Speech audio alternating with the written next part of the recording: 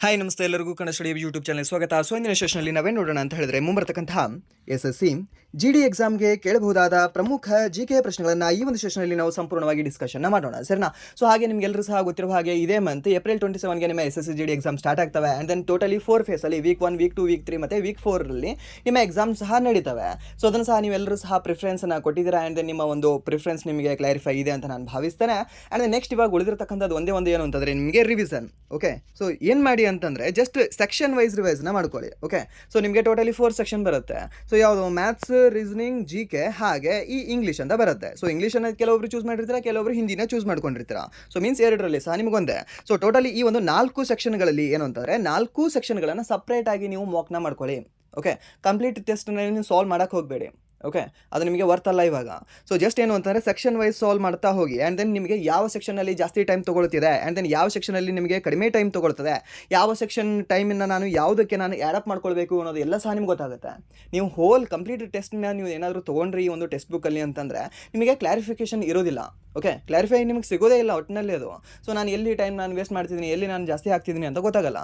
So ಆದ ಕಾರಣದಿಂದ ನೀವು ಈ ರೀತಿ ಸೆಕ್ಷನ್ ವೈಸ್ನ ಸಾಲ್ವ್ ಮಾಡ್ಕೊಳ್ಳಿ. ಇನ್ನು ನಿಮಗೆ ಕನಿಷ್ಠ ಅಂದರೆ ಒಂದು 10 ದಿನ ನಿಮಗೆ ಟೈಮ್ ಇದ್ದೇ ಇರುತ್ತೆ. ಯಾಕಂದರೆ ಆಲ್ಮೋಸ್ಟ್ ನೀವು ಯಾರೂ ಸಹ ವೀಕ್ 1 ಚೂಸ್ ಮಾಡ್ಕೊಂಡಿರಲ್ಲ. Okay, so week 2, week 3, week 4ನೇ ಚೂಸ್ ಮಾಡ್ಕೊಂಡಿರ್ತೀರಾ. ಸೊ ಆದ ಕಾರಣಕ್ಕಾಗಿ ಇದನ್ನು ಒಂದು ಸರಿ ಮಾಡ್ಕೊಳ್ಳಿ, ನಿಮಗೆ ಸಕ್ಸಸ್ ಸಿಕ್ಕೇ ಸಿಗುತ್ತೆ. ಓಕೆ, ಸೊ ಇಲ್ಲಿಂದ ಸೊ ಈ ಒಂದು 10 ಡೇಸ್, ಒಂದು 15 ಡೇಸ್ ನೀವು ಏನು ಮಾಡ್ಕೊಳ್ತೀರಲ್ವಾ, ಇದರಿಂದ ನಿಮಗೆ ಕನಿಷ್ಠ ಅಂದರೆ ಒಂದು 15 ಮಾರ್ಕ್ಸ್ಗಳು ನಿಮಗೆ ಎನ್ಹಾನ್ಸ್ ಮಾಡ್ಕೊಳ್ಬೋದು, ಇನ್ಕ್ರೀಸ್ ಮಾಡ್ಕೊಳ್ಬೋದು. ಓಕೆ, ಸೊ ಅದಕ್ಕೆ ಇದನ್ನು ನೀವು ಫಾಲೋ ಮಾಡ್ಕೊಳ್ಳಿ. ಆ್ಯಂಡ್ ದೆನ್ ನೆಕ್ಸ್ಟ್ ಇನ್ನೊಂದು ಏನು ಅಂತಂದರೆ ರಿವೈಸ್ನ ಮಾಡ್ತಾ ಬನ್ನಿ. ಜಾಸ್ತಿ ರಿವೈಸ್ ಮಾಡಿ, ಜಸ್ಟ್ ಟೆಸ್ಟ್ನ ಅಷ್ಟೇ ಅಲ್ಲ, ನೀವು ರಿವೈಸ್ನ ಸಹ ಮಾಡ್ಕೊಳ್ಳಿ. ಓಕೆ, ಸೊ ಅದು ನಿಮಗೆ ಉಪಯೋಗ ಆಗುತ್ತೆ. ಸೊ ಹಾಗಾದರೆ ಬನ್ನಿ, ತಡ ಮಾಡೋದು ಬೇಡ, ವಿಡಿಯೋನ ಸ್ಟಾರ್ಟ್ ಮಾಡುವ. ವಿಡಿಯೋ ಸ್ಟಾರ್ಟ್ ಮಾಡೋಕ್ಕಿಂತ ಮುಂಚೆ ವಿಡಿಯೋ ಕೊನೆವರೆಗೂ ನೋಡಿ ಅಂತ ಹೇಳ್ತಾರೆ. ಹಾಗೆ ವಿಡಿಯೋ ಕೊನೆವರೆಗೂ ನೋಡಿದ ನಂತರ ವಿಡಿಯೋ ಇಷ್ಟ ಆದರೆ ಪ್ಲೀಸ್ ವಿಡಿಯೋನ ಲೈಕ್ ಮಾಡಿ, ಸಬ್ಸ್ಕ್ರೈಬ್ ಮಾಡಿ. ಇಫ್ ನಿಮಗೆ ವಿಡಿಯೋ ಇಷ್ಟ ಆಗಲಿಲ್ಲ ಅಂದರೆ ಸೊ ಬಿಸಿ ಡಿಸ್ಲೈಕ್ ಮಾಡಿ ಅಂತ ಹೇಳ್ತಾ, ಹಾಗೆ ಮೊದಲ ಪ್ರಶ್ನೆ ಏನಿದೆ, ಮೊದಲ ಪ್ರಶ್ನೆ, ಭಾರತದಲ್ಲಿ ಬಡತನ ನಿವಾರಣಾ ಕಾರ್ಯಕ್ರಮಗಳ ಪರಿಕಲ್ಪನೆಯನ್ನು ಡ್ಯಾಶ್ ಪಂಚವಾರ್ಷಿಕ ಯೋಜನೆಯ ಸಮಯದಲ್ಲಿ ಪರಿಚಯಿಸಲಾಯಿತು ಅಂತ ಕೇಳಿದ್ದಾನೆ. ಸರಿನಾ. ಸೊ ಯಾವುದು 5ನೇ ಪಂಚವಾರ್ಷಿಕ ಯೋಜನೆ, 2ನೇ ಪಂಚವಾರ್ಷಿಕ ಯೋಜನೆ, 4ನೇ ಪಂಚವಾರ್ಷಿಕ ಯೋಜನೆ ಮತ್ತು 6ನೇ ಪಂಚವಾರ್ಷಿಕ ಯೋಜನೆ ಅಂತ ಕೊಟ್ಟಿದ್ದಾರೆ. ಸೊ ಇದಕ್ಕೆ ಸರಿಯಾದ ಉತ್ತರ ಯಾವುದಾಗುತ್ತೆ ಹೇಳ್ಬೋದಾ? ಸರ್ ಗ್ರೀನಲ್ಲಿ ಕೊಟ್ಟಿದೆ 2ನೇ ಪಂಚವಾರ್ಷಿಕ ಯೋಜನೆ ಅಂತ ಹೇಳಬೇಡಿ. ಓಕೆ, ಸೊ ಮೀನ್ಸಲ್ಲಿ ಜಸ್ಟ್ ಕಲರ್ ಕೋಡಿಂಗ್ ಬೇರೆ ಬೇರೆ ಆಗಿದೆ. ಬಟ್ ಕರೆಕ್ಟ್ ಆನ್ಸರ್ ಯಾವುದಾಗಿದೆ, ಯಾವುದು ಅಂತಂದರೆ ಸರ್ ದ್ಯಾಟ್ ಈಸ್ ಈ ಒಂದು ಆಪ್ಷನ್ ಎ ಅಂತ ಹೇಳ್ತೀವಿ. 5ನೇ ಪಂಚವಾರ್ಷಿಕ ಯೋಜನೆ ಏನಿದೆ ಅಲ್ವಾ, ಇದು ಬಡತನ ನಿವಾರಣಾ ಕಾರ್ಯಕ್ರಮಗಳ ಒಂದು ಪರಿಕಲ್ಪನೆಯನ್ನು ಹೊಂದಿರತಕ್ಕಂಥ ಒಂದು ಪಂಚವಾರ್ಷಿಕ ಯೋಜನೆ ಆಗಿತ್ತು. ಆ್ಯಂಡ್ ನಿಮಗೆ ಇನ್ನೊಂದು ಪ್ರಶ್ನೆ ಕೇಳ್ತೇನೆ, ಯಾವ ಪಂಚವಾರ್ಷಿಕ ಯೋಜನೆ 5 ವರ್ಷಗಳಿಗಿಂತ ಮುಂಚೆಯೇ ರದ್ದಾಗಿತ್ತು ಅಂತ ನಿಮಗೆ ಕೇಳ್ಬೋದು. ಅವಾಗ ನೀವು ಏನಂತ ಹೇಳಬೇಕಾಗುತ್ತೆ, ಅವಾಗ ಏನು ಅಂತಂದರೆ ಸರ್ 5ನೇ ಪಂಚವಾರ್ಷಿಕ ಯೋಜನೆಯೇ 5 ವರ್ಷ ಪೂರ್ಣಗೊಳ್ಳಲಿಲ್ಲ. ಓಕೆ, ಪಂಚವಾರ್ಷಿಕ ಯೋಜನೆ ಅಂದರೆ ಏನು, 5 ವರ್ಷಗಳ ಯೋಜನೆ ಅಂತ. ಬಟ್ ಈ ಕಾಕತಾಳಿ ಏನೋ ಒಂದು ಕೋಇನ್ಸಿಡೆನ್ಸ್ ಏನೋ ಹೇಳ್ಬೋದು, ಈ 5ನೇ ಪಂಚವಾರ್ಷಿಕ ಯೋಜನೆಯೇ ಪೂರ್ಣಗೊಳ್ಳಲ್ಲ, 5 ವರ್ಷ ಮುಗಿಸಲ್ಲ ಅದು. ಓಕೆ, ಯಾಕೆ ಸರ್, ಯಾಕೆ ಅಂತಂದರೆ 1977 ಪಕ್ಷ ಚೇಂಜ್ ಆಗುತ್ತೆ. ಯಾವ ಪಕ್ಷ ಚೇಂಜ್ ಆಗುತ್ತೆ? ಕಾಂಗ್ರೆಸ್ ಪಕ್ಷ ಅಧಿಕಾರದಿಂದ ಹೋಗುತ್ತೆ. ಆವಾಗ ಯಾವ ಪಕ್ಷ ಬರುತ್ತೆ ಅಂದರೆ ಜನತಾ ಪಕ್ಷ ಬರುತ್ತೆ. ಓಕೆ, ಜನತಾ ಪಕ್ಷ ಬರುತ್ತೆ. ಜನತಾ ಪಕ್ಷದ ಒಬ್ಬ ಮುಖ್ಯಸ್ಥ ಯಾರು, PM ಯಾರು ಅಂತಂದರೆ sir that is Morarji Desai ಅವರು. ಓಕೆ, ಸೊ ಆದ ಕಾರಣಕ್ಕಾಗಿ ಆ ಮೊರಾರ್ಜಿ ದೇಸಾಯಿ ಅವರು ಏನು ಮಾಡ್ತಾರೆ, ಈ ಪಂಚವಾರ್ಷಿಕ ಯೋಜನೆಗಳನ್ನು ನಾವು ಮುಂದುವರಿಸಲ್ಲ, ನಾವು ಇದನ್ನು ಕ್ಯಾನ್ಸಲ್ ಮಾಡ್ತೀವಿ ಅಂತ 1978 ಕ್ಯಾನ್ಸಲ್ ಮಾಡ್ತಾರೆ. ಸೊ ಇದು 1979ವರೆಗೂ ಇರಬೇಕಾಗಿತ್ತು. ಬಟ್ 1978 ಇದು ಕ್ಯಾನ್ಸಲ್ ಆಗುತ್ತೆ. ಸೊ ಅದಕ್ಕೆ ಇದು ನಿಮಗೆ ಪ್ರಶ್ನೆನ ಕೇಳ್ತಾನೆ, ನೆನ್ಪಿಟ್ಕೊಳ್ಳಿ. ಆ್ಯಂಡ್ ನೆಕ್ಸ್ಟ್ 20 ಅಂಶಗಳ ಕಾರ್ಯಕ್ರಮವನ್ನು ಯಾವ ಒಂದು ಪಂಚವಾರ್ಷಿಕ ಯೋಜನೆಯಲ್ಲಿ ಅಳವಡಿಸಿಕೊಳ್ಳಲಾಯಿತು ಅಂತ ಕೇಳ್ತಾನೆ. ಅವಾಗ ನೀವು ಮತ್ತೆ ಹೇಳಬೇಕಾಗಿರ್ತಕ್ಕಂಥದ್ದು ಆನ್ಸರ್ ಯಾವುದು ಅಂತಂದರೆ ಸರ್ ದ್ಯಾಟ್ ಈಸ್ ಈ ಒಂದು 5ನೇ ಪಂಚವಾರ್ಷಿಕ ಯೋಜನೆ ಅಂತ. ಸೊ ಪಂಚವಾರ್ಷಿಕ ಯೋಜನೆ ಮೇಲೆ ಪ್ರತಿ ವರ್ಷ ಈ ಒಂದು SSGD ಎಕ್ಸಾಮಲ್ಲಿ ಪ್ರಶ್ನೆ ಕೇಳ್ತಾನ? ಹೌದು ಕೇಳ್ತಾನೆ, ಫಿಕ್ಸ್ ಕೇಳ್ತಾನೆ.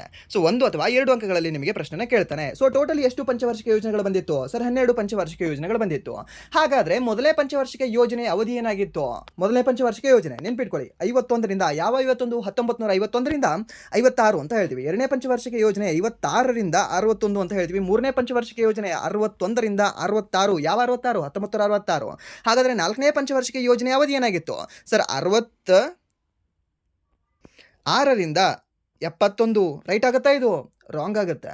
ಯಾಕೆ ಅಂತಂದರೆ 3ನೇ ಪಂಚವಾರ್ಷಿಕ ಯೋಜನೆ ಫೇಲ್ ಆಗುತ್ತೆ. ಸೊ ಆದ ಕಾರಣಕ್ಕಾಗಿ 3 ವರ್ಷಗಳ ಗ್ಯಾಪ್ ಕೊಡ್ತಾರೆ. ಮೊದಲ ಯೋಜನಾ ರಜಾವಧಿ ಅಂತ ಹೇಳ್ತೇವೆ. ಸರಿಯಾ? ಸೊ ನೆನ್ಪಿಟ್ಕೊಳ್ಳಿ. ಸೊ 4ನೇ ಪಂಚವಾರ್ಷಿಕ ಯೋಜನೆ ಯಾವಾಗ ಸ್ಟಾರ್ಟ್ ಆಗುತ್ತೆ ಅಂದರೆ ಸರ್ 1969 ಸ್ಟಾರ್ಟ್ ಆಗುತ್ತೆ. ಆ್ಯಂಡ್ ದೆನ್ ಎಂಡ್ ಆಗೋದು ಯಾವಾಗ ಅಂತಂದರೆ 1974 ಎಂಡ್ ಆಗುತ್ತೆ. ಯಾವುದು 4ನೇ ಪಂಚವಾರ್ಷಿಕ ಯೋಜನೆ ಅವಧಿ ಕೇಳ್ತಾನೆ ನಿಮಗೆ 1969 1974. ಹಾಗಾದರೆ ಇಲ್ಲಿ 3 ವರ್ಷ ಐತಲ್ವಾ? ಯಾವ 3 ವರ್ಷ ಸರ್? 1966 ಇಂದ 1969ವರೆಗೆ ಈ ಒಂದು ಅವಧಿಯನ್ನು ನಾವು ಏನಂತ ಕರಿತೀವಿ ಅಂತ ಕೇಳ್ತಾನೆ. ಅವಾಗ ನೀವು ಹೇಳಬೇಕಾಗಿರ್ತಕ್ಕಂಥ ಆನ್ಸರ್ ಏನು ಅಂತಂದರೆ ಮೊದಲ ರಜಾವಧಿ ಅಂತ ಹೇಳಬೇಕಾಗುತ್ತೆ. ಹಾಗಾದರೆ ಈ ರೀತಿ ಅವಧಿಗಳನ್ನು ಕೊಟ್ಟಿದ್ದಾರಾ ಸರ್? ರಜಾವಧಿಗಳನ್ನು ಕೊಟ್ಟಿದ್ದಾರಾ? ಹೌದು ಕೊಟ್ಟಿದ್ದಾರೆ. ಸೊ ಟೋಟಲಿ ಒಂದು ಪಂಚವಾರ್ಷಿಕ ಯೋಜನೆಯ ಸಮಯದಲ್ಲಿ 2 ರಜಾವಧಿಗಳು ಬರ್ತದೆ. ಒಂದನೇದು ನಿಮಗೆ 1966ರಿಂದ 69. ಎರಡನೇದು ಯಾವಾಗ ಸರ್? ಮತ್ತೆ ಕ್ರೈಸಿಸ್ ಸ್ಟಾರ್ಟ್ ಆಗುತ್ತೆ ಯಾವಾಗ? 1990ಸಲ್ಲಿ. ಸೊ ದ್ಯಾಟ್ಸ್ ವೈ 1990ಇಂದ 1992ವರೆಗೂ, ಓಕೆ, 1990ರಿಂದ 1992ರವರೆಗೆ 2ನೇ ರಜಾವಧಿಯನ್ನು ಘೋಷಣೆ ಮಾಡ್ತಾರೆ. ಓಕೆ, ಇದನ್ನು ಸಹ ನೀವು ನೆನ್ಪಿಟ್ಕೊಳ್ಳಿ. ಇದನ್ನು ಸಹ ನಿಮಗೆ ಕೇಳ್ತಾನೆ. ಮೊದಲ ರಜಾವಧಿಯ ಸಮಯ ಕೇಳ್ತಾನೆ, 2ನೇ ರಜಾವಧಿಯ ಸಮಯ ಕೇಳ್ತಾನೆ. ಸೊ ಇದು ನಿಮಗೆ ಗೊತ್ತಿದ್ರೆ ಯಾವ ಪಂಚವಾರ್ಷಿಕ ಯೋಜನೆಯ ಅವಧಿ ಏನಾಗಿತ್ತು ಅಂತ ನಿಮ್ಗೆ ಗೊತ್ತಾಗುತ್ತೆ. ಇಲ್ಲ ಅಂತ ಜಸ್ಟ್ 5 ವರ್ಷ ಕೂಡಿಸ್ತಾ ಹೋಗ್ತೀರಾ. ಸೊ ಅಲ್ಲಿ ಏನಾದರೂ ನಿಮಗೆ ಆನ್ಸರಲ್ಲಿ ಮೆನ್ಷನ್ ಮಾಡಿದ ಅಂದರೆ ಒಂದು ರಾಂಗ್ ಆನ್ಸರ್ನ ಅದನ್ನು ಟಿಕ್ ಹಾಕಿ ಬರ್ತೀರಾ. ಸೊ ಅದನ್ನು ಮಾಡ್ಕೊಳ್ಬೇಡಿ. ಹಾಗಾದರೆ ಇವಾಗ 4ನೇದು ಗೊತ್ತಾಯಿತು ನಿಮಗೆ ಯಾವಾಗ? 1969ರಿಂದ 74 ಅಂತ. ಹಾಗಾದರೆ 5ನೇದು ಯಾವಾಗ ಅಂತ ಸರ್? 74ರಿಂದ 79 ರೈಟಾ? 1974ರಿಂದ 79 ರೈಟ್. ಬಟ್ ಇದು 79ರವರೆಗೂ ಕಂಟಿನ್ಯೂ ಆಗಲ್ಲ, 78ಗೆ ಇದು ರದ್ದಾಗುತ್ತೆ. ಆ್ಯಂಡ್ ದೆನ್ ನೆಕ್ಸ್ಟ್ 6ನೇ ಪಂಚವಾರ್ಷಿಕ ಯೋಜನೆ ಯಾವಾಗ ಆಗುತ್ತೆ ಅಂದರೆ ಸರ್ ಅದು 80ರಿಂದ 85ರವರೆಗೆ. ಸರ್ ಯಾಕೆ ಸರ್ 80ರಿಂದ 85ರವರೆಗೆ? ಅವ್ರು 5 ವರ್ಷ ಇರಲ್ವಾ ಜನತಾ ಸರ್ಕಾರ? ಅವರು ಇರಲ್ಲ. ಸೊ ಅವ್ರು 2 ವರ್ಷ ಅಧಿಕಾರದಲ್ಲಿ ಇರ್ತಾರೆ. ಆ್ಯಂಡ್ ದೆನ್ 2 ವರ್ಷ ಆದ ನಂತರ ಅವರ ಸರ್ಕಾರ, ಅವರ ಕುರ್ಚಿ ಬಿದ್ದೋಗುತ್ತೆ. ಸೊ ನೆಕ್ಸ್ಟ್ ಅಗೇನ್ ಮತ್ತೆ ಬಂದಿರತಕ್ಕಂತಹ ವ್ಯಕ್ತಿ ಯಾರು ಅಂತಂದರೆ ಸರ್ ಇಂದಿರಾ ಗಾಂಧಿ ಅವರು ಬರ್ತಾರೆ. ಯಾವಾಗ? 80ರಿಂದ 85ರ ಸಮಯದಲ್ಲಿ. ಸೊ ಇಲ್ಲಿ ಏಳನೇ ಅಂತ ಹೇಳ್ತೆ. 6ನೇ ಪಂಚವಾರ್ಷಿಕ ಯೋಜನೆ ಇಲ್ಲಿ ಆಗುತ್ತೆ. ಓಕೆ, ಯಾವಾಗ? 80ರಿಂದ 85ರವರೆಗೆ. ಆ್ಯಂಡ್ ನೆಕ್ಸ್ಟ್ 7ನೇ ಪಂಚವಾರ್ಷಿಕ ಯೋಜನೆ ಯಾವಾಗ ಸರ್? 85ರಿಂದ 90. ಓಕೆ, ಎಷ್ಟು ಅಂತ ಹೇಳ್ತೀವಿ? 1990 ಅಂತ ಹೇಳ್ತೀವಿ. ಯಾವುದು? ಈ ಒಂದು 7ನೇ ಪಂಚವಾರ್ಷಿಕ ಯೋಜನೆ. ಸರ್ ಹಾಗಾದರೆ 8ನೇ ಪಂಚವಾರ್ಷಿಕ ಯೋಜನೆ ಅವಧಿ ಏನು ಅಂತ ಇದನ್ನು ಭಾಳ ಸರಿ ಎಕ್ಸಾಮಲ್ಲಿ ಕೇಳಿದಾನೆ. ಓಕೆ, 4ನೇದು ನಿಮಗೆ ಕೇಳಲ್ಲ ಮ್ಯಾಕ್ಸಿಮಮ್, ಯಾಕೆಂದರೆ ನಿಮ್ಗೆ ಗೊತ್ತಿರುತ್ತೆ ಮೊದಲ ರಜಾವಧಿ ಯಾವಾಗಿದೆ ಅಂತ. ಬಟ್ ನಿಮಗೆ 8ನೇದು ಕೇಳ್ತಾನೆ. 8ನೇದು ಏನಂತ ಹೇಳ್ತೀರಾ ಸರ್? 1990ಇಂದ 1995 ಅಂತ. ಓಕೆ, ಕರೆಕ್ಟಾ? ರಾಂಗ್ ಅಲ್ಲ. ಯಾಕಂದರೆ ಇವಾಗಲೇ ನಿಮ್ಗೆ ಹೇಳಿದ್ದೀನಲ್ಲ, ಏನಂತ ಹೇಳಿದ್ದೀನಿ ಸರ್? 1990ಇಂದ ಓಕೆ ಯಾವಾಗ 90ರಿಂದ 92ರವರೆಗೆ 2ನೇ ರಜಾವಧಿ ಕೊಟ್ಟಿದ್ದಾರೆ. ಸೊ ಹಾಗಾಗಿ ಈ ಒಂದು 8ನೇ ಪಂಚವಾರ್ಷಿಕ ಯೋಜನೆ ಏನಿದೆಯಲ್ವಾ ಅದರ ಅವಧಿ 92ರಿಂದ 97 ಆಗಿದೆ. ಓಕೆ, ಎಷ್ಟಾಗಿದೆ? 92ರಿಂದ 97 ಆಗಿದೆ. ಹಾಗಾದರೆ ನೆಕ್ಸ್ಟ್ 9ನೇ ಪಂಚವಾರ್ಷಿಕ ಯೋಜನೆ ಅವಧಿ ಏನಾಗಿದೆ ಸರ್? 9ನೇದು 97ರಿಂದ 2002 ಅಂತ ಹೇಳ್ತೇವೆ. ಸೊ ಇಲ್ಲಿ ಏನಿಲ್ಲ. ಇವಾಗ 10ನೇದು ಮತ್ತೆ ಇದಕ್ಕೆ 5 ವರ್ಷ ಕೂಡಿಸ್ಕೊಳ್ಳಿ. ಯಾವಾಗ? 2002ರಿಂದ 2007 ಮಾಡ್ಕೊಳ್ಳಿ. And next 11ನೇದು ಕೂಡಿಸ್ಕೊಳ್ಳಿ 2007ರಿಂದ 2012. 12ನೇದು ಕೂಡಿಸ್ಕೊಳ್ಳಿ ಮತ್ತೆ 5 ವರ್ಷ 2012ರಿಂದ 2017. ಸೊ ಇದೂ ಸಹ ನಿಮ್ಗೆ ಗೊತ್ತಿರಲಿ ಯಾವುದು ಅಂತಾರೆ. ಈ 12ನೇ ಪಂಚವಾರ್ಷಿಕ ಯೋಜನೆಯೂ ಸಹ 2017ರಲ್ಲಿ ಎಂಡ್ ಆಗಬೇಕಾಗಿತ್ತು. ಬಟ್ 2014ರಲ್ಲಿ ಇದು ಎಂಡ್ ಆಗುತ್ತೆ. ಓಕೆ, 2014 ಆಗಸ್ಟಲ್ಲಿ ಅಂತ ಹೇಳ್ತೀವಿ. ಆಗಸ್ಟ್ 14ನೇ ತಾರೀಕು ಇದು ಎಂಡ್ ಆಗುತ್ತೆ. ಸರ್ ಹೇಗೆ ಸರ್ ಆಗಸ್ಟಲ್ಲಿ ಎಂಡ್ ಆಗುತ್ತೆ? ಯಾಕಂದರೆ ನೀತಿ ಆಯೋಗ ಬಂದಿರೋದು 2015 ಜನವರಿ 1 ಅಲ್ವಾ? ಅಲ್ಲೇ ಕನ್ಫ್ಯೂಷನ್ ಆಗ್ತೀರಾ. ಓಕೆ, ಇದನ್ನು ಫಸ್ಟ್ ರದ್ದು ಮಾಡ್ತಾರೆ, ಆಮೇಲೆ ಅದನ್ನು ತರ್ತಾರೆ ಒಂದು 4-5 ತಿಂಗಳಾದ ನಂತರ. ಓಕೆ, ಸೊ ಇದನ್ನು ನೆನ್ಪಿಟ್ಕೊಳ್ಳಿ, ಇದನ್ನು ಕೇಳ್ತಾನೆ ನಿಮಗೆ. ಆ್ಯಂಡ್ ನೆಕ್ಸ್ಟ್ ಇನ್ನೊಂದು ಏನು ಕೇಳ್ಬೋದು ನಿಮಗೆ ಈ ಒಂದು ಪಂಚವಾರ್ಷಿಕ ಯೋಜನೆ ಮೇಲೆ? ಇದರ ಮಾದರಿ ಕೇಳ್ತಾನೆ. ಓಕೆ, ಸೊ ಮೀನ್ಸ್ ಮೊದಲನೇ ಪಂಚವಾರ್ಷಿಕ ಯೋಜನೆ ಯಾರ ಮಾದರಿಯಾಗಿತ್ತು? 2ನೇ ಪಂಚವಾರ್ಷಿಕ ಯೋಜನೆ ಯಾರ ಮಾದರಿಯಾಗಿತ್ತು? 3ನೇ ಅಥವಾ 4ನೇ ಪಂಚವಾರ್ಷಿಕ ಯೋಜನೆ ಯಾರ ಮಾದರಿಯಾಗಿತ್ತು? 9ನೇ ಪಂಚವಾರ್ಷಿಕ ಯೋಜನೆ ಯಾರ ಮಾದರಿಯಾಗಿತ್ತು ಅಂತ. ಓಕೆ, ಸೊ ಅಲ್ಲಿ ನಿಮಗೆ ಗೊತ್ತಿರಬೇಕಾಗಿರ್ತಕ್ಕಂಥದ್ದು ಏನು ಅಂತಂದರೆ ಸರ್ ಮೊದಲನೇ ಪಂಚವಾರ್ಷಿಕ ಯೋಜನೆ ಯಾರ ಮಾದರಿಯಾಗಿತ್ತು ಅಂದರೆ ಸರ್ ಇದು ಹೆರಾಲ್ಡ್ ಡೋಮರ್ ಅವ್ರ ಮಾದರಿಯಾಗಿತ್ತು. ಓಕೆ, ಏನಂತ ಹೇಳ್ತೀವಿ? ಹೆರಾಲ್ಡ್ ಡೋಮರ್ ಮಾದರಿ ಅಂತ ಹೇಳ್ತೀವಿ. ಹಾಗಾದರೆ 2ನೇ ಪಂಚವಾರ್ಷಿಕ ಯೋಜನೆ ಯಾರ ಮಾದರಿಯಾಗಿತ್ತು ಸರ್? PC ಮಹಲ್ನೋಬಿಸ್ ಅವರ ಮಾದರಿಯಾಗಿತ್ತು. Okay, second. And then third ಯಾರ್ದಾಗಿತ್ತು ಸರ್? ಯಾರ್ದು ಅಂತಂದರೆ ಈ DR ಗಾಡ್ಗಿಲ್ ಮಾದರಿಯಾಗಿತ್ತು. ಬಟ್ ನಿಮಗೆ ಸಮ್ ಟೈಮ್ ಏನು ಕೊಡ್ತಾನೆ ಅಂದರೆ 3ನೇದು ಕೊಡೋದಿಲ್ಲ, 4ನೇ ಪಂಚವಾರ್ಷಿಕ ಯೋಜನೆ ಅಂತ ಕೇಳ್ತಾನೆ. ಅವಾಗ ನೀವು ಹೇಳಬೇಕಾಗಿರ್ತಕ್ಕಂಥ ಹೆಸರು ಇದೇ ಒಂದು DR ಗಾಡ್ಗಿಲ್ ಮಾದರಿ ಅಂತ. ಆ್ಯಂಡ್ ನೆಕ್ಸ್ಟ್ 8ನೇ ಪಂಚವಾರ್ಷಿಕ ಯೋಜನೆ ಕೇಳ್ತಾನೆ. ಅವಾಗ ನೀವು ಹೇಳಬೇಕಾಗಿರೋದು ಸರ್ JW ಮಿಲ್ಲರ್ ಮಾದರಿಯಾಗಿತ್ತು ಅಂತ. ಯಾವುದೇ ಒಂದು 8ನೇ ಪಂಚವಾರ್ಷಿಕ ಯೋಜನೆ, ಅದನ್ನು ಸಹ ನೆನಪಿಟ್ಕೊಳ್ಳಿ, ಅದನ್ನು ಸಹ ನಿಮಗೆ ಕೇಳ್ತಾನೆ. ಆ್ಯಂಡ್ ನೆಕ್ಸ್ಟ್ 20 ಅಂಶಗಳ ಕಾರ್ಯಕ್ರಮ ಕೇಳ್ತಾನೆ. ಸೊ ಅದು 5ನೇ ಪಂಚವಾರ್ಷಿಕ ಯೋಜನೆಗೆ ಸಂಬಂಧಪಟ್ಟಿತ್ತು. ಆ್ಯಂಡ್ ದೆನ್ ಯಾವ ಪಂಚವಾರ್ಷಿಕ ಯೋಜನೆ ಫಸ್ಟ್ ಟೈಮ್ ಫೇಲ್ ಆಯಿತು ಅಂತ ಕೇಳ್ತಾನೆ. ಅವಾಗ ನೀವು ಹೇಳಬೇಕಾಗಿರೋದು ಈ ಒಂದು 3ನೇ ಪಂಚವಾರ್ಷಿಕ ಯೋಜನೆ ಫೇಲ್ ಆಗುತ್ತೆ. ಯಾಕೆ ಫೇಲ್ ಆಗಿದೆ ಅಂತ ಲಾಸ್ಟ್ ಇಯರ್ SSCGDಯಲ್ಲಿ ಒಂದು 2-3 ಶಿಫ್ಟ್ಗಳಲ್ಲಿ ಕೇಳಿದ್ದಾನೆ. ಯಾಕೆಂದರೆ ಸರ್ 1961ನಲ್ಲಿ ಆ್ಯಂಡ್ ನೆಕ್ಸ್ಟ್ 1965ಅಲ್ಲಿ 2 ಬಾರಿ ನಮ್ಮ ಭಾರತದ ಜೊತೆ ಈ ಚೀನಾ ಮತ್ತು ಪಾಕಿಸ್ತಾನದ ಯುದ್ಧ ಆಗುತ್ತೆ. ಸೊ ದ್ಯಾಟ್ಸ್ ವೈ ಏನಾಗುತ್ತೆ ಅಂತಂದರೆ ಈ ಒಂದು 3ನೇ ಪಂಚವಾರ್ಷಿಕ ಯೋಜನೆ ಇದು ಫೇಲ್ ಆಗುತ್ತೆ. ಓಕೆ, ಸೊ ಇದು ನಾವು ಸರಿಯಾಗಿ ಅಂದ್ಕೊಂಡಿರ್ತಕ್ಕಂಥ GDPಯನ್ನು ನಾವು ಸಾಧಿಸೋಕ್ಕೆ ಆಗಲ್ಲ. ಸೊ ಅದಕ್ಕೆ ಅದನ್ನು ಸಹ ನೀವು ನೆನ್ಪಿಟ್ಕೊಳ್ಬೇಕಾಗತ್ತೆ. ಓಕೆ, ಆ್ಯಂಡ್ ದೆನ್ ಇದು ಆದ ನಂತರ ನೀತಿ ಆಯೋಗ ಬರುತ್ತೆ. ಯಾವಾಗ ಬರುತ್ತೆ ಸರ್? 2015 ಜನವರಿ 1ನೇ ತಾರೀಕು ಬರುತ್ತೆ. ಓಕೆ, ಸೊ ಇವಾಗಲೂ ಸಹ ನೀತಿ ಆಯೋಗ ಇದೆ. ಆ್ಯಂಡ್ ದೆನ್ ಅವರು 3 ವರ್ಷದ್ದು 5 ವರ್ಷದ್ದು 7 ವರ್ಷದ ರೂಲ್ಸ್ಗಳನ್ನು ಮಾಡ್ಕೊಳ್ತಿದ್ದಾರೆ. ಆ್ಯಂಡ್ ದೆನ್ ಅವರನ್ನು ನಾವು ಥಿಂಕ್ ಟ್ಯಾಂಕ್ ಕಮಿಟಿ ಅಂತ ಸಹ ಕರಿತೇವೆ. ಅದರ ಅಧ್ಯಕ್ಷ ಯಾರು ಇರ್ತಾರೆ ಸರ್? ಪ್ರಧಾನಮಂತ್ರಿ ಇರ್ತಾರೆ. ಆ್ಯಂಡ್ ದೆನ್ ಈ ಒಂದು ಯೋಜನಾ ಆಯೋಗದ ಅಧ್ಯಕ್ಷರು ಯಾರಾಗಿರ್ತಿದ್ರು ಸರ್? ಅವರು ಸಹ ಪ್ರಧಾನಮಂತ್ರಿ ಆಗಿರ್ತಿದ್ರು. ಸೊ ಅದು ನೆನಪಿರುತ್ತಾ? ಓಕೆ, ಇದನ್ನು ನೆನಪಿಟ್ಕೊಳ್ಳಿ, ಇದು ನಿಮಗೆ ಕೇಳ್ತಾನೆ. ಆ್ಯಂಡ್ ದೆನ್ ಇದಕ್ಕೆ ಇನ್ನೂ ಸಹ ಇವಾಗ ಏನು ಹೇಳಿದ್ದೀನಲ್ವಾ, ಇದಕ್ಕಿಂತ ಇನ್ನೂ ಸ್ವಲ್ಪ ಜಾಸ್ತಿ ಇನ್ಫಾರ್ಮೇಷನ್ ನೀವು ತಿಳ್ಕೊಳ್ಬೇಕಾಗುತ್ತೆ. ಮತ್ತು ನಿಮಗೆ ಬೇರೆ ಬೇರೆ ಕ್ವಶನ್ಗಳಲ್ಲಿ ನಿಮಗೆ ಹೇಳಿರ್ತಾನೆ. ಆ್ಯಂಡ್ ದೆನ್ ನೆಕ್ಸ್ಟ್ ಪ್ರಶ್ನೆ ಸಂಗೀತ ನಾಟಕ ಅಕಾಡೆಮಿ ಪ್ರಶಸ್ತಿಗಳಲ್ಲಿ ಮೊದಲು ಡ್ಯಾಶ್ ಎಂದು ಕರೆಯಲಾಗ್ತಿತ್ತು ಅಂತ ಕೇಳಿದಾನೆ. ಇವಾಗ ಸಂಗೀತ ನಾಟಕ ಅಕಾಡೆಮಿ ಪ್ರಶಸ್ತಿ ಅಂತ ಹೇಳ್ತೀವಲ್ವಾ ಅಲ್ವಾ ಹೇಳ್ತೀವಲ್ವಾ ಸಂಗೀತ ನಾಟಕ ಅಕಾಡೆಮಿ ಪ್ರಶಸ್ತಿ ಅಂತ. ಸೊ ಹಾಗಾದರೆ ಅದನ್ನು ಮೊದಲು ಏನಂತ ಕರೀತಿದ್ರು ಅಂತ ಹೇಳ್ಬೋದಾ? ಏನಂತ ಕರೀತಿದ್ರು ಸರ್? ರೆಸಿಡೆನ್ಷಿಯಲ್ ಅವಾರ್ಡ್ಸ್ ಅಂತ ಕರೀತಿದ್ರು, ಪ್ರೆಸ್ಟಿಜಿಯಸ್ ಅವಾರ್ಡ್ಸ್ ಅಂತ ಕರೀತಿದ್ರು, ಇಲ್ಲಾಂದ್ರೆ ಪ್ರೆಸಿಡೆನ್ಷಿಯಲ್ ಅವಾರ್ಡ್ಸ್ ಅಂತ ಕರೀತಿದ್ರು, ಇಲ್ಲಾಂದ್ರೆ ಕಲ್ಚರಲ್ ಅವಾರ್ಡ್ಸ್ ಅಂತ ಕರೀತಿದ್ರು ಅಂತ ಕೊಟ್ಟಿದ್ದಾರೆ. ಸೊ ಇದಕ್ಕೆ ಸರಿ ಉತ್ತರ ಯಾವುದಾಗುತ್ತೆ ಅಂತ ಯಾವುದಾಗುತ್ತೆ? ಯಾವುದಂದ್ರೆ ಸರ್ ದ್ಯಾಟ್ ಈಸ್ ಒಂದು ಪ್ರೆಸಿಡೆನ್ಷಿಯಲ್ ಅವಾರ್ಡ್ಸ್ ಅಂತ ಹೇಳ್ತೇವೆ. ಸರ್ ನಾವು ಏನಂತ ಹೇಳ್ತೀವಿ? ಒಂದು ಪ್ರೆಸಿಡೆನ್ಷಿಯಲ್ ಅವಾರ್ಡ್ಸ್ ಅಂತ ಹೇಳ್ತೀವಿ. ಯಾವ ಒಂದು ಪ್ರಶಸ್ತಿಯನ್ನು ಸರ್? ಈ ಒಂದು ಸಂಗೀತ ನಾಟಕ ಅಕಾಡೆಮಿ ಪ್ರಶಸ್ತಿಗಳನ್ನು ನಾವು ಪ್ರೆಸಿಡೆನ್ಷಿಯಲ್ ಅವಾರ್ಡ್ಸ್ ಅಂತ ಹೇಳ್ತೇವೆ. ಓಕೆ, ಇದು ಇಂಪಾರ್ಟೆಂಟ್ ಇದೆ, ನೆನ್ಪಿಟ್ಕೊಳ್ಳಿ. ಇದನ್ನು ನಿಮಗೆ ಕೇಳೋ ಚಾನ್ಸಸ್ ಸಾಕಷ್ಟು ಇರುತ್ತೆ. ಆ್ಯಂಡ್ ನೆಕ್ಸ್ಟ್ ನಿಮಗೆ ಇನ್ನೊಂದು ಸಹ ಕೇಳ್ಬೋದು, ಏನು ಅಂತಂದರೆ ಸಂಗೀತ ನಾಟಕ ಅಕಾಡೆಮಿ. ಓಕೆ, ಇದರ ಪ್ರಕಾರ ನಮ್ಮ ಭಾರತದಲ್ಲಿ ಎಷ್ಟು ಶಾಸ್ತ್ರೀಯ ನೃತ್ಯಗಳಿದ್ದಾವೆ ಅಂತ. ಹೌದಾ ಸರ್? 8 ಅಲ್ವಾ ಸರ್? ಹೌದು, ನಿಮ್ಮ ಆನ್ಸರ್ 8. ಹಾಗಾದರೆ ನನ್ನ ಒಂದು ಕ್ವಶನ್ ಇನ್ನೊಂದೇನು ಅಂತಂದರೆ, ನಮ್ಮ ಭಾರತದ ಸಾಂಸ್ಕೃತಿಕ ಸಚಿವಾಲಯದ ಪ್ರಕಾರ, ಯಾವುದು? ಭಾರತದ ಸಾಂಸ್ಕೃತಿಕ ಸಚಿವಾಲಯದ ಪ್ರಕಾರ ನಮ್ಮ ಭಾರತದ ಈ ಶಾಸ್ತ್ರೀಯ ನೃತ್ಯಗಳು ಅಥವಾ ಕ್ಲಾಸಿಕಲ್ ಡ್ಯಾನ್ಸ್ಗಳು ಎಷ್ಟಿದ್ದಾವೆ ಅಂತ. ಅಗೇನ್ 8 ಅಂತ ಯಾರಾದರೂ ಹೇಳಿದ್ರಾ? ಓಕೆ, ಇದು ಕರೆಕ್ಟ್ ಅಲ್ಲ. ಯಾಕೆ? ನಾನು ನಿಮ್ಗೆ ಹೇಳ್ತಿದ್ದೀನಿ. ಓಕೆ, ಸೊ ಮೀನ್ಸ್ ಅಷ್ಟು ಈಸಿ ಆಗಿತ್ತು ಅಂದರೆ ನಾನು ಯಾಕೆ ಅದನ್ನು ಕ್ವಶನ್ ಕೇಳ್ತಿದ್ದೆ ಅಲ್ವಾ? ಸೊ ಈ ಒಂದು ಭಾರತ ಸಾಂಸ್ಕೃತಿಕ ಸಚಿವಾಲಯದ ಪ್ರಕಾರ ಟೋಟಲಿ 9 ಶಾಸ್ತ್ರೀಯ ನೃತ್ಯಗಳಿದ್ದಾವೆ. ಹಾಗಾದರೆ 9ನೇದು ಯಾವುದು ಸರ್? ಯಾವುದು ಅಂತಂದರೆ ಸರ್ ದ್ಯಾಟ್ ಈಸ್ ಒಂದು ಚೌ ನೃತ್ಯ ಅಂತ ಹೇಳ್ತೇವೆ. ಈ ಒಂದು ಚೌ ನೃತ್ಯ ನೆನ್ಪಿಟ್ಕೊಳ್ಳಿ, ಚೌ ನೃತ್ಯ. ಓಕೆ, ಈ ಒಂದು ಚೌ ನೃತ್ಯ ಇದನ್ನು ಸಾಕಷ್ಟು ಸರಿ ಎಕ್ಸಾಮಲ್ಲಿ ಕೇಳಿದ್ದಾನೆ.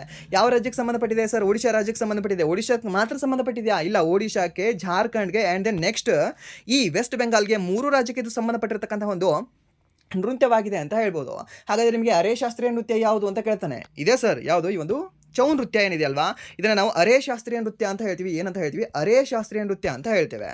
ಓಕೆ, ಇದನ್ನು ಸಹ ನೀವು ನೆನ್ಪಿಟ್ಕೊಳ್ಳಿ. ಹಾಗಾದರೆ ಒಡಿಶಾದಲ್ಲಿ ಸ್ಪೆಷಲಿ ನಾವು ಇದನ್ನು ಯಾವ ಹೆಸರಿನಿಂದ ಕರಿತೀವಿ ಸರ್? ಈ ಒಂದು ಮಯೂರ್ ಬಂಜ್ ಚೌ ಅಂತ ಹೇಳ್ತೇವೆ.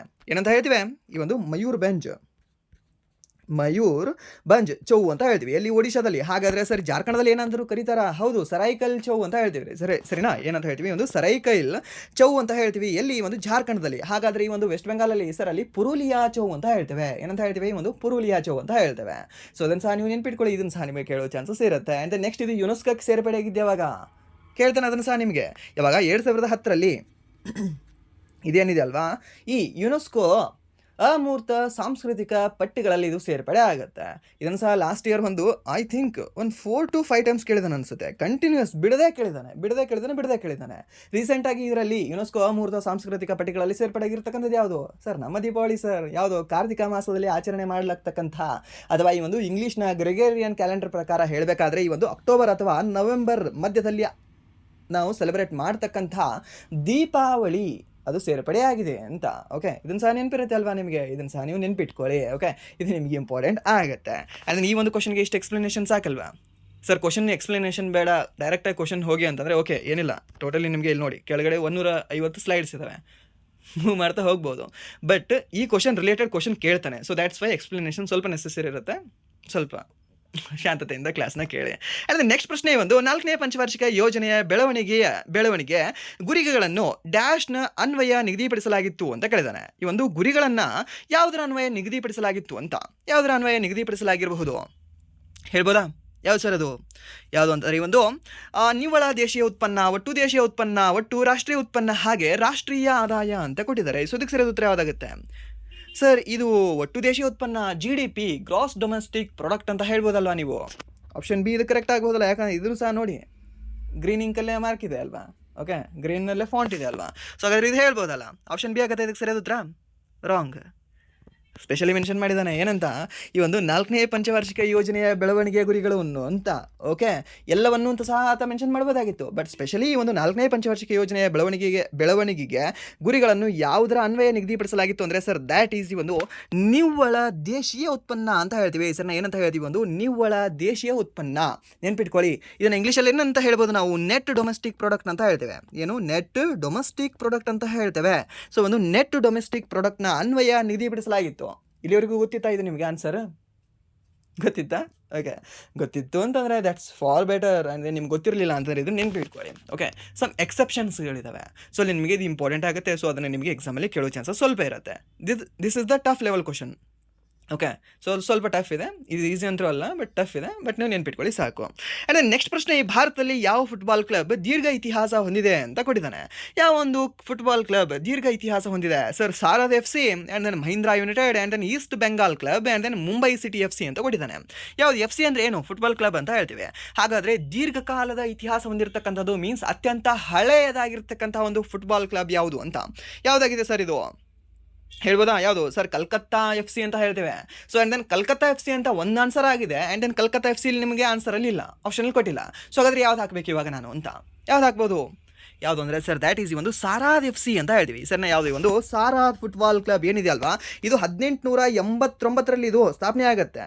ಓಕೆ, ಸೊ ಇದು ಸ್ಥಾಪನೆ ಆಗುತ್ತೆ. ಇದು ಅತಿ ದೀರ್ಘಕಾಲದ ಇತಿಹಾಸವನ್ನು ಹೊಂದಿರತಕ್ಕಂಥ ಒಂದು FC ಆಗಿದೆ. ಓಕೆ, ಏನಂತ ಹೇಳ್ತೀವಿ? ಒಂದು ಫುಟ್ಬಾಲ್ ಕ್ಲಬ್ ಆಗಿದೆ ಅಂತ ಹೇಳ್ತೇವೆ. ಸೊ ಹಾಗಾದರೆ ಇದು ಪ್ರಸ್ತುತ ಇದೆಯಾ ಸರ್? ಇದು ಜಾರಿಯಲ್ಲಿದೆಯಾ? ಇದು ಇಲ್ಲ ಅಲ್ಲ. ಸೊ ಇವಾಗ ಪ್ರಸ್ತುತ ಆ್ಯಕ್ಟಿವ್ ಇರ್ತಕ್ಕಂಥ FC ಯಾವುದು ಅತ್ಯಂತ ಹಳೆಯದು ಅಂತ ನಿಮಗೆ ಕೇಳ್ಬೋದು. ಓಕೆ, ಸೊ ಅದು ಆಲ್ರೆಡಿ ಇವಾಗ ಇವರು ಏನು ಅಂತಂದರೆ ಮುಚ್ಕೊಂಡು ಹೋಗಿದ್ದಾರೆ. ಲೈಕ್ ಹೇಗೆ ಅಂತಂದರೆ, ಈ ಪುಣೆ ಒಂದು IPL ಟೀಮ್ ಇತ್ತಲ್ವಾ, ಪುಣೆ IPL ಟೀಮ್ ಇತ್ತು, and then Gujarat IPL team ಇತ್ತು, ನೇಮ್ ಚೇಂಜಸ್ ಇತ್ತು, ನೆನಪಿದೆಯಾ ನಿಮಗೆ? 2016 ಮತ್ತು 17ನಲ್ಲಿ. ಸೊ ಆ ರೀತಿ ಇದು ಸಹ ಇವಾಗ ಏನಿದೆ ಅಂದರೆ ಮುಚ್ಕೊಂಡು ಹೋಗಿದೆ. ಬಟ್ ಇವಾಗ ಅತ್ಯಂತ ಹಳೆಯದು ಯಾವುದಾಗಿದೆ? ಯಾವುದು ಅಂದರೆ ಸರ್ ದ್ಯಾಟ್ ಈಸ್ ಒಂದು ಮೋಹನ್ ಬಾಗನ್ ಅಂತ ಹೇಳ್ತೀವಿ. ಸರ್ನಾ ಮೋಹನ್ ಬಾಗನ್ MB. ಓಕೆ, ಈ ಒಂದು ಮೋಹನ್ ಬಾಗನ್ FC ಏನಿದೆ ಅಲ್ವಾ, ಇದು ಅತಿ ಹಳೆಯದಾಗಿರ್ತಕ್ಕಂಥ ಈ ಒಂದು ಫುಟ್ಬಾಲ್ ಕ್ಲಬ್ ಆಗಿದೆ. ಓಕೆ, ಇದು ನೆನ್ಪಿಟ್ಕೊಳ್ಳಿ, ಯಾವುದು? ಈ ಒಂದು ಮೋಹನ್ ಬಾಗನ್ ಅಂತ ಹೇಳ್ತೀವಿ. ಪ್ರಸ್ತುತ ಆ್ಯಕ್ಟಿವ್ ಇರತಕ್ಕಂಥದ್ದು. ಅಥವಾ ನಿಮಗೇನಾದರೂ ಅತಿ ಹಳೆಯದು ಅಂತ ಕೇಳಿದ್ರೆ ಅದು ಸಾರದ್ FC ಅಂತ ಹೇಳಿ. ಇಲ್ಲಿ ನಿಮಗೆ ಸಾರದ್ FC ಆಪ್ಷನ್ ಕೊಟ್ಟಿರಲಿಲ್ಲ ಅಂದರೆ ಕಲ್ಕತ್ತಾ FC ಅಂತ ಕೊಟ್ಟಿರ್ತಾನೆ. ಆ ಕಲ್ಕತ್ತಾ FC ಅಂತ ನೀವು ಆನ್ಸರ್ನ ಮಾಡಬೇಕಾಗತ್ತೆ. ಓಕೆ, ಸೊ ಇದನ್ನು ಸಹ ನೀವು ನೆನ್ಪಿಟ್ಕೊಳ್ಳಿ, ಇದು ಸಹ ನಿಮಗೆ ಇಂಪಾರ್ಟೆಂಟ್ ಆಗುತ್ತೆ. ಆ್ಯಂಡ್ ನೆಕ್ಸ್ಟ್ ಪ್ರಶ್ನೆ, 1935ರ ಭಾರತ ಸರ್ಕಾರ ಕಾಯ್ದೆಯಲ್ಲಿ ಡ್ಯಾಶ್ ಅನುಸೂಚಿಗಳಿದ್ದವು ಅಂತ ಕೇಳಿದ್ದಾನೆ. ಎಷ್ಟು ಅನುಸೂಚಿಗಳಿದ್ದವು ಸರ್? ಇದನ್ನು ಲಾಸ್ಟ್ ಇಯರ್ ಎಕ್ಸಾಮಲ್ಲಿ ಕೇಳಿದಾನ? ಇದೇ ಕ್ವಶನ್ ಇರುತ್ತೆ ಎಲ್ರಿಗೂ ಸಹ ಮೈಂಡಲ್ಲಿ ಇರೋದೇನು ಅಂದರೆ, ಇದು ಲಾಸ್ಟ್ ಇಯರಲ್ಲಿ ಕೇಳ್ತಾನ ಅಂತ. ಓಕೆ, ಸೊ ಲಾಸ್ಟ್ ಇಯರ್ ಎಕ್ಸಾಮಲ್ಲಿ ಕೇಳಿದಾನೆ. ಬಟ್ ಇದನ್ನು ಕೇಳಿದ್ದ ಯಾವುದು? ಇದನ್ನು ಕೇಳಿದ್ದಾನ ಸರ್ ಅಂತ ಕೇಳಿದ್ರೆ ಇದನ್ನು ಕೇಳಿರಲಿಲ್ಲ, ಬಟ್ ಇದನ್ನು ಕೇಳೋ ಚಾನ್ಸಸ್ ಸಾಕಷ್ಟಿದೆ. ಆ್ಯಂಡ್ ದೆನ್ ಇದಕ್ಕೆ ಆನ್ಸರ್ ಹೇಳಿ. 15 ಇತ್ತು, 8 ಇತ್ತು, 12 ಇತ್ತು, ಆ್ಯಂಡ್ ದೆನ್ 10 ಇತ್ತು ಅಂತ. ಎಷ್ಟು ಅನುಸೂಚಿಗಳು? ಸೊ ಅಲ್ಲಿ ನಿಮಗೆ ಎಷ್ಟಾಗಿರ್ಬೋದು ಸರ್? ಎಷ್ಟಿತ್ತು ಅಂದರೆ ಈ ಒಂದು 10 ಅನುಸೂಚಿಗಳಿದ್ದವು ಅಂತ ಹೇಳ್ತೇವೆ. ಸರ್ ಎಷ್ಟಿದ್ದು ಅನುಸೂಚಿಗಳಿದ್ದವು ಅಂತಂದರೆ ಸರ್ ಟೋಟಲಿ 10 ಅನುಸೂಚಿಗಳು ಕಂಡುಬರ್ತಾ ಇತ್ತು. ಆ್ಯಂಡ್ ದೆನ್ ಟೋಟಲಿ ನಿಮಗೆ ಎಷ್ಟು ವಿಧಿಗಳಿದ್ವು ಅಂತ ಕೇಳ್ಬೋದು ನಿಮಗೆ. ಓಕೆ, ಎಷ್ಟು ವಿಧಿಗಳಿತ್ತು ಸರ್? 123 ವಿಧಿಗಳಿತ್ತು ಅಂತ ನಾನು ಹೇಳ್ತೇನೆ. ಸೊ ಇದರಲ್ಲಿ ಸ್ವಲ್ಪ ಓದ್ಕೊಂಡಿರತಕ್ಕಂಥ, ಸ್ವಲ್ಪ ಜಾಸ್ತಿ ಇದರಲ್ಲಿ ಡೀಪ್ ಸ್ಟಡಿ ಮಾಡಿರ್ತಕ್ಕಂತಹ ಅಭ್ಯರ್ಥಿಗಳು ಏನು ಹೇಳ್ತೀರಾ ಸರ್? ರಾಂಗ್ ಹೇಳ್ಕೊಡ್ತಿದ್ದೀರಾ ನೀವು ಅಂತ. ಓಕೆ, ಬಟ್ ಕರೆಕ್ಟಾಗಿ ಏನು ಹೇಳಬೇಕು ಸರ್? ಏನಿಲ್ಲ 1 2 3 ಉಲ್ಟಾ ಬರೀತೀನಿ ನಾನು ಅಷ್ಟೇ. 1 2 3 321 ವಿಧಿಗಳು ಕಂಡು ಬರ್ತಾ ಇತ್ತು. ಓಕೆ, ಯಾವುದ್ರಿ? ಒಂದು 1935ರ ಭಾರತ ಸರ್ಕಾರ ಕಾಯ್ದೆಯಲ್ಲಿ ಎಷ್ಟು ವಿಧಿಗಳು ಅಂತಂದರೆ ಸರ್ ಏನಿಲ್ಲ ಸರ್ 1 2 3 ಸೀದಾ ಹೇಳೋದಲ್ಲ, ಉಲ್ಟಾ ಹೇಳೋದು. 3 2 1 ಸರ್, ಮುಗಿಯಿತು. ಎಷ್ಟು ಅನುಸೂಚಿಗಳಿತ್ತು ಸರ್? ಅನುಸೂಚಿಗಳು 10 ಇತ್ತು, ವಿಧಿಗಳು 321 ಇತ್ತು ಅಂತ. ಎರಡೂ ಸಹ ಕೇಳಿದಾನೆ ಲಾಸ್ಟ್ ಇಯರ್ ಎಕ್ಸಾಮಲ್ಲಿ. ಓಕೆ, ಆ್ಯಂಡ್ ದೆನ್ ಇದನ್ನು ಸಾಕಷ್ಟು ಎಕ್ಸಾಮಲ್ಲಿ ಕೇಳಿದ್ದಾನೆ. CGL ಅಲ್ಲಿ ಕೇಳಿದ್ದಾನೆ, CHS ಅಲ್ಲಿ ಕೇಳಿದ್ದಾನೆ, ಆ್ಯಂಡ್ ದೆನ್ RRB ಎಕ್ಸಾಮ್ಗಳಲ್ಲಿ ಕೇಳಿದ್ದಾನೆ. ಸೊ ಅದಕ್ಕೆ ನೆನ್ಪಿಟ್ಕೊಳ್ಳಿ. ಸೊ ಟೋಟಲಿ ನಿಮಗೆ 10 ಅನುಸೂಚಿಗಳು ಹಾಗೆ 3 2 1 ವಿಧಿಗಳು ಕಂಡು ಬರ್ತಾ ಇತ್ತು ಅಂತ. ಯಾವುದರಲ್ಲಿ? ಭಾರತ ಸರ್ಕಾರದ ಕಾಯ್ದೆ 1935ರಲ್ಲಿ. ಓಕೆ, ಸೊ ಇದನ್ನು ಸಹ ನೀವು ನೆನ್ಪಿಟ್ಕೊಳ್ಳಿ. ಆ್ಯಂಡ್ ದೆನ್ ನೆಕ್ಸ್ಟ್, ಇದನ್ನು ಇಂಗ್ಲೀಷಲ್ಲಿ ಏನಂತ ಹೇಳ್ಬೋದು ನಾವು ಸರ್? ಶೆಡ್ಯೂಲ್ಸ್ ಅಂತ ಹೇಳ್ತೇವೆ. ಸರ್ ಏನಂತ ಹೇಳ್ತೀವಿ? ಶೆಡ್ಯೂಲ್ಸ್ ಅಂತ ಹೇಳ್ತೀವಿ. ಹಾಗಾದರೆ ನಮ್ಮ ಪ್ರಸ್ತುತ ಭಾರತ ಸಂವಿಧಾನದಲ್ಲಿ ಎಷ್ಟು ಅನುಸೂಚಿಗಳಿದ್ದಾವೆ ಸರ್? ಟೋಟಲಿ ಒಂದು 12 ಅನುಸೂಚಿಗಳಿದ್ದಾವೆ. ಹಾಗಾದರೆ ಸಂವಿಧಾನದ ಜಾರಿಗೆ ಬಂದಾಗ 1950 ಜನವರಿ 26ರಂದು ಎಷ್ಟು ಅನುಸೂಚಿಗಳಿದ್ದವು ನಮ್ಮ ಭಾರತದ ಸಂವಿಧಾನದಲ್ಲಿ, ಅಥವಾ ಮೂಲ ಸಂವಿಧಾನದಲ್ಲಿ ಎಷ್ಟು ಅನುಸೂಚಿಗಳಿದ್ದವು ಅಂತ ಕೇಳಬಹುದು ನಿಮಗೆ. ಅವಾಗ ನೀವು ಹೇಳಬೇಕಾಗಿರೋದು ಎಷ್ಟು ಸರ್? 8 ಇದ್ದವು ಅಂತ. ಸರ್ ಹಾಗಾದರೆ 4 ಜೋಡಣೆ ಆಗಿದ್ದಾವೆ ಇವಾಗ? ಹೌದು, ಜೋಡಣೆ ಆಗಿದ್ದಾವೆ. ಗೊತ್ತಿದೆಯಾ? ಎಷ್ಟನೇ ತಿದ್ದುಪಡಿಯ ಮೂಲಕ ಜೋಡಣೆ ಆಗಿದ್ದಾವೆ ಸರ್? ಈ ಒಂದು 9ನೇ ಅನುಸೂಚಿ 1ನೇ ತಿದ್ದುಪಡಿಯ ಮೂಲಕ, ಆ್ಯಂಡ್ ದೆನ್ 10ನೇ ಅನುಸೂಚಿ 52ನೇ ತಿದ್ದುಪಡಿಯ ಮೂಲಕ, 11ನೇ ಅನುಸೂಚಿ 73ನೇ ತಿದ್ದುಪಡಿಯ ಮೂಲಕ, ಆ್ಯಂಡ್ ದೆನ್ 12ನೇ ಅನುಸೂಚಿ ಈ 74ನೇ ತಿದ್ದುಪಡಿಯ ಮೂಲಕ ಅಂತ. ಇದನ್ನು ಸಹ ಕೇಳ್ತಾನೆ ಅನುಸೂಚಿ ಮೇಲೆ. ಓಕೆ, ಈ ಕ್ಲಾಸಿಂದ ನಿಮಗೆ ಸಾಕಷ್ಟು ಕ್ವಶನ್ಗಳು ಎಕ್ಸಾಮಲ್ಲಿ ಬರ್ತವೆ, ಪ್ಲೀಸ್ ನೆನ್ಪಿಟ್ಕೊಳ್ಳಿ. ಓಕೆ, ಸೊ ಇದನ್ನು ನೋಟ್ ಡೌನ್ ಮಾಡ್ತಾ ಹೋಗಿ. ಇಲ್ಲಿ ಮೇ ಬಿ ಅದು ರೈಟಿಂಗ್ ಆಗ್ತಾ ಇರೋದು ಸ್ವಲ್ಪ ಇದು ಹೆಚ್ಚು ಕಡಿಮೆ ಆಗ್ತಿರ್ಬೋದು, ಬಟ್ ನಾನು ನಿಮ್ಗೆ ಏನು ಹೇಳ್ತಿದ್ದೀನಿ ಅಲ್ವಾ, ಇದನ್ನು ಕ್ಲಾರಿಟಿಯಿಂದ ಕೇಳಿಸ್ಕೊಳ್ಳಿ. ಆ್ಯಂಡ್ ದೆನ್ ಇದನ್ನು ಸ್ವಲ್ಪ ನೀವು ನಿಧಾನವಾಗಿ ಇಟ್ಕೊಂಡು ಕ್ಲಾಸ್ನ ಕೇಳಿದ್ರೆ, ಆ್ಯಂಡ್ ದೆನ್ ಒಂದು ಸರಿ ಕ್ಲಾಸ್ ಕೇಳಿ ಮತ್ತೊಂದು ಸರಿ ನೀವು ಏನಾದರೂ ನೋಟ್ ಮಾಡ್ಕೊಂಡು ಅದನ್ನು ರಿವೈಸ್ ಮಾಡಿಕೊಂಡ್ರೆ ನಿಮ್ಗೆ ಸಾಕಷ್ಟು ಯೂಸ್ಫುಲ್ ಆಗುತ್ತೆ. ಓಕೆ, ಸೊ ಅದನ್ನು ನೆನ್ಪಿಟ್ಕೊಳ್ಳಿ. ಆ್ಯಂಡ್ ದೆನ್ ಹಾಗಾದರೆ ಇವಾಗ ಪ್ರಸ್ತುತ ಭಾರತ ಸಂವಿಧಾನದಲ್ಲಿ ವಿಧಿಗಳು ಎಷ್ಟಿದಾವೆ ಅಂತ ಕೇಳಲ್ಲ. ಬಟ್ ಇಫ್ ಏನಾದರೂ ನಿಮಗೆ ಕೇಳಿದ್ರೆ 470+ ಅಂತ ಆನ್ಸರ್ನ ನೀವು ಮಾಡಬೇಕಾಗತ್ತೆ. ಓಕೆ, ಎಷ್ಟು? 470+. ಮೂಲ ಸಂವಿಧಾನದಲ್ಲಿ ಎಷ್ಟು ವಿಧಿಗಳಿದ್ವು ಅಂತ ಕೇಳಿದ್ರೆ ಅವಾಗ ನೀವು ಹೇಳಬೇಕಾಗಿದೆ ಸರ್ 395 ವಿಧಿಗಳಿದ್ವು ಅಂತ. ಓಕೆ, ಎಷ್ಟು? 395 ವಿಧಿಗಳಿದ್ವು ಅಂತ. ಎಷ್ಟು ಭಾಗಗಳಿತ್ತು ಸರ್? 22 ಭಾಗಗಳಿತ್ತು. ಎಷ್ಟು ಅನುಸೂಚಿಗಳಿತ್ತು ಅಂದರೆ ಸರ್ 8 ಅನುಸೂಚಿಗಳಿತ್ತು. ಹಾಗಾದರೆ ಇವಾಗ ಎಷ್ಟು ಅನುಸೂಚಿಗಳಿದ್ದಾವೆ ಸರ್? 12 ಅನುಸೂಚಿಗಳಿದ್ದಾವೆ. ಎಷ್ಟು ಈ ಭಾಗಗಳಿದ್ದಾವೆ ಅಂದರೆ ಸರ್ 25 ಭಾಗಗಳಿದ್ದಾವೆ. ಹಾಗಾದರೆ ಎಷ್ಟು ಈ ವಿಧಿಗಳಿದಾವೆ ಅಂತ ಕೇಳಿದ್ರೆ ಸರ್ 470 ವಿಧಿಗಳಿದಾವೆ ಅಂತ ಹೇಳಬೇಕಾಗುತ್ತೆ, 470+. ಹಾಗಾದರೆ ಸರ್ ಈ ಒಂದು ತಿದ್ದುಪಡಿಗಳು ಎಷ್ಟಾಗಿದ್ದಾವೆ ಅಂತ, ತಿದ್ದುಪಡಿ ಎಷ್ಟಾಗಿದ್ದಾವೆ ಅಂದರೆ ಸರ್ ಟೋಟಲಿ 106 ತಿದ್ದುಪಡಿಗಳಾಗಿದ್ದಾವೆ. ಓಕೆ, ಸೊ 106ನೇದೇ ಅದು ನಾರಿ ಶಕ್ತಿ ವಂದನಾ ಅಧಿನಿಯಮ ಕಾಯ್ದೆ ಅಂತ ಹೇಳ್ತೇವೆ. ಓಕೆ, ಸೊ ಏನಂತ ಹೇಳ್ತೀವಿ, ಒಂದು ನಾರಿ ಶಕ್ತಿ ವಂದನಾ ಅಧಿನಿಯಮ ಕಾಯ್ದೆ ಅಂತ ಹೇಳ್ತೇವೆ. ಸರ್ ಹಾಗಾದರೆ ಇದು ರೀಸೆಂಟಾಗಿ ಏನೋ ನ್ಯೂಸಲ್ಲಿ ಕೇಳಿದ್ದೆ, ಟಿ ವಿನಲ್ಲಿ ನೋಡಿದ್ದೆ, ಅಲ್ಲಿ ನೋಡಿದ್ದೆ, ಇಲ್ಲಿ ನೋಡಿದ್ದೆ, ಇದೆ ಏನಾದರೂ ಫೇಲ್ ಆಗಿದೆ ಏನೋ, ಈ BJP ಅವರು ಭಾಳ ತರಬೇಕು ಅಂತ ಇದ್ರು, ಕಾಂಗ್ರೆಸ್ ಅವರು ಮತ್ತು ಅವರ ಮಿತ್ರ ಪಕ್ಷಗಳು ಇಂಡಿಯಾ ಪಕ್ಷ ಅವರು ಏನಿದಾರಲ್ಲ ಅವ್ರು ಇದನ್ನು ಮುಳುಗಿಸ್ಬಿಟ್ರು, ಹಾಗೆ ಹೀಗೆ ದೇಶವನ್ನು ನಮ್ಮ ಹೆಣ್ಮಕ್ಳಿಗೆ ಇದು ಹಾಳು ಮಾಡಿದ್ರು, ಹಾಗೆ ಹೀಗೆ ಅಂತ ಕೇಳ್ಪಟ್ಟಿದ್ದೀನಲ್ಲ. ಓಕೆ, ಸ್ವಲ್ಪ ಇಲ್ಲಿ ಕ್ಲಾರಿಟಿ ತೊಗೊಳ್ಳಿ. ಓಕೆ, ಏನು ಅಂತಂದರೆ ನಿಮಗೆ ತಿದ್ದುಪಡಿ ಕಾಯ್ದೆ ಬೇರೆ. ಓಕೆ, ಫಸ್ಟ್ ಏನಾಗುತ್ತೆ, ತಿದ್ದುಪಡಿ ಮಸೂದೆ ಆಗುತ್ತೆ. ತಿದ್ದುಪಡಿ ಮಸೂದೆ ಅಂತ ಹೇಳ್ತೀವಿ, ಹೆಸರನ್ನ ಏನಂತ ಹೇಳ್ತೀವಿ, ಮಸೂದೆ ಅಂತ ಹೇಳ್ತೀವಿ. ಮಸೂದೆ ಫೇಲ್ ಆಗಿದೆ ಇವಾಗ ಪ್ರಸ್ತುತ. ಎಷ್ಟೇ ಮಸೂದೆ ಅಂತ ಹೇಳ್ತೇವೆ ಸರ್, 131ನೇ ಮಸೂದೆ ಫೇಲ್ ಆಗಿದೆ. ಬಟ್ ನಿಮ್ಗೆ ಗೊತ್ತಿರಲಿ 106 ತಿದ್ದುಪಡಿಗಳಾಗಿದ್ದಾವೆ. ಸೊ ಇಲ್ಲಿವರೆಗೆ ಟೋಟಲಿ ಎಷ್ಟು ತಿದ್ದುಪಡಿ ಮಸೂದೆಗಳಾಗಿದ್ದಾವೆ ಅಂತ ಕೇಳಿದ್ರೆ ಅವಾಗ ನೀವು ಹೇಳ್ಬೇಕಿದೆ ಸರ್ 131 ಅಂತ. ಹಾಗಾದರೆ ಎಷ್ಟು ತಿದ್ದುಪಡಿ ಕಾಯ್ದೆಗಳಾಗಿದ್ದಾವೆ ಅಂತ ಕೇಳಿದ್ರೆ ಸರ್ 106 ತಿದ್ದುಪಡಿ ಕಾಯ್ದೆಗಳಾಗಿದ್ದಾವೆ ಅಂತ ನೀವು ಹೇಳಬೇಕಾಗತ್ತೆ. ಓಕೆ, ಕನ್ಫ್ಯೂಷನ್ ಆಗಬೇಡಿ. ಹಾಗಾದರೆ 106ನೇ ತಿದ್ದುಪಡಿ ಕಾಯ್ದೆಗೆ ಸಂಬಂಧಪಟ್ಟಿರ್ತಕ್ಕಂಥ ಒಂದು ತಿದ್ದುಪಡಿ ಮಸೂದೆ ಯಾವುದು ಸರ್, 128ನೇ ತಿದ್ದುಪಡಿ ಮಸೂದೆ. ಓಕೆ, ಕ್ಲಾರಿಫೈ ಇರಲಿ, ನಿಮಗೆ ಕ್ಲಾರಿಫಿಕೇಷನ್ ಇರಲಿ, ಕರೆಕ್ಟಾಗಿ ತಿಳ್ಕೊಳ್ಳಿ ಇದನ್ನು. ಹಾಗಾದರೆ 106ನೇದು ಏನಿತ್ತು ಸರ್, ನಾರಿ ಶಕ್ತಿ ವಂದನಾ ಅಧಿನಿಯಮ ಕಾಯ್ದೆ. ಹಾಗಾದರೆ 131ನೇ, ಓಕೆ ಇಲ್ಲಿ 106ನೇದು ಬಿಟ್ಬಿಡಿ. ಇವಾಗ ಈ 128 ಮತ್ತು 131 ಬಗ್ಗೆ ಲೆಕ್ಕ ಹಾಕೋಣ ಇವಾಗ. ಓಕೆ, 128 ಏನಂತ ಹೇಳಿತು, ನಾರಿ ಶಕ್ತಿ ವಂದನಾ ಅಧಿನಿಯಮ. ಓಕೆ, ವಂದನಾ ಅಧಿನಿಯಮ ಅಂತ ಹೇಳ್ತೇವೆ. ಮೀನ್ಸ್ ಏನು, ಲೋಕಸಭೆಯಲ್ಲಿ ಹಾಗೆ ರಾಜ್ಯ ವಿಧಾನಸಭೆಗಳಲ್ಲಿ 33% ಮಹಿಳೆಯರಿಗೆ ಮೀಸಲಾತಿಯನ್ನು ಕೊಡಬೇಕು ಅಂತ ಇದು ಹೇಳಿತ್ತು. ಯಾವಾಗ, ಈ ಒಂದು ಜನಗಣತಿಯಾದ ನಂತರ, ಆ ಒಂದು ಸೆನ್ಸಸ್ನ ಬೇಸ್ ಮೇಲೆ. ಓಕೆ, ಇಷ್ಟನ್ನೇ ಹೇಳಿತ್ತು. ಓಕೆ, ಇದು ಕ್ಲಾರಿಫಿಕೇಷನ್ ಇದೆಯಾ ನಿಮಗೆ? ಓಕೆ, ಇದೆ. ಹಾಗೆ ಇದಕ್ಕೆ ಎಲ್ಲವೂ ಸಹ ಎಷ್ಟು 2/3 ಬಹುಮತ ಬೇಕಾಗಿತ್ತು ಕರೆಂಟ್ ಸಿಟ್ಟಿಂಗ್ ಮೆಂಬರ್ಸ್ಗಳಲ್ಲಿ. 2/3. ಇವಾಗ ಪ್ರಸ್ತುತ ಕರೆಂಟ್ ಸಿಟ್ಟಿಂಗ್ ಮೆಂಬರ್ಸ್ ಎಷ್ಟಿದ್ದಾರೆ ಸರ್, 528 ಇದ್ದಾರೆ. 528ರಲ್ಲಿ ಇಂಟು 2/3 ಮಾಡ್ಕೊಳ್ಳಿ, ಎಷ್ಟು ಬರುತ್ತೆ ನಿಮ್ಗೆ ಆನ್ಸರ್ ಸರ್? 352 ಬರುತ್ತೆ. ಸೊ ಮೀನ್ಸ್ 352 ಓಟ್ ಬೇಕಾಗಿತ್ತು. ಓಕೆ, ಅಲ್ಲಿ ಓಟ್ ಸಿಕ್ಕಿತ್ತು ಯಾವುದಕ್ಕೆ, ಒಂದು ನಾರಿ ಶಕ್ತಿ ವಂದನಾ ಅಧಿನಿಯಮ್ಗೆ. ಬಟ್ ಈ ಒಂದು 131ನೇ ತಿದ್ದುಪಡಿ ಮಸೂದೆ ಏನಿದೆ ಅಲ್ವಾ, ಇಲ್ಲಿ ಏನಂತ ಮಾಡಿದ್ರು ಅಂತಂದರೆ, ಈ 2011 ಅಥವಾ 2027 ಮೀನ್ಸ್ 2026-27 ಜನಗಣತಿ ಆಗುತ್ತಲ್ವ, ಈ ಒಂದು ಜನಗಣತಿಯ ಬೇಸ್ ಮೇಲೆ ನಾವು ಈ ಒಂದು ನಾರಿ ಶಕ್ತಿ ವಂದನಾ ಅಧಿನಿಯಮ ಕಾಯ್ದೆನ ತರ್ತೀವಿ ಅಂತ ಹೇಳಿದರು. ಸೊ ಆದ ಕಾರಣಕ್ಕಾಗಿ ಏನು ಮಾಡಿದರು, ಅಪೋಸಿಷನ್ ಇರತಕ್ಕಂಥ ಪಕ್ಷಗಳು ಇದಕ್ಕೆ ಓಟ್ ಹಾಕಲಿಲ್ಲ. ಓಕೆ, ಸೊ ಇದು ಒಂದು ಟ್ರ್ಯಾಪ್. ಆ್ಯಕ್ಚುಲಿ ಅಪೋಸಿಷನ್ನವರಿಗೆ ಟ್ರ್ಯಾಪ್ ಅಲ್ಲ, ಇದು ಇಂಡಿಯನ್ಸ್ಗೆ ಟ್ರ್ಯಾಪ್ ಮಾಡಿದ್ದು. ಓಕೆ, ಜಸ್ಟ್ ಹೇಗೆ ಅಂತಂದರೆ, ನಾನು ಮಹಿಳೆಯರಿಗೆ ಭಾಳ ಒಳ್ಳೇದು ಮಾಡ್ಬೇಕಂತಿದ್ದೀನಿ, ಬಟ್ ಇವ್ರು ಮಾಡ್ಕೊಡ್ತಿಲ್ಲ, ಹಾಗೆ ಹೀಗೆ ಅದು ಇದು ಅಂತ ವಗೇರ. ಓಕೆ, ಅದನ್ನೆಲ್ಲ ಸಹ ನಂಬಕ್ಕೆ ಹೋಗಬೇಡಿ. ಜಸ್ಟ್ ಏನು ಅಂತಂದರೆ ಅದು ಅವರಿಗೂ ಸಹ ಗೊತ್ತಿತ್ತು. ಯಾಕೆಂದರೆ ಅದು BJP ಸೀಟ್ಗಳಿರೋದು ನಿಮಗೆ 298 ಸೀಟ್ಗಳಿದ್ದಾವೆ. ಓಕೆ, ಸೊ ಮೀನ್ಸ್ ಅವ್ರದ್ದು ಬಹುಮತ ಇರತಕ್ಕಂಥದ್ದೇ ಅಷ್ಟೇ ಇದೆ. ಸೊ 352 ಹೇಗೆ ಬರುತ್ತೆ ಅವರಿಗೆ ಅಂತ. ಓಕೆ, ಬಟ್ ನಿಮ್ಗೆ ಇನ್ನೊಂದು ಸಹ ಗೊತ್ತಿರಲಿ, ಲಾಸ್ಟ್ 12 ಇಯರ್ಸಲ್ಲಿ ದ ಫಸ್ಟ್ ಬಿಲ್ ಇದು ಫೇಲ್ ಆಗಿದ್ದು. ಲಾಸ್ಟ್ 12 ವರ್ಷಗಳ ಒಂದು ಸುದೀರ್ಘ ಇತಿಹಾಸದಲ್ಲಿ this is the first time fail ಆಗಿದ್ದು. ಬಟ್ ಇದು ಆ್ಯಕ್ಚುಲಿ ನಮ್ಮ ಸೌತ್ ಇಂಡಿಯನ್ಸ್ ಒಳ್ಳೆಯದು. ನೀವು ಯಾವುದೇ ಪಕ್ಷದವರಾಗಿರಿ, ನೀವು ವಾಟ್ ಎವರ್ ಏನೇ ಆಗಿರಿ, ಬಟ್ ಇದು ಸೌತ್ ಇಂಡಿಯಾಗೆ ಬಹಳ ಒಳ್ಳೆಯದು. Okay, south Africa, south India. Okay, south India ಅಂತ ಹೇಳ್ತೇವೆ. ಇಷ್ಟು ನಿಮಗೆ ಗೊತ್ತಿರಬೇಕಾಗಿರ್ತಕ್ಕಂಥದ್ದು. ಇದ್ರ ಬಗ್ಗೆ ಇನ್ನೂ ಸ್ವಲ್ಪ ವಗೇರೆ ಎಕ್ಸ್ಟ್ರಾ ಏನಿದೆ ಅಲ್ವಾ, ಸೊ ಅದನ್ನು ಬೇರೆ ಕ್ಲಾಸ್ಗಳಲ್ಲಿ ನೋಡ್ಕೊಳ್ಳೋಣ. ಬಟ್ ಇವಾಗ ನೆಕ್ಸ್ಟ್ ಕ್ವಶನ್ಗೆ ಹೋಗುವನ್ನೇ. ಏನಿದೆ ನೆಕ್ಸ್ಟ್ ಪ್ರಶ್ನೆ, ಈ ಒಂದು ಪ್ರಸಿದ್ಧ ಶಾಸ್ತ್ರೀಯ ನೃತ್ಯಗಾರ್ತಿ ಮತ್ತು ನಾಟ್ಯ ನಿರ್ದೇಶಕಿ ಒಡಿಶಾ ನೃತ್ಯ ಶೈಲಿಯನ್ನು ಜನಪ್ರಿಯಗೊಳಿಸಿದ್ದಕ್ಕಾಗಿ ನೃತ್ಯ ಗ್ರಾಮವನ್ನು ಸ್ಥಾಪಿಸಿದರು. ಅವರು ಯಾರು ಅಂತ ಕೇಳಿದ್ದಾರೆ, ಸರಿನಾ? ನೃತ್ಯ ಗ್ರಾಮವನ್ನು ಸ್ಥಾಪನೆ ಮಾಡಿದರಂತೆ. ಯಾರು ಇವರು? ಸೋನಲ್ ಮಾನ್ಸಿಂಗ್ ಅವರು, ಪ್ರತಿಮಾ ಗೌರಿ ಅವರು, ರುಕ್ಮಿಣಿ ಅರುಂಡೇಲ್ ಅವರು, ಆ್ಯಂಡ್ ದೆನ್ ಸಂಯುಕ್ತ ಪ್ರಾಣಿಗ್ರಹಿ ಅವರು ಅಂತ ಕೊಟ್ಟಿದ್ದಾರೆ. ಸೊ ಇದಕ್ಕೆ ಸರಿಯಾದ ಉತ್ತರ ಯಾವುದಾಗ್ಬೋದು ಹೇಳ್ಬೋದಾ? ಗೆಸ್ ಮಾಡಿ, ನೀವು ಇಲ್ಲ ಆನ್ಸರ್ ಮಾಡ್ತೀರಾ? ಓಕೆ, ಸೊ ಗೆಸ್ ಮಾಡಿ ಆನ್ಸರ್ ಏನು ಮಾಡ್ತೀರಾ ಸರ್? ರುಕ್ಮಿಣಿ ಅರುಂಡೇಲ್ ಆಗೋದಿಲ್ಲ, ಯಾಕಂದರೆ ಇವರು ಭರತನಾಟ್ಯಕ್ಕೆ ಸಂಬಂಧಪಟ್ಟಿದ್ದಾರೆ. ಎಲಿಮಿನೇಟ್ ಒಂದು ಕ್ವಶನ್, ಒಂದು ಆನ್ಸರ್. ಅಂದರೆ ಇನ್ನೊಂದು ಯಾವುದು ಸರ್? ಪ್ರತಿಮಾ ಗೌರಿ, ಇವರು ಒಡಿಶಾಕ್ಕೆ ಇವ್ರು ಏನು ಸಂಬಂಧಪಟ್ಟಿದ್ದಾರೆ ಸರ್? ಇವರು ಆಗಲ್ಲ, ತೆಗೆದುಹಾಕ್ಬಿಡಿ ಇವರನ್ನು. ಸಂಯುಕ್ತ ಪ್ರಾಣಿಗ್ರಹಿ, ಸಾಕಷ್ಟು ನಾವು ಒಡಿಶಿ ಅಂತ ಕೇಳಿದ್ದೀವಿ ಸರ್. ಇದನ್ನು ಹಾಕೋ ಚಾನ್ಸಸ್ ಸಮ್ 50% ಇರುತ್ತೆ. ಇನ್ನೊಂದು 40% ಜನ ಎಲ್ಲಿರ್ತೀರಾ ಅಂದರೆ ಸರ್ ಸೋನಲ್ ಮಾನ್ಸಿಂಗ್ ಅವ್ರ ಜೊತೆ ಇರ್ತೀರಾ.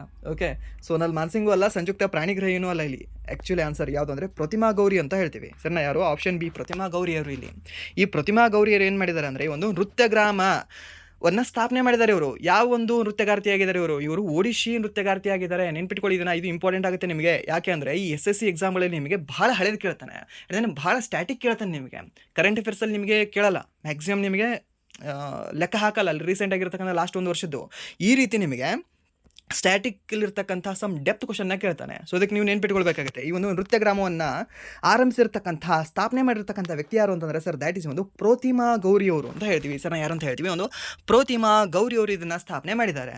ಓಕೆ, ಎಲ್ಲಿ ಒಂದು ಒಡಿಶಾ ಅಂತ ಹೇಳ್ತೇವೆ. ಓಕೆ, ಇದನ್ನು ಸಹ ನೀವು ನೆನ್ಪಿಟ್ಕೊಳ್ಳಿ, ಇದು ಸಹ ನಿಮಗೆ ಇಂಪಾರ್ಟೆಂಟ್ ಆಗುತ್ತೆ. ಆವಾಗಲೇ ನಿಮಗೆ ಹೇಳಿದ್ದೆ ಅಲ್ವಾ, ಏನು ಹೇಳಿದೆ ಸರ್, ಟೋಟಲಿ 8 ಶಾಸ್ತ್ರೀಯ ನೃತ್ಯಗಳು ಸಂಗೀತ ನಾಟಕ ಅಕಾಡೆಮಿಯ ಪ್ರಕಾರ, ಆ್ಯಂಡ್ ನೀವು ಒಂದು 9 ಶಾಸ್ತ್ರೀಯ ನೃತ್ಯಗಳು ಭಾರತ ಸಾಂಸ್ಕೃತಿಕ ಸಚಿವಾಲಯದ ಪ್ರಕಾರ ಅಂತ. ಹಾಗಾದರೆ ಸರ್ ಒಡಿಶಾದಲ್ಲಿ ಎಷ್ಟು ಶಾಸ್ತ್ರೀಯ ನೃತ್ಯಗಳು ಕಂಡುಬರ್ತವೆ? ಸೊ ಒಡಿಶಾದಲ್ಲಿ ಟೋಟಲಿ 2 ಶಾಸ್ತ್ರೀಯ ನೃತ್ಯಗಳು ಕಂಡುಬರ್ತವೆ. ಒಂದು ಒಡಿಶಾ ಆದರೆ ಇನ್ನೊಂದು ಚೌ. ಯಾರ ಪ್ರಕಾರ? ಭಾರತ ಸಾಂಸ್ಕೃತಿಕ ಸಚಿವಾಲಯದ ಪ್ರಕಾರ. ಭಾರತ ಸಂಗೀತ ನಾಟಕ ಅಕಾಡೆಮಿಯ ಪ್ರಕಾರ ಎಷ್ಟು ಬರುತ್ತೆ? ಒಡಿಶಾದಲ್ಲಿ ಜಸ್ಟ್ ಒಂದೇ ಬರುತ್ತೆ. ಯಾವುದು? ಈ ಒಂದು ಒಡಿಸ್ಸಿ ಅಂತ ಹೇಳ್ತೇವೆ. ಓಕೆ, ಇದನ್ನು ಸಹ ನೀವು ನೆನ್ಪಿಟ್ಕೊಳ್ಳಿ, ಇದು ಸಹ ನಿಮಗೆ ಕೇಳೋ ಚಾನ್ಸಸ್ ಇರುತ್ತೆ. ಆ್ಯಂಡ್ ನೆಕ್ಸ್ಟ್ ಪ್ರಶ್ನೆ, ಯಾವ ಪಂಚವಾರ್ಷಿಕ ಯೋಜನೆ ಮೂಲಸೌಕರ್ಯ ಅಭಿವೃದ್ಧಿ ಅಂದರೆ ವಿದ್ಯುತ್ ಮತ್ತು ಸಾರಿಗೆ ಕ್ಷೇತ್ರದ ಮೇಲೆ ಗಮನ ಹರಿಸಿತ್ತು ಅಂತ ಕೇಳಿದ್ದಾನೆ. ಈ ಒಂದು ವಿದ್ಯುತ್ ಮತ್ತು ಸಾರಿಗೆ ಕ್ಷೇತ್ರದ ಮೇಲೆ ಗಮನ ಹರಿಸಿರ್ತಕ್ಕಂತಹ ಈ ಒಂದು ಪಂಚವಾರ್ಷಿಕ ಯೋಜನೆ ಯಾವುದಾಗಿತ್ತು ಅಂತ, ಯಾವುದಾಗಿರ್ಬೋದು? ಯಾವುದು ಅಂತಂದರೆ ಸರ್ ಮೊದಲನೇದು, ಎರಡನೇದು, ಮೂರನೇದು ಹಾಗೆ ನಾಲ್ಕನೇದು ಅಂತ ಕೊಟ್ಟಿದ್ದಾರೆ. ಸೊ ಇದಕ್ಕೆ ಸರಿಯಾದ ಉತ್ತರ ಯಾವುದಾಗುತ್ತೆ ಹೇಳ್ಬೋದಾ? ಯಾವುದಾಗುತ್ತೆ ಸರ್? ವಿದ್ಯುತ್. ಫಸ್ಟ್ ನಮಗೆ ಬೇಕಾಗಿರೋದು ವಿದ್ಯುತ್ ಸರ್. ಇವಾಗ ಫಸ್ಟ್ ನಮಗೆ ಬೇಕಾಗಿರೋದು ಟ್ರಾವೆಲ್ ಸರ್ ಇವಾಗ. ಸೊ ಮೀನ್ಸ್ ಅದಕ್ಕೆ ಆನ್ಸರ್ ಯಾವುದಾಗುತ್ತೆ ಸರ್? ಫಸ್ಟೇ ಆಗಬೇಕು ಸರ್. ಯಾವುದು? ಈ ಒಂದು ಮೊದಲನೇ ಪಂಚವಾರ್ಷಿಕ ಯೋಜನೆ ಅಂತ ಹೇಳ್ತೀವಿ. ಈ ಒಂದು ಮೊದಲನೇ ಪಂಚವಾರ್ಷಿಕ ಯೋಜನೆಯ ಸಮಯದಲ್ಲೇ ಏನೇನು ಸ್ಥಾಪನೆ ಆಗುತ್ತೆ ಸರ್? ಈ ವಿದ್ಯುತ್ಗೆ ಪುಷ್ಟೀಕರಣ ನೀಡಲಂತಲೇ ಈ ಒಂದು ಹೈಡ್ರೋ ಪವರ್ ಪ್ಲ್ಯಾಂಟ್ಗಳ ಸ್ಥಾಪನೆ ಆಗುತ್ತವೆ. ಓಕೆ, ಗೊತ್ತಿದೆ ಅಲ್ವಾ ನಿಮಗೆ? ಆ್ಯಂಡ್ ದೆನ್ ಡ್ಯಾಮ್ಗಳ ಸ್ಥಾಪನೆ ಆಗ್ತವೆ.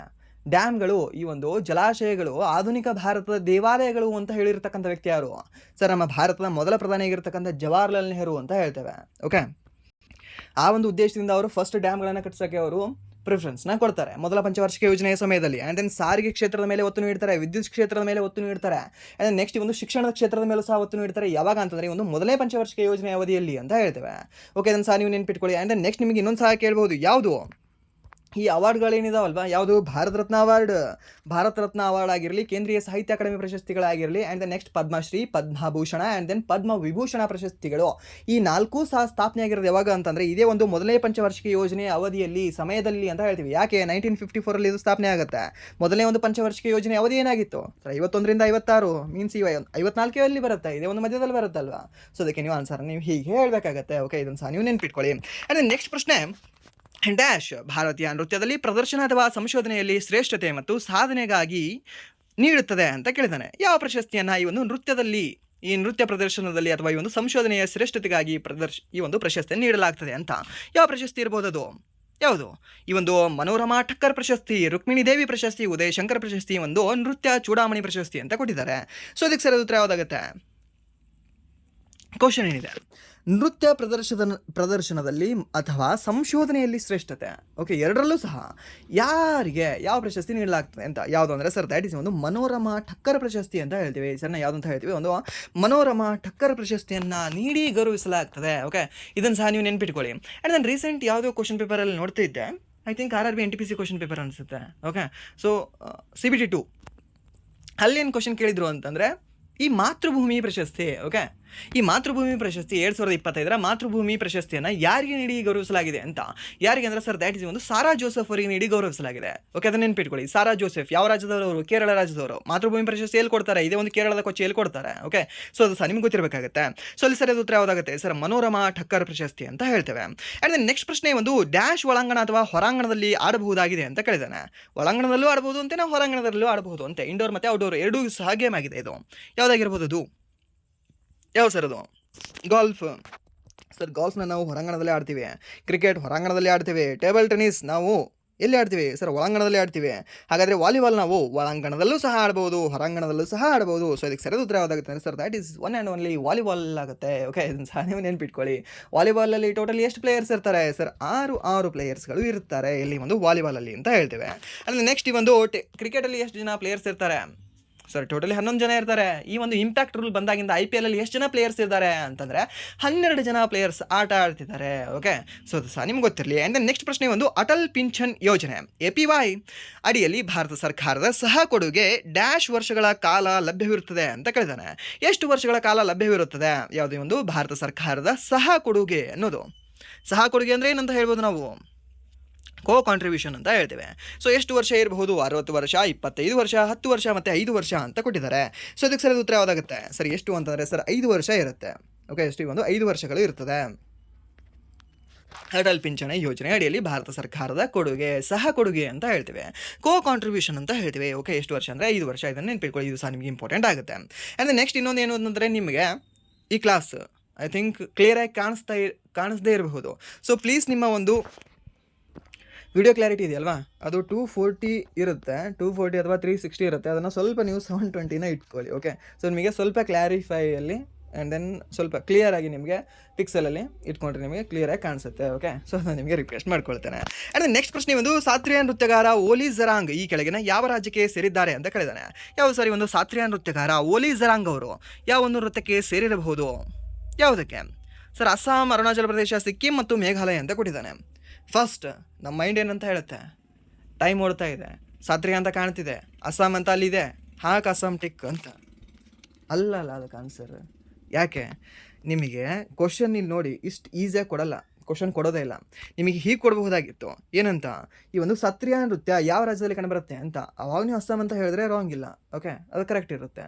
ಬಟ್ ನಿಮಗೆ ಮೆನ್ಷನ್ ಏನಾದರೂ ಈ ರೀತಿ ಕೆಡ್ಡ ಬೀಳಿಸೋ ಥರ ನಿಮ್ಗೆ ಏನಾದರೂ ಕ್ವಶನ್ ಕೊಟ್ಟಿದ್ದ ಅಂತಂದರೆ, ಕ್ವಶನ್ ನೋಡಿದ್ರೆ ನಿಮ್ಗೆ ಆನ್ಸರ್ ಅಲ್ಲೇ ಕ್ವಶನಲ್ಲೇ ಆನ್ಸರ್ ಎಲ್ಲಿದೆ ಅಂತ ನಿಮ್ಗೆ ಅನಿಸಿದರೆ, ಆ ಕ್ವಶನ್ ಆಪ್ಷನ್ ಎ ಇರೋಕ್ಕೆ ಸಾಧ್ಯ ಇರೋದಿಲ್ಲ ಮ್ಯಾಕ್ಸಿಮಮ್ ಟೈಮಲ್ಲಿ. ಓಕೆ, ಸೊ ಇದಕ್ಕೆ ಆನ್ಸರ್ ಯಾವುದಾಗಿರ್ಬೋದು ಸರ್? ಹಾಗಾದರೆ ಯಾವುದಂದರೆ ಅರುಣಾಚಲ ಪ್ರದೇಶ ಅಂತ ಹೇಳ್ತೇವೆ ಸರ್. ಯಾವುದಂತ ಹೇಳ್ತೀವಿ, ಒಂದು ಅರುಣಾಚಲ ಪ್ರದೇಶಕ್ಕೆ ಸಂಬಂಧಪಟ್ಟಿದ್ದಾರೆ. ಯಾರು? ಈ ಒಂದು ಓಲಿ ಜರಾಂಗ್ ಅವರು. ಯಾವ ಒಂದು ನೃತ್ಯಕ್ಕೆ ಅವರು ಸಂಬಂಧಪಟ್ಟಿದ್ದಾರೆ ಸರ್? ಶಾಸ್ತ್ರೀಯ ನೃತ್ಯಕ್ಕೆ. ಶಾಸ್ತ್ರೀಯ ನೃತ್ಯ ಯಾವ ರಾಜ್ಯದಲ್ಲಿ ಕಂಡುಬರುತ್ತೆ? ಅಸ್ಸಾಮಲ್ಲಿ ಕಂಡುಬರುತ್ತೆ. ಶಾಸ್ತ್ರೀಯ ನೃತ್ಯದ ಒಂದು ಸೃಷ್ಟಿ ಮಾಡಿರ್ತಕ್ಕಂಥ ವ್ಯಕ್ತಿ ಯಾರು ಅಂತ? ಶಂಕರ್ ದೇವ ಅವರು ಅಂತ ಹೇಳ್ತೀವಿ ಸರ್. ಯಾರು? ಈ ಒಂದು ಶಂಕರ್ ದೇವ ಅವರು. ಸೊ ಅವರು ಇದನ್ನು ಸೃಷ್ಟಿ ಮಾಡ್ತಾರೆ. ಇದು ಒಂದು ವೈಷ್ಣವ ಮಠದಲ್ಲಿ ಹುಟ್ಕೊಂಡಿರ್ತಕ್ಕಂಥ ಒಂದು ನೃತ್ಯವಾಗಿದೆ ಅಂತ ಸಹ ನಾವು ಹೇಳ್ಬೋದು. 15 ಮತ್ತು 16 ಶತಮಾನದಲ್ಲಿ ಇದು ಆರಂಭ ಆಗುತ್ತೆ. ಆ್ಯಂಡ್ ದೆನ್ ಇದು ರೀಸೆಂಟಾಗಿ ಈ ಒಂದು ಶಾಸ್ತ್ರೀಯ ನೃತ್ಯಗಳಲ್ಲಿ ರೀಸೆಂಟಾಗಿ ಸೇರ್ಪಡೆ ಆಗಿರ್ತಕ್ಕಂಥ ಒಂದು ಶಾಸ್ತ್ರೀಯ ನೃತ್ಯ ಯಾವುದು ಅಂತ ಕೇಳ್ಬೋದು. ಅದು ಅವಾಗ ನೀವು ಹೇಳಬೇಕಾಗಿರೋದು ಈ ಒಂದು ಶಾಸ್ತ್ರೀಯ ಅಂತ. ಯಾವಾಗ ಇದನ್ನು ಸೇರ್ಪಡೆ ಮಾಡ್ಕೊಳ್ತಾರೆ? 2000 ಇಸ್ವಿಯಲ್ಲಿ ಇದನ್ನು ಸೇರ್ಪಡೆ ಮಾಡ್ಕೊಳ್ತಾರೆ ಈ ಒಂದು ಸಂಗೀತ ನಾಟಕ ಅಕಾಡೆಮಿಯವರು. ಓಕೆ, ಇದನ್ನು ಸಹ ನೀವು ನೆನ್ಪಿಟ್ಕೊಳ್ಳಿ. ಹಾಗಾದರೆ ಇಲ್ಲಿ ಓಲಿ ಜರಾಂಗ್ ಯಾವ ರಾಜ್ಯದವರು sir? Arunachal Pradesh. Simple question and then simple answer. Okay, and then next ಪ್ರಶ್ನೆ ಒಂದು, ಗಣಿ ಸಚಿವಾಲಯದ ದಾಖಲೆಗಳ ಪ್ರಕಾರ ಭಾರತದಲ್ಲಿ ಯಾವ ರಾಜ್ಯದಲ್ಲಿ ಅತಿ ಹೆಚ್ಚು ಪ್ರಾಥಮಿಕ ಚಿನ್ನದ ಅದಿರು ಸಂಪನ್ಮೂಲಗಳಿವೆ ಅಂತ ಕೇಳಿದ್ದಾನೆ. ಓಕೆ, ಯಾವುದು ಹೇಳ್ಬೋದಾ? ಯಾವುದು ಆಗುತ್ತೆ ಸರ್ ಇದಕ್ಕೆ? ವೆಸ್ಟ್ ಬೆಂಗಾಲ್, ಬಿಹಾರ, ರಾಜಸ್ಥಾನ ಮತ್ತು ಕರ್ನಾಟಕದವರಿದ್ದೀವಿ. ಓಕೆ, ಸೊ ಇಲ್ಲಿ ಒಂದು ರೀತಿ ನಮ್ಗೆ ಹೇಗೆ ಅಂತಂದರೆ ದ ಪ್ರೈಡ್ ಮೂಮೆಂಟ್ ಬರುತ್ತೆ ಈ ಕ್ವಶನ್ ನಮ್ಗೆ ಏನಾದರೂ ಎಕ್ಸಾಮಲ್ಲಿ ಬಂದಾಗ. ಸೊ ಅದಕ್ಕೆ ನಾವು ಆನ್ಸರ್ ಏನಂತ ಹಾಕ್ತೀವಿ ಸರ್? ಕರ್ನಾಟಕ ಅಂತ ಹಾಕ್ತೀವಿ. ಬಟ್ ಏನು ಕೇಳಿದ್ದಾನೆ ಕ್ವಶನ್ನ ಸ್ವಲ್ಪ ಇಲ್ಲಿ ಮತ್ತೆ ಕ್ಲಾರಿಟಿ ನೋಡ್ಕೊಳ್ಬೇಕಾಗುತ್ತೆ. ಗಣಿ ಸಚಿವಾಲಯದ ದಾಖಲೆಗಳ ಪ್ರಕಾರ ಭಾರತದಲ್ಲಿ ಯಾವ ರಾಜ್ಯದಲ್ಲಿ ಅತಿ ಹೆಚ್ಚು ಪ್ರಾಥಮಿಕ ಚಿನ್ನದ ಅದಿರು ಸಂಪನ್ಮೂಲಗಳಿವೆ ಅಂತ ಕೇಳಿದ್ದಾನೆ. ಪ್ರಸ್ತುತ ಇವಾಗ ಯಾವ ರಾಜ್ಯದಿಂದ ನಾವು ಅತಿ ಹೆಚ್ಚು ಎಕ್ಸ್ಟ್ರಾಕ್ಟ್ ಮಾಡ್ತಿದ್ದೀವಿ ಅಂತ ಕ್ವಶನ್ ಕೇಳಿಲ್ಲ. ಓಕೆ, ಯಾವ ಒಂದು ರಾಜ್ಯದಿಂದ ನಾವು ಅತಿ ಹೆಚ್ಚಾಗಿ ಚಿನ್ನವನ್ನು ನಾವು ತೆಗಿತಿದ್ದೀವಿ ಅಂತ ಕೇಳಿಲ್ಲ. ಬದಲಾಗಿ ಇಲ್ಲಿ ಪ್ರಾಥಮಿಕವಾಗಿ ಯಾವ ಒಂದು ರಾಜ್ಯದಲ್ಲಿ ಇದ್ದಾವೆ ಅಂತ ಕೇಳಿದ್ದಾನೆ. ಸೊ ಅದಕ್ಕೆ ಆನ್ಸರ್ ಯಾವುದಾಗುತ್ತೆ ಸರ್? ಯಾವುದು ಅಂತಂದರೆ ಒನ್ ಆ್ಯಂಡ್ ಓನ್ಲಿ ಬಿಹಾರ್ ಅಂತ ಹೇಳ್ತೇವೆ ಸರ್. ಯಾವುದರಲ್ಲಿ? ಒಂದು ಬಿಹಾರದಲ್ಲಿ ಅತಿ ಹೆಚ್ಚು ಚಿನ್ನದ ನಿಕ್ಷೇಪಗಳು ಕಂಡುಬರ್ತವೆ ಅಂತ ಹೇಳಿದ್ದಾರೆ ಸರ್. ಯಾರು? ಈ ಒಂದು ನಾನಲ್ಲ, ಗಣಿ ಸಚಿವಾಲಯದವರು ಹೇಳಿದ್ದಾರೆ. ಓಕೆ, ಇದನ್ನು ಸಹ ನೀವು ನೆನ್ಪಿಟ್ಕೊಳ್ಳಿ. ಆ್ಯಂಡ್ ದೆನ್ ರೀಸೆಂಟಾಗಿ ನಿಮಗೆ ಲಿಥಿಯಂ ಕಂಡುಬರುತ್ತೆ. ಎಲ್ಲಿ? ಜಮ್ಮು ಕಾಶ್ಮೀರದಲ್ಲಿ ಅತಿ ಹೆಚ್ಚು ಲಿಥಿಯಂ ಇದೆ ಅಂತ ಹೇಳಿದರು ಯಾರು? ಗಣಿ ಸಚಿವಾಲಯದವರು. ಆ್ಯಂಡ್ ದೆನ್ ನೆಕ್ಸ್ಟ್ ಇಲ್ಲೇ ನಮ್ಮ ಎಲ್ಲಿ ಮಂಡ್ಯದಲ್ಲಿ ಒಂದು ಗ್ರಾಮದಲ್ಲಿ ಅಲ್ಲಿ ಲಿಥಿಯಂ ನಿಕ್ಷೇಪ ಪತ್ತೆ ಆಗಿದೆ ಅಂತ ಹೇಳಿದ್ದಾರೆ. ಲಿಥಿಯಂ ಎಲ್ಲಿ ಬಳಸ್ತೀವಿ ನಾವು? ನಿಮ್ಮ ಮೊಬೈಲ್ ಇದೆಯಲ್ವಾ, ಇವಾಗ ಕ್ಲಾಸ್ ಕೇಳ್ತೀರಲ್ವಾ, ಈ ಒಂದು ಮೊಬೈಲಲ್ಲಿ ಒಂದು ಬ್ಯಾಟ್ರಿ ಇದೆಯಲ್ವಾ, ಆ ಬ್ಯಾಟ್ರಿ ಈಸ್ ಮೇಡ್ ಫ್ರಾಮ್ ಈ ಒಂದು ಲಿಥಿಯಂ ಅಂತ ಹೇಳ್ತೇವೆ. ಯಾಕೆ ಲಿಥಿಯಂನ ನಾವು ಬಳಸ್ತೇವೆ ಸರ್? ಕಬ್ಬಿಣ ಯಾಕೆ ಬಳಸಲ್ಲ ಅಂತ ಕೇಳಿದ್ರೆ, ಲಿಥಿಯಂ ಅದು ಒಂದು ಲೈಟೆಸ್ಟ್ ಮೆಟಲ್. ಅದು ಯಾವುದು ಲೈಟೆಸ್ಟ್ ಮೆಟಲ್ ಅಂತ ನಿಮಗೆ ಕೇಳ್ಬೋದು ಸರ್? ಲಿಥಿಯಂ. ಯಾವುದು ಲೈಟೆಸ್ಟ್ ಎಲಿಮೆಂಟ್ ಅಂತ ಕೇಳ್ಬೋದು? That is hydrogen. ಅದನ್ನು ಸಹ ನೀವು ನೆನ್ಪಿಟ್ಕೊಳ್ಳಿ. ಆ್ಯಂಡ್ ದೆನ್ ನೆಕ್ಸ್ಟ್ ಪ್ರಶ್ನೆ, ಆಗ ಕೃಷಿ ಸಚಿವರಾಗಿದ್ದ ಅವರು ಹಸಿರು ಕ್ರಾಂತಿಯ ಅಡಿಯಲ್ಲಿ ಭಾರತಕ್ಕೆ ಹೊಸ ಕೃಷಿ ತಂತ್ರಜ್ಞಾನ ತರುವಲ್ಲಿ ಪ್ರಮುಖ ಪಾತ್ರವನ್ನು ವಹಿಸಿದರು ಅಂತ ಕೇಳಿದಾನೆ. ಸೊ ಯಾರು ಸರ್ ಇವರು ಅಂತ? ಯಾರಿವರು? ಸೊ ನಿಮಗೆ ಆಲ್ವೇಸ್ ಲಾಸ್ಟ್ ಇಯರಿಂದ ಇಲ್ಲಿವರೆಗೆ ನಿಮಗೆ ಒಂದೇ ಒಂದು ಫಾರ್ಮುಲಾ ಹೇಳ್ತಿದ್ದೇನೆ. ಏನು ಫಾರ್ಮುಲಾ ಸರ್? 2 ಫಾರ್ಮುಲಾ ಅಂತ. 2 ಹಾಗೆ ನೆನ್ಪಿಟ್ಕೊಳ್ಳಿ. ಯಾವುದು? ಹಸಿರು ಕ್ರಾಂತಿಗೆ ಏನು? 2 ರಾಜ್ಯಗಳು, 2 ವ್ಯಕ್ತಿಗಳು, 2 ಬೆಳೆಗಳು ಅಂತ. 2 ರಾಜ್ಯಗಳು ಯಾವುದು ಸರ್? ಸರ್ ಒಂದು ಪಂಜಾಬ್, ಇನ್ನೊಂದು ಹರಿಯಾಣ. 2 ವ್ಯಕ್ತಿಗಳು ಯಾರು ಸರ್? ಯಾರು ಅಂತಂದರೆ ಸರ್ ಒಂದು ಸುಬ್ರಹ್ಮಣ್ಯನ್, ಇನ್ನೊಂದು ಸ್ವಾಮಿನಾಥನ್. ಹಾಗಾದರೆ 2 ಬೆಳೆಗಳು ಯಾವುದು ಸರ್? ಒಂದು ಗೋಧಿ, ಹಾಗೆ ಇನ್ನೊಂದು ಭತ್ತ ಅಂತ ಹೇಳ್ತೇವೆ. ಸರಿಯಾ? ನೆನಪಿದೆಯಾ? ಸೊ ಇಲ್ಲಿ ಏನು ಕೇಳಿದ್ದಾನೆ ಸರ್? ಇಲ್ಲಿ ಸ್ವಾಮಿನಾಥನ್ ಅವರು ಇದ್ದಾರೆ, ಹಾಗೆ ಈ ಒಂದು ಸುಬ್ರಹ್ಮಣ್ಯನ್ ಅವರು ಸಹ ಇದ್ದಾರೆ. ಬಟ್ ಇಲ್ಲಿ ಏನು ಕೇಳಿದ್ದಾನೆ? ಕೃಷಿ ಸಚಿವರು ಅಂತ ಕೇಳಿದ್ದಾನೆ. ಸೊ ಈ ಒಂದು ಸ್ವಾಮಿನಾಥನ್ ಅವರು ಕೃಷಿ ಸಚಿವರಾಗಿದ್ರಾ? ನೋ. ಸೊ ಸ್ವಾಮಿನಾಥನ್ ಅವರು ತೆಗೆದುಬಿಡಿ. ಸೊ ಉಳಿದವ್ರು ಯಾರು ಸರ್? ಸುಬ್ರಹ್ಮಣ್ಯ. ಸೊ ಇದಕ್ಕೆ ಆನ್ಸರ್ ಯಾವುದಾಗುತ್ತೆ ಸರ್? ಸುಬ್ರಹ್ಮಣ್ಯ ಆಗುತ್ತೆ. ಪ್ರಶ್ನೆ ನಿಮಗೆ ಇನ್ನೊಂದು ರೀತಿ ಸಹ ಕೇಳ್ಬೋದು. ಏನಂತ ಕೇಳ್ಬೋದು? ನಮ್ಮ ಭಾರತದ ರಾಜಕೀಯ ಹಸಿರು ಕ್ರಾಂತಿಯ ಪಿತಾಮಹ ಯಾರು ಅಂತ ಕೇಳ್ಬೋದು. ಆಪ್ಷನ್ ಏನಾದರೂ ಸ್ವಾಮಿನಾಥನ್ ಇತ್ತು ಆಪ್ಷನ್ ಎ ಅಂತಂದರೆ ಇದನ್ನು ಹಾಕಬೇಡಿ. ಏನಂತ ಮೆನ್ಷನ್ ಮಾಡಿದೆ ನಾನು, ರಾಜಕೀಯ ಹಸಿರು ಕ್ರಾಂತಿ ಪಿತಾಮಹ ಅಂತ ಹೇಳಿದ್ದೇನೆ. ಮೀನ್ಸ್ ಈ ಒಂದು ಹಸಿರು ಕ್ರಾಂತಿಗೆ ಅವರು ಬೆಂಬಲ ನೀಡಿದ್ದಾರೆ, ಬಟ್ ಅವರು ರಾಜಕೀಯಕ್ಕೆ ಸಂಬಂಧಪಟ್ಟಿದ್ದಾರೆ. ಆ ವ್ಯಕ್ತಿ ಯಾರು, ಸಿ ಸುಬ್ರಹ್ಮಣ್ಯ ಅಂತ ಹೇಳ್ತೀವಿ. ಹಾಗೆ ಈ ಒಂದು ಸೈಂಟಿಸ್ಟ್ ಆಗಿ ಅದಕ್ಕೆ ಪ್ರೇರೇಪಣೆ ಕೊಟ್ಟವರು ಏನಿದೆ ಅದನ್ನು ತಂದಿರ್ತಕ್ಕಂಥ ವ್ಯಕ್ತಿ ಯಾರು ಅಂದರೆ ಸರ್ ದ್ಯಾಟ್ ಇಸ್ ಒಂದು MS ಸ್ವಾಮಿನಾಥನ್ ಅವರು. ಟೋಟಲಿ ನಿಮಗೆ ಇಲ್ಲಿ ಪಿತಾಮಹ ಅಂದಾಗ 3 ಕ್ವಶನ್ಗಳು ರೈಸ್ ಆಗ್ತವೆ.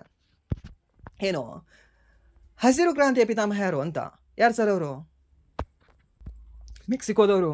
ಓಕೆ, ಗೊತ್ತಿದೆ ಅಲ್ವಾ? ಅದನ್ನು ಹಾಗಾದರೆ ಎರಡನೇ ಕ್ವಶನ್, ಇದನ್ನು ಕ್ವಶನ್ ಬಿಟ್ಟು ಹಾಕ್ಬಿಡಿ ಇದನ್ನು. ಓಕೆ, ನನಗೆ ಕೇಳಲ್ಲ ನಿಮಗೆ, ಬಟ್ ಇಲ್ಲಿ ಕನ್ಫ್ಯೂಷನ್ ಮಾಡೋಕ್ಕೆ ನಿಮಗೆ ಕೇಳ್ತಾನೆ, ಭಾರತ ಹಸಿರು ಕ್ರಾಂತಿ ಪಿತಾಮಹ ಯಾರು ಅಂತ. ಸರ್ ಈ ಒಂದು MS ಸ್ವಾಮಿನಾಥನ್ ಅವರು. ಹಾಗೆ ರಾಜಕೀಯ ಹಸಿರು ಕ್ರಾಂತಿಯ ಪಿತಾಮಹ ಯಾರು ನಮ್ಮ ಭಾರತದಲ್ಲಿ ಅಂತ ಕೇಳಿದ್ರೆ ಸರ್ ದ್ಯಾಟ್ ಇಸ್ ಒಂದು ಸಿ ಸುಬ್ರಹ್ಮಣ್ಯನ್ ಅವರು. ಕನ್ಫ್ಯೂಷನ್ ಆಗಬೇಡಿ. ಹಾಗಾದರೆ ಈ ಒಂದು ಹಸಿರು ಕ್ರಾಂತಿ ಯಾವ ಒಂದು ಸಮಯದಲ್ಲಿ, ಯಾವ ಒಂದು ದಶಕದಲ್ಲಿ ಬಂತು ಅಂತ ಕೇಳ್ತಾನೆ ನಿಮಗೆ. ಅವಾಗಲೂ ಹೇಳಬೇಕಾದ್ರೆ ಸರ್ ಈ ಒಂದು 1960ರ ಉತ್ತರಾರ್ಧ ದಶಕದಲ್ಲಿ ಇದು ಕಂಡು ಬಂದಿತ್ತು ಅಂತ. ಮೀನ್ಸ್ 1966ರಿಂದ 69ರವರೆಗೆ ಏನು ಈ ಒಂದು ಮೊದಲ ರಜಾವಧಿ ಘೋಷಣೆ ಆಗುತ್ತಲ್ವ, ಆ ಸಮಯದಲ್ಲಿ ಒಂದು ನಮ್ಮ ಭಾರತದಲ್ಲಿ ಹಸಿರು ಕ್ರಾಂತಿ ಬರುತ್ತೆ. ಯಾಕಂದರೆ ಇದರಲ್ಲಿ ಬಳಕೆಯಾಗಿರ್ತಕ್ಕಂತಹ ಬೀಜಗಳು ಯಾವುದು ಅಂತ ಕೇಳ್ತಾನೆ ನಿಮಗೆ. ಅವಾಗೇನಂತ ಹೇಳ್ತೀರಾ, HYVS ಅಂತ.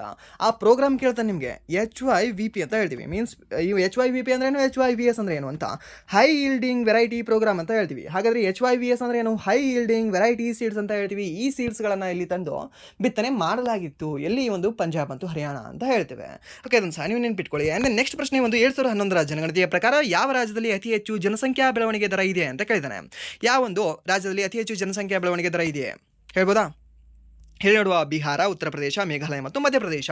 ಸೊ ಇದಕ್ಕೆ ಸರಿಯಾದ ಉತ್ತರ ಯಾವುದಾಗುತ್ತೆ, ಯಾವುದಾಗ್ಬೋದು? ಯಾವುದು ಅಂದರೆ ಸರ್ ದ್ಯಾಟ್ ಈಸ್ ಒಂದು ಮೇಘಾಲಯ ಅಂತ ಹೇಳ್ತೇವೆ. ಯಾವುದೇ ಒಂದು ಮೇಘಾಲಯ ಅತಿ ಹೆಚ್ಚು ಈ ಒಂದು ಜನಸಂಖ್ಯಾ ಬೆಳವಣಿಗೆ ದರ ಕಂಡುಬರ್ತಕ್ಕಂಥದ್ದು ನಿಮಗೆ ಈ ಒಂದು ಮೇಘಾಲಯದಲ್ಲಿ. ಆದರೆ ಅತಿ ಕಡಿಮೆ ಜನಸಂಖ್ಯೆ ಬೆಳವಣಿಗೆ ದರ ನಿಮಗೆ ಕಂಡುಬರ್ತಕ್ಕಂಥದ್ದು, ಅಥವಾ ಈ ಒಂದು ನೆಗೆಟಿವ್ ಈ ಒಂದು ಪಾಪ್ಯುಲೇಷನ್ ಗ್ರೋತ್ ಕಂಡುಬರ್ತಕ್ಕಂಥದ್ದು ಈ ಒಂದು ನಾಗಾಲ್ಯಾಂಡಲ್ಲಿ ಅಂತ ಹೇಳ್ತೇವೆ. ಓಕೆ, ಯಾವುದೇ ಒಂದು ನಾಗಾಲ್ಯಾಂಡಲ್ಲಿ ಅತಿ ಹೆಚ್ಚು ಯಾವುದು ಮೇಘಾಲಯ, ಅತಿ ಕಡಿಮೆ ಯಾವುದು ನಾಗಾಲ್ಯಾಂಡ್ ಅಂತ ಹೇಳ್ತೇವೆ. ಓಕೆ, ಇದನ್ನು ಸಹ ನೀವು ನೆನ್ಪಿಟ್ಕೊಳ್ಳಿ. ಇದನ್ನು ಸಹ ನಿಮಗೆ ಕೇಳೋ ಚಾನ್ಸಸ್ ಇರುತ್ತೆ. ಬಟ್ ನಿಮಗೆ ಏನಾದರೂ 2025ರ ಪ್ರಕಾರ ಅಂತ ಕೇಳಿದ್ರೆ ಅವಾಗ ನೀವು ಹೇಳಬೇಕಾಗಿರ್ತಕ್ಕಂಥದ್ದು ಹರಿಯಾಣ ಅಂತ. ಓಕೆ, ಕನ್ಫ್ಯೂಷನ್ ಆಗಬೇಡಿ. 2011 ಅಂತ ಕೊಟ್ಟರೆ ಓಕೆ, ಫಸ್ಟ್ ಹೇಳಿರೋದು ಮೇಘಾಲಯ ಮತ್ತು Nagaland, first and last. But ನಿಮಗೆ 2025ರ ಪ್ರಕಾರ ರೀಸೆಂಟ್ ಡಾಟಾದ ಪ್ರಕಾರ ಕೇಳಿದ್ರೆ ಹರಿಯಾಣ ಅಂತ ಹೇಳಿ. ಅಲ್ಲಿ ರೀಸೆಂಟಾಗಿ ನಿಮಗೆ ಅತಿ ಹೆಚ್ಚು ಜನಸಂಖ್ಯಾ ಬೆಳವಣಿಗೆ ದರ ಕಂಡು ಬಂದಿದೆ. ಆಲ್ರೆಡಿ ಒಂದು ಎಕ್ಸಾಮಲ್ಲಿ ಕ್ವಶನ್ನ ಕೇಳಿದ್ದಾನೆ. ಓಕೆ, ಆ್ಯಂಡ್ ದೆನ್ ನೆಕ್ಸ್ಟ್ ಪ್ರಶ್ನೆ. ಓಕೆ, ಇಲ್ಲಿ ಮತ್ತೆ ನಿಮಗೆ ಏನು ಕೇಳಬಹುದು, ಇಲ್ಲಿ ಬಿಹಾರದಲ್ಲಿ ಅತಿ ಹೆಚ್ಚು ಜನಸಾಂದ್ರತೆ ಕಂಡುಬರುತ್ತೆ. ಓಕೆ, 2011ರ ಜನಗಣತಿಯ ಪ್ರಕಾರ ಅತಿ ಹೆಚ್ಚು ಜನಸಾಂದ್ರತೆ ಕಂಡುಬರ್ತಕ್ಕಂಥ ರಾಜ್ಯ ಯಾವುದು ಸರ್? ಬಿಹಾರ. ಆ್ಯಂಡ್ ನೆಕ್ಸ್ಟ್ ಈ ಒಂದು ಅತಿ ಹೆಚ್ಚು ಜನಸಂಖ್ಯೆ ಕಂಡುಬರ್ತಕ್ಕಂಥ ರಾಜ್ಯ ಯಾವುದು sir? Uttar Pradesh. And then ಅತಿ ಹೆಚ್ಚು ಗ್ರಾಮೀಣ ಜನಸಂಖ್ಯೆ ಕಂಡುಬರ್ತಕ್ಕಂಥ ರಾಜ್ಯ ಯಾವುದು ಸರ್? ಈ ಒಂದು ಉತ್ತರ ಪ್ರದೇಶ. ಅತಿ ಹೆಚ್ಚು ಪ್ರತಿಶತ ಗ್ರಾಮೀಣ ಜನಸಂಖ್ಯೆ ಕಂಡುಬರ್ತಕ್ಕಂತಹ ರಾಜ್ಯ ಯಾವುದು ಅಂತ ಕೇಳ್ಬೋದು ನಿಮಗೆ. ಅವಾಗ ನೀವು ಹೇಳಬೇಕಿರೋದು ಹಿಮಾಚಲ ಪ್ರದೇಶ. ಓಕೆ, ಪ್ರತಿಶತದಲ್ಲಿ ನಿಮಗೆ ಕೇಳಿದ್ರೆ, ಡೆನ್ಸಿಟಿಯಲ್ಲಿ ಕೇಳಿದ್ರೆ ನಿಮಗೆ ಅಲ್ಲಿ ಯಾವುದು ಅಂತಂದರೆ ಈ ಒಂದು ಹಿಮಾಚಲ ಪ್ರದೇಶ ಅಂತ ಹೇಳ್ತೀವಿ ಗ್ರಾಮೀಣ ಜನಸಂಖ್ಯೆಯಲ್ಲಿ. ಬಟ್ ನಿಮ್ಗೆ ಏನಾದರೂ ಜನಸಂಖ್ಯೆಯಲ್ಲಿ ಜಸ್ಟ್ ನಿಮಗೆ ನಂಬರ್ ವೈಸ್ ಕೌಂಟ್ ವೈಸ್ ಹೇಳ್ಕೊಡು ನೀನು, ನನಗೆ ಪರ್ಸೆಂಟೇಜಲ್ಲಿ ಬೇಕಾಗಿಲ್ಲ. ನೀನೇನು ಹೇಳು ಅಂದರೆ ನನಗೆ ನಂಬರ್ ವೈಸ್ ಹೇಳು ಅಂತಂದರೆ ಅವಾಗ ನೀವು ಹೇಳಬೇಕಾಗಿರೋದು ಉತ್ತರ ಪ್ರದೇಶ. ಓಕೆ, ಸೊ ಹಾಗಾದರೆ ನಿಮಗೆ ಒಂದು ಕ್ವಶನ್ ಕೇಳ. 768 ಅನ್ನೋದು ಎಷ್ಟು ಪ್ರತಿಶತ ಆಗಿದೆ ಅದರ ಪ್ರಕಾರ? ಹಾಗೆ 100 ಅನ್ನೋದು ಎಷ್ಟಾಗಿದೆ, 100 ಅನ್ನೋದು ಎಷ್ಟು ಪ್ರತಿಶತವಾಗಿದೆ ಅದರ ಪ್ರಕಾರ ಅಂತ. ಮ್ಯಾಥ್ಸಲ್ಲಿ ನಿಮಗೆ ಗೊತ್ತಿರುತ್ತೆ ಸಿಂಪಲ್ ಆಗಿ. ಏನು 768 ಅದರ ಪ್ರಕಾರ, ಅದರ ಒಂದು ಪಾಯಿಂಟ್ ಆಫ್ ವ್ಯೂ ಅಲ್ಲಿ ಇದು 100% ಆಗಿರುತ್ತೆ. ಓಕೆ, ಮ್ಯಾಥ್ಸ್ ನಮಗೆ ಕಲಿಸ್ತಕ್ಕಂಥದ್ದೇನು, ನಿನ್ನ ಪ್ರಕಾರ ನೀನು 100% ಆಗಿರು ಅಂತ ಹೇಳುತ್ತೆ ಪರ್ಸೆಂಟೇಜ್ ಚಾಪ್ಟರಲ್ಲಿ. ಆ್ಯಂಡ್ ದೆನ್ ಇದು 100 ಅನ್ನೋದು 100%. ಸೊ ಇಲ್ಲಿ ಯಾವ್ದು ಹೆಚ್ಚು ಯಾವ್ದು ಕಡಿಮೆ, ಎರಡೂ ಸಹ ಪ್ರತಿಶತದಲ್ಲಿ ನೋಡಿದ್ರೆ ಎರಡೂ ಸಹ 100% ಇದ್ದಾವೆ. ಬಟ್ ನಂಬರ್ ವೈಸ್ ನಾನು ಹೇಳಿದ್ರೆ ಇದು ನಂಬರ್ ದೊಡ್ಡದು, ಈ ಒಂದು ನಂಬರ್ ಚಿಕ್ಕದು ಅಂತ ಹೇಳ್ತೇನೆ. ಓಕೆ, ಬಟ್ ಇದಕ್ಕೆ ನಾನು ಕಂಪೇರ್ ಮಾಡಿದಾಗಲೇ ಇದು ಚಿಕ್ಕದು ಅನ್ಸ್ಕೊಳ್ಳುತ್ತೆ. ಇದು ಕಂಪೇರೇ ಮಾಡಲಿಲ್ಲ ಅಂದರೆ ಅದೇ ದೊಡ್ಡದು, ಇದೂ ಸಹ ದೊಡ್ಡದೇ ಇದರ ಪ್ರಕಾರ. ಓಕೆ, ಸೊ ಅದಕ್ಕೆ ಕಂಪೇರ್ ಸಹ ಮಾಡ್ಕೊಳ್ಬೇಡಿ. ಮ್ಯಾಥ್ಸ್ ಸಹ ಯೂಸ್ ಮಾಡ್ಕೊಳ್ಳಿ. ಆ್ಯಂಡ್ ದೆನ್ GKದಲ್ಲೂ ಸಹ ಅದನ್ನು ಅಪ್ಲೈ ಮಾಡ್ಕೊಳ್ಳಿ. ಓಕೆ, ಆ್ಯಂಡ್ ದೆನ್ ನೆಕ್ಸ್ಟ್ ಪ್ರಶ್ನೆ. ಈ ಒಂದು 2011ರ ಜನಗಣತಿಯ ಪ್ರಕಾರ ವಲಸೆಯು ಕೆಳಗಿನ ಯಾವ ಪ್ರವಾಹ ಅತಿ ಹೆಚ್ಚು ಶೇಕಡಾವಾರು ಹೊಂದಿದೆ ಅಂತ ಕೇಳಿದ್ದಾನೆ. ಸರಿನಾ? ಸೊ ಎಲ್ಲಿಂದ ಇಲ್ಲಿಗೆ ಅಂತ. ಇವಾಗ ವಲಸೆ ಹೋಗ್ತಾ ಇದ್ದಾರೆ, ನೀವು ಕೇಳಿರ್ತೀರಾ, ಎಲ್ಲಿದ್ದ ನಿಮ್ಮಣ್ಣ ಅಂತ. ನಮ್ಮಣ್ಣ ಸಿಟಿಗೆ ಕೆಲಸಕ್ಕೆ ಹೋಗಿದ್ದಾರೆ ಅಂತ. ಎಲ್ಲಿದ್ದಾರೆ ನಿಮ್ಮ ಅಪ್ಪ ಅಮ್ಮ? ಅಪ್ಪ ಅಮ್ಮ ಸಿಟಿ ಕೆಲಸಕ್ಕೆ ಹೋಗಿದ್ದಾರೆ. ಮತ್ತು ಕೆಲವೊಬ್ಬರು ಹಳ್ಳಿ ಕೆಲಸಕ್ಕೆ ಹೋಗಿದ್ದಾರೆ, ಸಿಟಿಯಲ್ಲಿ ಇರ್ತಾರೆ, ಹಳ್ಳಿ ಕೆಲಸಕ್ಕೆ ಹೋಗಿದ್ದಾರೆ ಅಂತ. ಸೊ ಆ ರೀತಿ, ಸೊ ಎಲ್ಲಿಂದ ಇಲ್ಲಿಗೆ ಕೆಲಸಕ್ಕೆ ಹೋಗಿದ್ದಾರೆ ಅಂತ. ಸಿಟಿಯಿಂದ ಸಿಟಿಗೆ ಹೋಗಿದ್ದಾರಾ, ಗ್ರಾಮದಿಂದ ಗ್ರಾಮಕ್ಕೆ ಹೋಗಿದ್ದಾರಾ, ಇಲ್ಲಾಂದರೆ ಈ ಒಂದು ಗ್ರಾಮದಿಂದ ನಗರಕ್ಕೆ ಹೋಗಿದ್ದಾರಾ, ಇಲ್ಲಾಂದರೆ ಈ ಒಂದು ನಗರದಿಂದ ಗ್ರಾಮಕ್ಕೆ ಬಂದಿದ್ದಾರಾ ಅಂತ ನಿಮಗೆ ಕೇಳಿದ್ದಾನೆ. ಯಾವ ಒಂದು ಪ್ರವಾಹ ಅತಿ ಹೆಚ್ಚು ಶೇಕಡಾವಾರು ಹೊಂದಿದೆ ಅಂತ. ಯಾವುದು ಹೊಂದಿರಬಹುದು ಹೇಳ್ಬೋದಾ? ಹೇಳಿ ನೋಡುವ. ಯಾವುದು? ಗ್ರಾಮೀಣದಿಂದ ಗ್ರಾಮೀಣಕ್ಕೆ ಹೋಗಿದ್ದಾರಂತೆ, ಗ್ರಾಮೀಣದಿಂದ ನಗರಕ್ಕೆ ಹೋಗಿದ್ದಾರಂತೆ, ನಗರದಿಂದ ನಗರಕ್ಕೆ ಹೋಗಿದ್ದಾರಂತೆ, ನಗರದಿಂದ ಗ್ರಾಮೀಣಕ್ಕೆ ಹೋಗಿದ್ದಾರಂತೆ. ಓಕೆ, ಕೆಲಸಕ್ಕೆ ವಲಸೆ ಯಾವುದಾಗಬಹುದು ನಿಮ್ಮ ಪ್ರಕಾರ ಯಾವುದಾಗಿದೆ ಅಂತ ನಾನು ಹೇಳ? ಯಾವುದು ಸರ್? ಆಪ್ಷನ್ ಎ, ಗ್ರಾಮೀಣದಿಂದ ಗ್ರಾಮೀಣಕ್ಕೆ. ಸರ್ ಸಾಂಗ್ ಸರ್ ನೀವು ಹೇಳಿದ್ದು. ನಮ್ಮ ಪ್ರಕಾರ ಗ್ರಾಮೀಣದಿಂದ ನಗರಕ್ಕೆ ಹೋಗಿದ್ದಾರೆ ಅಂತ ನೀವು ಹೇಳ್ತೀರಾ. ಓಕೆ, ಬಟ್ ಇದು actually wrong question. Answer wrong ಇದು. ಗ್ರಾಮೀಣದಿಂದ ನಗರಕ್ಕೆ, ಓಕೆ, ನಿಮಗೆ ಇವಾಗ ಕಂಡು ಬರ್ತಾ ಇದೆ. ಓಕೆ, ಎಲ್ಲಿ ಈ ಒಂದು ಬೀದರ್, ಕಲಬುರಗಿ, ಬಾಗಲಕೋಟ್, ವಿಜಯಪುರ, ಬೆಳಗಾವಿ, ಸೊ ಇಲ್ಲಿಂದೆಲ್ಲ ಸಹ ಬೆಂಗಳೂರಿಗೆ ವಲಸೆ ಹೋಗ್ತಾ ಇದ್ದಾರೆ. ಮೀನ್ಸ್ ಗ್ರಾಮದಿಂದ ನಗರಕ್ಕೆ ಹೋದ್ರಲ್ವಾ, ಸೊ ಅದಕ್ಕೆ ಜಾಸ್ತಿ ಇದೆ ಕಂಡು ಬರುತ್ತೆ ಸರ್. ಯಾವುದು? ಗ್ರಾಮೀಣದಿಂದ ನಗರಕ್ಕೆ. ಬಟ್ ಇದು ರಾಂಗ್. ಲಾಸ್ಟ್ ಇಯರ್ ಸಹ ಕೇಳಿದ್ದಾನೆ ಇದೇ ಪ್ರಶ್ನೆನ, ಒಂದು 2-3 ಎಕ್ಸಾಮಲ್ಲಿ ಕೇಳಿದ್ದಾನೆ. ಸೊ ಇದಕ್ಕೆ ಸರಿಯಾದ ಉತ್ತರ ಯಾವುದಾಗುತ್ತೆ ಅಂದರೆ ಸರ್, ಗ್ರಾಮೀಣದಿಂದ ಗ್ರಾಮೀಣಕ್ಕೆ ಜಾಸ್ತಿ ಜನ ಹೋಗಿದ್ದಾರೆ. ಓಕೆ, ಎಲ್ಲಿ? ಗ್ರಾಮದಿಂದ ಗ್ರಾಮಕ್ಕೆ. ಓಕೆ, ನಂದೊಂದು ಗ್ರಾಮ ಇದೆ, ನಿಮ್ಮದೊಂದು ಗ್ರಾಮ ಇದೆ, ನಾನು ಏನು ಮಾಡ್ತೀನಿ, ನಿಮ್ಮ ಒಂದು ಹಳ್ಳಿಗೆ ನಾನು ಕೆಲಸಕ್ಕೆ ಬಂದುಬಿಡ್ತೇನೆ. ಸೊ ಮೀನ್ಸ್ ಈ ರೀತಿಯ ಪರ್ಸೆಂಟೇಜ್ ಜಾಸ್ತಿ ಇದೆ ಅಂತ ಹೇಳ್ತೇವೆ. ಓಕೆ, ಇದು ನೆನ್ಪಿಟ್ಕೊಳ್ಳಿ. This is the important question. ಇದು ಹೇಳ್ದೇನೆ ಈ ಎಲ್ಲ ಕ್ವಶನ್ಗಳು ಒಂದಲ್ಲ ಒಂದು ರೀತಿ ನಿಮ್ಮ ಹಳೆಯ SSCGD ಎಕ್ಸಾಮಲ್ಲಿ ಕೇಳಿದಾನೆ. ಅದೇನು ಮುಂದೆ ಬರ್ತಕ್ಕಂಥ SSGD ಎಕ್ಸಾಮಲ್ಲಿ ಸಹ ಫಿಕ್ಸ್ ಕೇಳ್ತಾನೆ. ಸರ್ 15 ಕ್ವಶನ್ಗಳು ಮಾತ್ರ ಆಯಿತು ಅಂತ ನೀವು ಫೀಲ್ ಮಾಡ್ಕೊಳ್ಬೇಡಿ. 15 ಕ್ವಶನ್ ಅಲ್ಲ, ಇಲ್ಲಿ 15 ಟಾಪಿಕ್ಗಳು ಕವರ್ ಆಗ್ತಾ ಹೋಗ್ತಿದ್ದಾವೆ. ಓಕೆ, ಒಟ್ಟಿನಲ್ಲಿ 150 ಕ್ವಶನ್ನ ಕಂಪ್ಲೀಟ್ ಮಾಡುವ ಎಕ್ಸಾಮ್ ಆಗೋದ್ರಲ್ಲಿ, ಯಾಕಂದರೆ ನಿಮಗೆ ಇಲ್ಲಿಂದ ಕ್ವಶನ್ಗಳು ಬರ್ತವೆ. ಆ್ಯಂಡ್ ನೆಕ್ಸ್ಟ್ ಈ ಒಂದು ವರ್ಷದ ಅವಧಿಗೆ ರೊಟೇಷನ್ ಆಧಾರದ ಮೇಲೆ ಸಂಬಂಧಿತ ವಲಯ ಪರಿಷತ್ತಿನ ಉಪಾಧ್ಯಕ್ಷರಾಗಿ ಯಾರು ಕಾರ್ಯವನ್ನು ನಿರ್ವಹಿಸ್ತಾರೆ ಅಂತ ಕೇಳಿದಾನೆ. 1 ವರ್ಷದ ಅವಧಿಗೆ ರೊಟೇಷನ್ ಆಗ್ತಾರೆ ಅಂತೆ. ಈ ಒಂದು ಸಂಬಂಧಿತ ವಲಯ ಪರಿಷತ್ತಿನ ಉಪಾಧ್ಯಕ್ಷರಾಗಿ ಯಾರವರು ಅಂತ? ಯಾರವರು? ಸರಿ, ಒಂದು ಗವರ್ನರ್ ಅವರು, ಮೀನ್ಸ್ ರಾಜ್ಯಪಾಲರು, ರಾಜ್ಯದ ಮುಖ್ಯ ಕಾರ್ಯದರ್ಶಿ, ಆ್ಯಂಡ್ ದೆನ್ ರಾಜ್ಯದ DGP, ಆ್ಯಂಡ್ ದೆನ್ ನೆಕ್ಸ್ಟ್ ಒಂದು ರಾಜ್ಯದ ಮುಖ್ಯಮಂತ್ರಿ ಅಂತ ಕೊಟ್ಟಿದ್ದಾರೆ. ಸೊ ಇದಕ್ಕೆ ಸರಿಯಾದ ಉತ್ತರ ಯಾವುದಾಗುತ್ತೆ ಅಂತ? ಯಾವ್ದು ಸರ್ ಇವರು? ಯಾರು ಅಂದರೆ sir, that is none other than ರಾಜ್ಯದ ಮುಖ್ಯಮಂತ್ರಿ ಅಂತ ಹೇಳ್ತೀವಿ. ಯಾವುದಕ್ಕೆ? ಒಂದು ವಲಯ ಪರಿಷತ್ತಿನ ಉಪಾಧ್ಯಕ್ಷರಾಗಿ. ಇದನ್ನು ಇಂಗ್ಲೀಷಲ್ಲಿ ನೆನಪಿಟ್ಕೊಳ್ತೀರಾ? ಈಸಿ ಆಗುತ್ತೆ ಅದು ನಿಮಗೆ. ಏನಂತ ಹೇಳ್ಬೋದು ಇಂಗ್ಲೀಷಲ್ಲಿ ನಿಮಗೆ? ಈ ಕನ್ಸರ್ನ್ಡ್ ಝೋನಲ್ ಕೌನ್ಸಿಲ್ ಅಂತ ಹೇಳ್ತೀವಿ. ಸರಿನಾ? ಏನಂತ ಹೇಳ್ತೀವಿ? ಒಂದು ಕನ್ಸರ್ನ್ಡ್ ಝೋನಲ್ ಕೌನ್ಸಿಲ್ ಅಂತ ಹೇಳ್ತೀವಿ. ಅದರ ಒಂದು ಬೇಸಸ್ ಮೇಲೆ, ರೊಟೇಷನ್ ಬೇಸಸ್ ಮೇಲೆ ಪ್ರತಿ ವರ್ಷ ಒಬ್ಬೊಬ್ಬರು ಚೇಂಜ್ ಆಗ್ತಾರೆ. ಈ ವರ್ಷ ನಮ್ಮ ಕರ್ನಾಟಕದ CM ಆಗಿದ್ದರೆ ನೆಕ್ಸ್ಟ್ ವರ್ಷ ಕೇರಳದ CM ಆಗ್ಬೋದು, ನೆಕ್ಸ್ಟ್ ವರ್ಷ UP CM ಆಗ್ಬೋದು, ನೆಕ್ಸ್ಟ್ ವರ್ಷ ಈ ಒಂದು ಮೇಘಾಲಯದ CM ಆಗ್ಬೋದು. ಓಕೆ, ಆಗುತ್ತಾ? ರಾಂಗ್. ಝೋನಲ್ಲಿ ನಿಮ್ಗೆ ಏನು ಇರುತ್ತಲ್ವ, ನಮ್ಮ ಒಂದು ರಾಜ್ಯದ ಫಸ್ಟ್ ಆದರೆ ನೆಕ್ಸ್ಟ್ ಕೇರಳದವರಾಗಿರ್ತಾರೆ, ಕೇರಳದಾಗಿರಲಿಲ್ಲ ಅಂದರೆ ನೆಕ್ಸ್ಟ್ ಈ ಒಂದು ತಮಿಳ್ನಾಡವರಾಗಿರ್ತಾರೆ, ತಮಿಳ್ನಾಡು ನಂತರ ಆಂಧ್ರ ಪ್ರದೇಶ, ನಮ್ಮ ಝೋನಲ್ಲಿ ಇವರು ಬರ್ತಾರೆ. ಓಕೆ, ಅವ್ರ ಮೇಲಿನವ್ರು ಬರಲ್ಲ, ನಮ್ಮ ಝೋನಲ್ಲಿ ಇವ್ರು ಬರ್ತಾರೆ. ಸೊ ಅದಕ್ಕೆ ಪ್ರತಿ ವರ್ಷ ಒಬ್ಬೊಬ್ಬರು ಝೋನಲ್ಲಿ ಚೇಂಜ್ ಆಗ್ತಾ ಹೋಗ್ತಾರೆ. ಓಕೆ, ಸೊ ಇದನ್ನ ನೆನ್ಪಿಟ್ಕೊಳ್ಳಿ. ಇದನ್ನು ಏನಂತ ಹೇಳ್ತೀವಿ? ಝೋನಲ್ ಕೌನ್ಸಿಲ್ನ ಉಪಾಧ್ಯಕ್ಷರು ಪ್ರತಿ ವರ್ಷ 1 ವರ್ಷದ ಅವಧಿಗೆ ರೊಟೇಷನಲ್ಲಿ ಚೇಂಜ್ ಆಗ್ತಾರೆ ಅಂತ ಹೇಳ್ತೇವೆ. ಇದನ್ನು ಸಹ ನೀವು ನೆನ್ಪಿಟ್ಕೊಳ್ಳಿ. ಹಾಗಾದರೆ ಅಧ್ಯಕ್ಷರು ಯಾರಿರ್ತಾರೆ ಸರ್? ಗೃಹ ಸಚಿವರ ಅಧ್ಯಕ್ಷರು ಇರ್ತಾರೆ. ಓಕೆ, ಪ್ರಧಾನಮಂತ್ರಿ ಅಲ್ಲ, ಬದಲಾಗಿ ಗೃಹ ಸಚಿವರು ಇರ್ತಾರೆ. ಝೋನಲ್ ಕೌನ್ಸಿಲ್ನ ಅಧ್ಯಕ್ಷರು ಯಾರು ಅಂತಂದರೆ ಅದು ಗೃಹ ಸಚಿವರೇ. ಓಕೆ, ಇದನ್ನು ಸಹ ನೀವು ನೆನ್ಪಿಟ್ಕೊಳ್ಳಿ. ಆ್ಯಂಡ್ ನೆಕ್ಸ್ಟ್ ಪ್ರಶ್ನೆ, ನಿರ್ದಿಷ್ಟ ನದಿ ಅಥವಾ ಸರೋವರಕ್ಕೆ ನೀರು ಹರಿಯುವ ಭೂಪ್ರದೇಶವನ್ನು ಯಾವ ಪದದಿಂದ ವಿವರಿಸಲಾಗ್ತದೆ ಅಂತ ಕೇಳಿದಾನೆ. ಏನು? ನಿರ್ದಿಷ್ಟ ನದಿ ಅಂತೆ ಅಥವಾ ಸರೋವರಕ್ಕೆ ನೀರು ಹರಿಯುವ ಭೂಪ್ರದೇಶವನ್ನು ಯಾವ ಪದದಿಂದ ವಿವರಿಸಲಾಗ್ತದೆ ಅಂತ. ಡೆಲ್ಟಾ, ಅಳಿವೆ, ಜಲಾನಯನ ಪ್ರದೇಶ, ಜಲಾಶಯ ಅಂತ. ಕನ್ಫ್ಯೂಷನ್ ಕ್ವಶನ್ ಇದು. ಓಕೆ, ಕನ್ಫ್ಯೂಷನ್ ಮಾಡ್ತದೆ ಇದು ನಮಗೆ. ಇಲ್ಲಿ ಆನ್ಸರ್ ಏನಂತ ಹೇಳ್ತೀರಾ ಸರ್? ಡೆಲ್ಟಾ ಅಂತ ಹೇಳ್ತೀರಾ, ಅಥವಾ ಈ ಒಂದು ಅಳಿವೆ ಅಂತ ಹೇಳ್ತೀರಾ, ಇಲ್ಲಾಂದರೆ ಜಲಾನಯನ ಪ್ರದೇಶ ಅಂತ ಹೇಳ್ತೀರಾ ಅಂತ. ಓಕೆ, ಸೊ ಅಲ್ಲಿ ನೀವು ನೋಡಿ ಏನು ಅಂತಂದರೆ, ನಮ್ಮ ಭಾರತ ಹೇಗಿದೆ, ಪೂರ್ವಕ್ಕೆ ಹರಿತಕ್ಕಂಥ ನದಿಗಳು, ಪಶ್ಚಿಮಕ್ಕೆ ಹರಿತಕ್ಕಂಥ ನದಿಗಳು. ಇವೇನು ಮಾಡ್ತವೆ? ನಿರ್ದಿಷ್ಟ ನದಿ ಅಥವಾ ಸರೋವರಕ್ಕೆ ನೀರು ಹರಿಯುವ ಭೂಪ್ರದೇಶವನ್ನು. ಓಕೆ, ಈ ಒಂದು ಸರೋವರಕ್ಕೆ ಹರಿತವೆ, ಇಲ್ಲಾಂದರೆ ಈ ಒಂದು ನದಿಗೆ ನೀರು ಹರಿತವೆ. ಓಕೆ, ಇದು ಹರಿತಕ್ಕಂಥ ಇದು ಏನಿದೆ ಅಲ್ವಾ, ಅದನ್ನು ನಾವು ಯಾವ ಪದದಿಂದ ವಿವರಿಸಲಾಗ್ತದೆ ಅಂತ ಕೇಳಿದಾನೆ. ಇಲ್ಲಿ ಸಹ ಹರಿತಿದೆ, ಇಲ್ಲಿ ಸಹ ಹರಿತಿದೆ. ಈ ಕಡೆ ಹರಿಯೋದನ್ನು ನಾವು ಡೆಲ್ಟಾ ಅಂತ ಕರೆದ್ರೆ, ಈ ಕಡೆ ಹರಿಯೋದನ್ನು ನಾವು ಅಳಿವೆ ಅಂತ ಹೇಳ್ತೀವಿ. ಸೊ ಮೀನ್ಸ್ ಎರಡು ಸಹ ಆನ್ಸರ್ ಆಗಕ್ಕೆ ಸಾಧ್ಯ ಇದೆಯಾ? 2 ಆನ್ಸರ್ ಕೊಡಲ್ಲ ಒಂದು ಕ್ವಶನಲ್ಲಿ ನಿಮಗೆ. ಸೊ ಅಲ್ಲಿ ಕೊಟ್ಟರೆ ನಿಮಗೆ ಗ್ರೇಸ್ ಮಾರ್ಕ್ಸ್ ಬರುತ್ತೆ. ಸೊ ಆಪ್ಷನ್ A ಮತ್ತು B ಆಗಲ್ಲ, ತೆಗೆದುಹಾಕ್ಬಿಡಿ. ಜಲಾಶಯ ಅಂತ ಆಗುತ್ತಾ? ಜಲಾಶಯ ಅಂದರೆ ನಿಂತಿರ್ತಕ್ಕಂಥ ನೀರು. ಸೊ ಇದಾಗಲ್ಲ. ಸೊ ಉಳಿದಿರ್ತಕ್ಕಂಥ ಒಂದೇ ಒಂದು ಯಾವುದು ಅಂತ ಹೇಳ್ತೀವಿ? ಜಲಾನಯನ ಪ್ರದೇಶ ಅಂತ ಹೇಳ್ತೀವಿ. ಏನಂತ ಹೇಳ್ತೀವಿ? ಒಂದು ಜಲಾನಯನ ಪ್ರದೇಶ ಅಂತ ಹೇಳ್ತೇವೆ. ಸೊ ಇದರಲ್ಲಿ ನಾವು ಇಂಗ್ಲೀಷಲ್ಲಿ ಏನಂತ ಹೇಳ್ಬೋದು? ವಾಟರ್ ಶೆಡ್ ಏರಿಯಾ ಅಂತ ಹೇಳ್ತೇವೆ. ಸರ್ ಏನಂತ ಹೇಳ್ತೀವಿ? ಒಂದು ವಾಟರ್ ಶೆಡ್ ಏರಿಯಾ ಅಂತ ಹೇಳ್ತೀವಿ. ನೆನ್ಪಿಟ್ಕೊಳ್ಳಿ, ಇಂಗ್ಲೀಷಲ್ಲಿ ನಿಮಗೆ ಕೇಳಬಹುದು. ಕನ್ನಡ ಲಿಪಿ ಕೊಟ್ಟು ನಿಮಗೆ ಇಂಗ್ಲೀಷ್ ಭಾಷೆಯಲ್ಲಿ ಕ್ವಶನ್ ಕೇಳಿದ್ರೆ ನಿಮಗೆ ವಾಟರ್ ಶೆಡ್ ಅಂತಲೇ ಕೊಟ್ಟಿರ್ತಾನೆ. ಸೊ ಅದನ್ನು ಇವಾಗ ವಾಟರ್ ಶೆಡ್ ಅಂತಲೇ ಹೇಳಬೇಕಾಗುತ್ತೆ. ಆ್ಯಂಡ್ ನೆಕ್ಸ್ಟ್ ಪ್ರಶ್ನೆ, ಅತ್ಯಂತ ಹಳೆಯ ವೇದ ಋಗ್ವೇದ ಸುಮಾರು ಎಷ್ಟು ವರ್ಷಗಳ ಹಿಂದೆ ರಚಿಸಲಾಯಿತು ಅಂತ ಕೇಳಿದಾನೆ. ಎಷ್ಟು ವರ್ಷಗಳ ಹಿಂದೆ ರಚಿಸಲಾಗಿದೆ ಸರ್? ಇದು 2500 ವರ್ಷಗಳ ಹಿಂದೆ, 5000 ವರ್ಷಗಳ ಹಿಂದೆ, 3500 ವರ್ಷಗಳ ಹಿಂದೆ, ಹಾಗೆ 2000 ವರ್ಷಗಳ ಹಿಂದೆ ಅಂತ ಕೊಟ್ಟಿದ್ದಾರೆ. ಸೊ ಇದಕ್ಕೆ ಸರ್ ಉತ್ತರ ಯಾವುದಾಗುತ್ತೆ? ಯಾವುದು ಅಂದರೆ ಸರ್ ದ್ಯಾಟ್ ಇಸ್ ಒಂದು 3500 ವರ್ಷಗಳ ಹಿಂದೆ ಈ ನಮ್ಮ 4 ವೇದಗಳಲ್ಲಿ ಪ್ರಮುಖ ವೇದವಾಗಿರ್ತಕ್ಕಂತಹ ಅಥವಾ ಮೊದಲ ವೇದವಾಗಿರ್ತಕ್ಕಂತಹ ಋಗ್ವೇದವನ್ನು ರಚಿಸಲಾಗಿದೆ ಅಂತ ಹೇಳ್ತೇವೆ ನಾವು. ಓಕೆ, ಸೊ ಅದನ್ನು ಸಹ ನೀವು ನೆನ್ಪಿಟ್ಕೊಳ್ಳಿ, ಸರಿನಾ?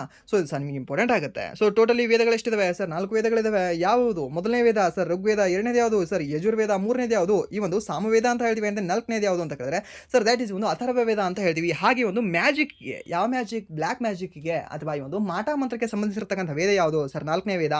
ಸಂಗೀತಕ್ಕೆ ಸಂಬಂಧಪಟ್ಟಿರ್ತಕ್ಕಂಥ ವೇದ ಯಾವುದು ಸರ್? ದ್ಯಾಟ್ ಈಸ್ ಒಂದು 3ನೇ ವೇದವಾಗಿರ್ತಕ್ಕಂಥ ಸಂಬಂಧಪಟ್ಟಿರ್ತಕ್ಕಂತಹ ಸಾಮವೇದ, ಹಾಗೆ ಒಂದು ಯಜ್ಞ ಯಾಗಾದಿಗಳಿಗೆ ಯುದ್ಧಗಳಿಗೆ ಸಂಬಂಧಿಸಿರ್ತಕ್ಕಂತಹ ವೇದ ಯಾವುದು ಸರ್?